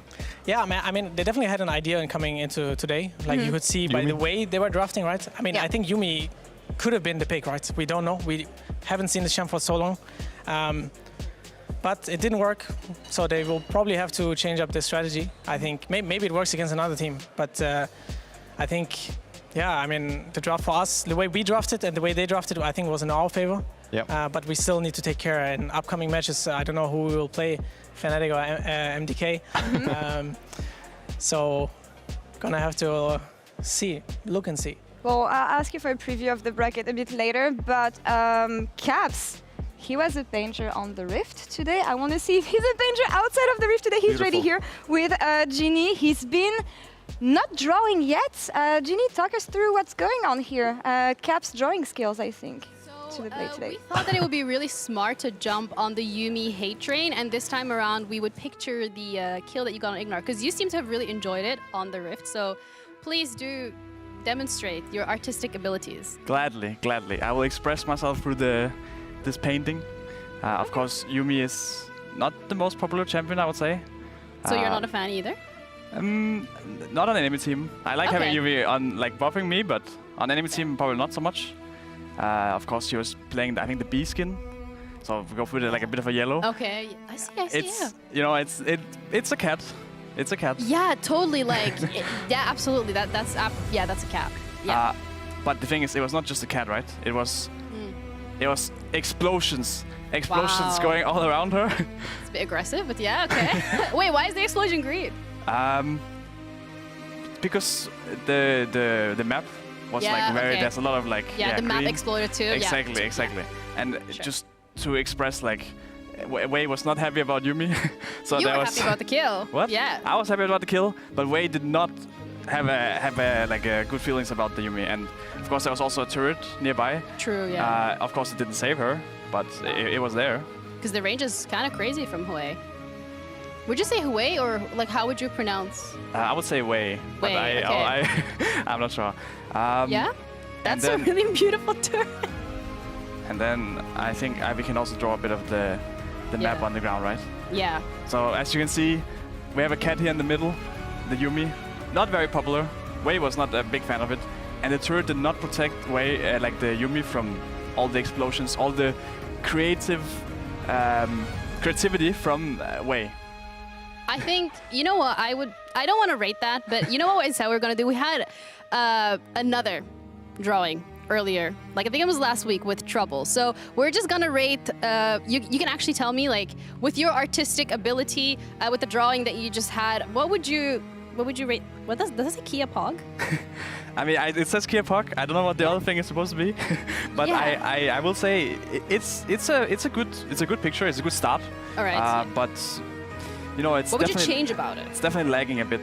I mean, I would definitely have some more explosions. You know, it's too like it's not complex enough. It needs more colors, more do you want to add some things happening. Am I allowed to do that? Yeah, I mean, you are the Kia player of the game anyway, so go for it. I feel like you've deserved it. Congratulations on getting another one. Out of respect, of course, okay. I will respect another person's work. Yeah. I will just add my own little touch with like a line. So. What does the line stand for? I've been there, you know. Okay. Wei has been there. All right. I think that looks really great. I mean, maybe Lore, you can also help us rate these two masterpieces. I don't know. Do we think that's a cat? I just painted the screen. All right, Lord, let us know what you think of this masterpiece and rate it out of 10, please. 10 out of 10, right? Okay, guys here in the studio, what do you think of Cap's drawing? And do we like it more than Humanoid's drawing from a couple weeks back? Yeah? All right, BB, as good on the Rift as he is with the paintbrush, or what do we think thank here? God he's playing on the monitor, right? Like, look at this. My eyes are hurting. That was a nice attempt, honestly. Ginny? No, yeah. I mean, thank God I can't understand. I'm gonna bring this to Vivi here tonight. No, Maybe you should bring this to Hans-Sama actually and ask him. Hans-Sama has the real drawing skills, I think, amongst G2. Great performance, Caps, today, honestly. Yeah. Thank you. You really smashed it. And you smashed it on the canvas as well. Absolutely. You can frame it, put it up above Maybe your it's bed. not too short about this. You can frame it at Actually, the G2 office. I'm sure Roma is going to be happy. You want to write G2 under there, maybe? I'll write Caps. Yeah. Oh, it's Beautiful. signed. Dude, wow. It's going to worth... I'm going to go be worth sell a that. fortune. That is worth a fortune, yeah. We should auction this. The first of many. The first of many. Okay. All right. A new career. More Hui gameplay? Yeah. Maybe? Question mark? If it doesn't get banned, I guess. Well, when Caps is done on the Rift, we know what he's going to do when he retires. Next maybe. Picasso. Next Picasso. Picasso. Of course. I like it. Yeah, I want to see more Wei because I want to see more drawing like this, and I want Hans-Sama to rate all of them at the end. I think he's going to be horrified of everything. But another art that I want to show, if I may, is the brackets. Is it art? Is it art after today? Treats? I mean, you what do could say think? so, right? Let's take a look at the brackets and see you guys where were kind we of left painters on the things Rift, today. and then. I mean, he did play Wei, so. So for now, we have BDS and G2 playing on Monday, the winners that are going to face off tomorrow. Bibi, any guess on how tomorrow is going to go? Not only for your potential opponents, but for the other side of the bracket as well. The other side, SK Vitality. Yeah. Let me talk about the other side first, right? All right. I think SK is a strong team if they play correctly the way they want to play.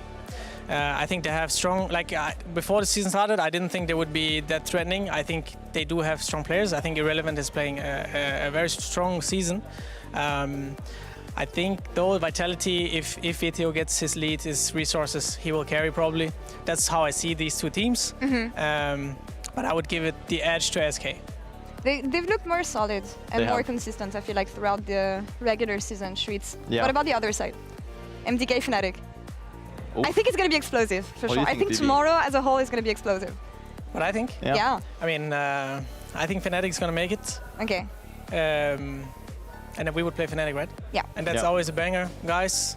I'm talking to the audience. Yeah, but I mean, they're here. You can talk to them right now. Yeah, I think Fnatic is also very strong. We played against them. Yeah. We won against them, but I think they were kind of threatening us in certain situations. I think MDK has the X factor with their picks. They play very crazy stuff, and I think that needs to be respected. I think I don't know how to say his name. Mervin. Mervin, yeah.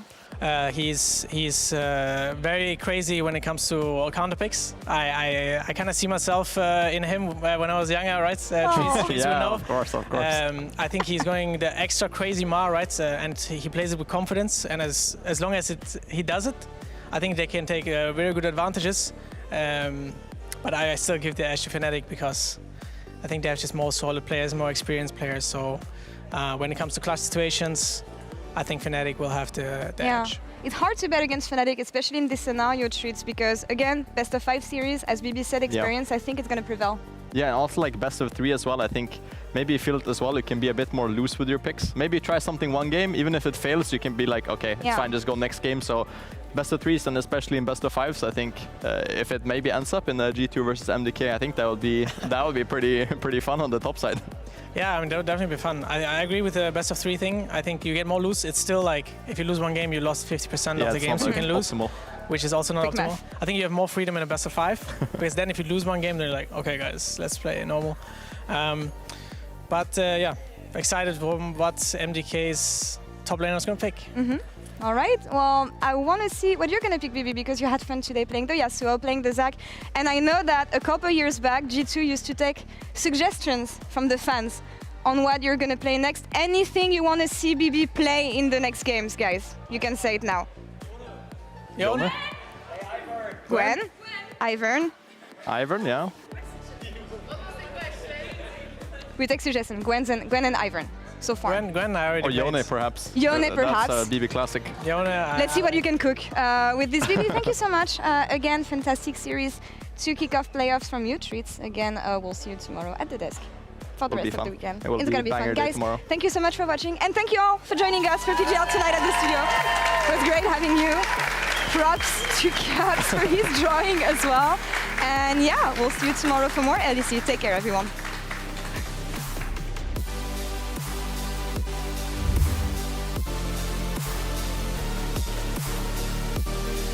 Get chunked out thanks to the Rend resetting off of another creep. It becomes very difficult to play against. Flash Oh my forward, god! Wonder is going to get burned down. Into the play, he still has the shockwave up and available. Marking him up. Boom! Combo, baby! Sheo and Nuke working beautifully together. Perkz just trying to lay down a little bit more damage, but he already has to run for his life. BDS with a double kill on the top side of the map.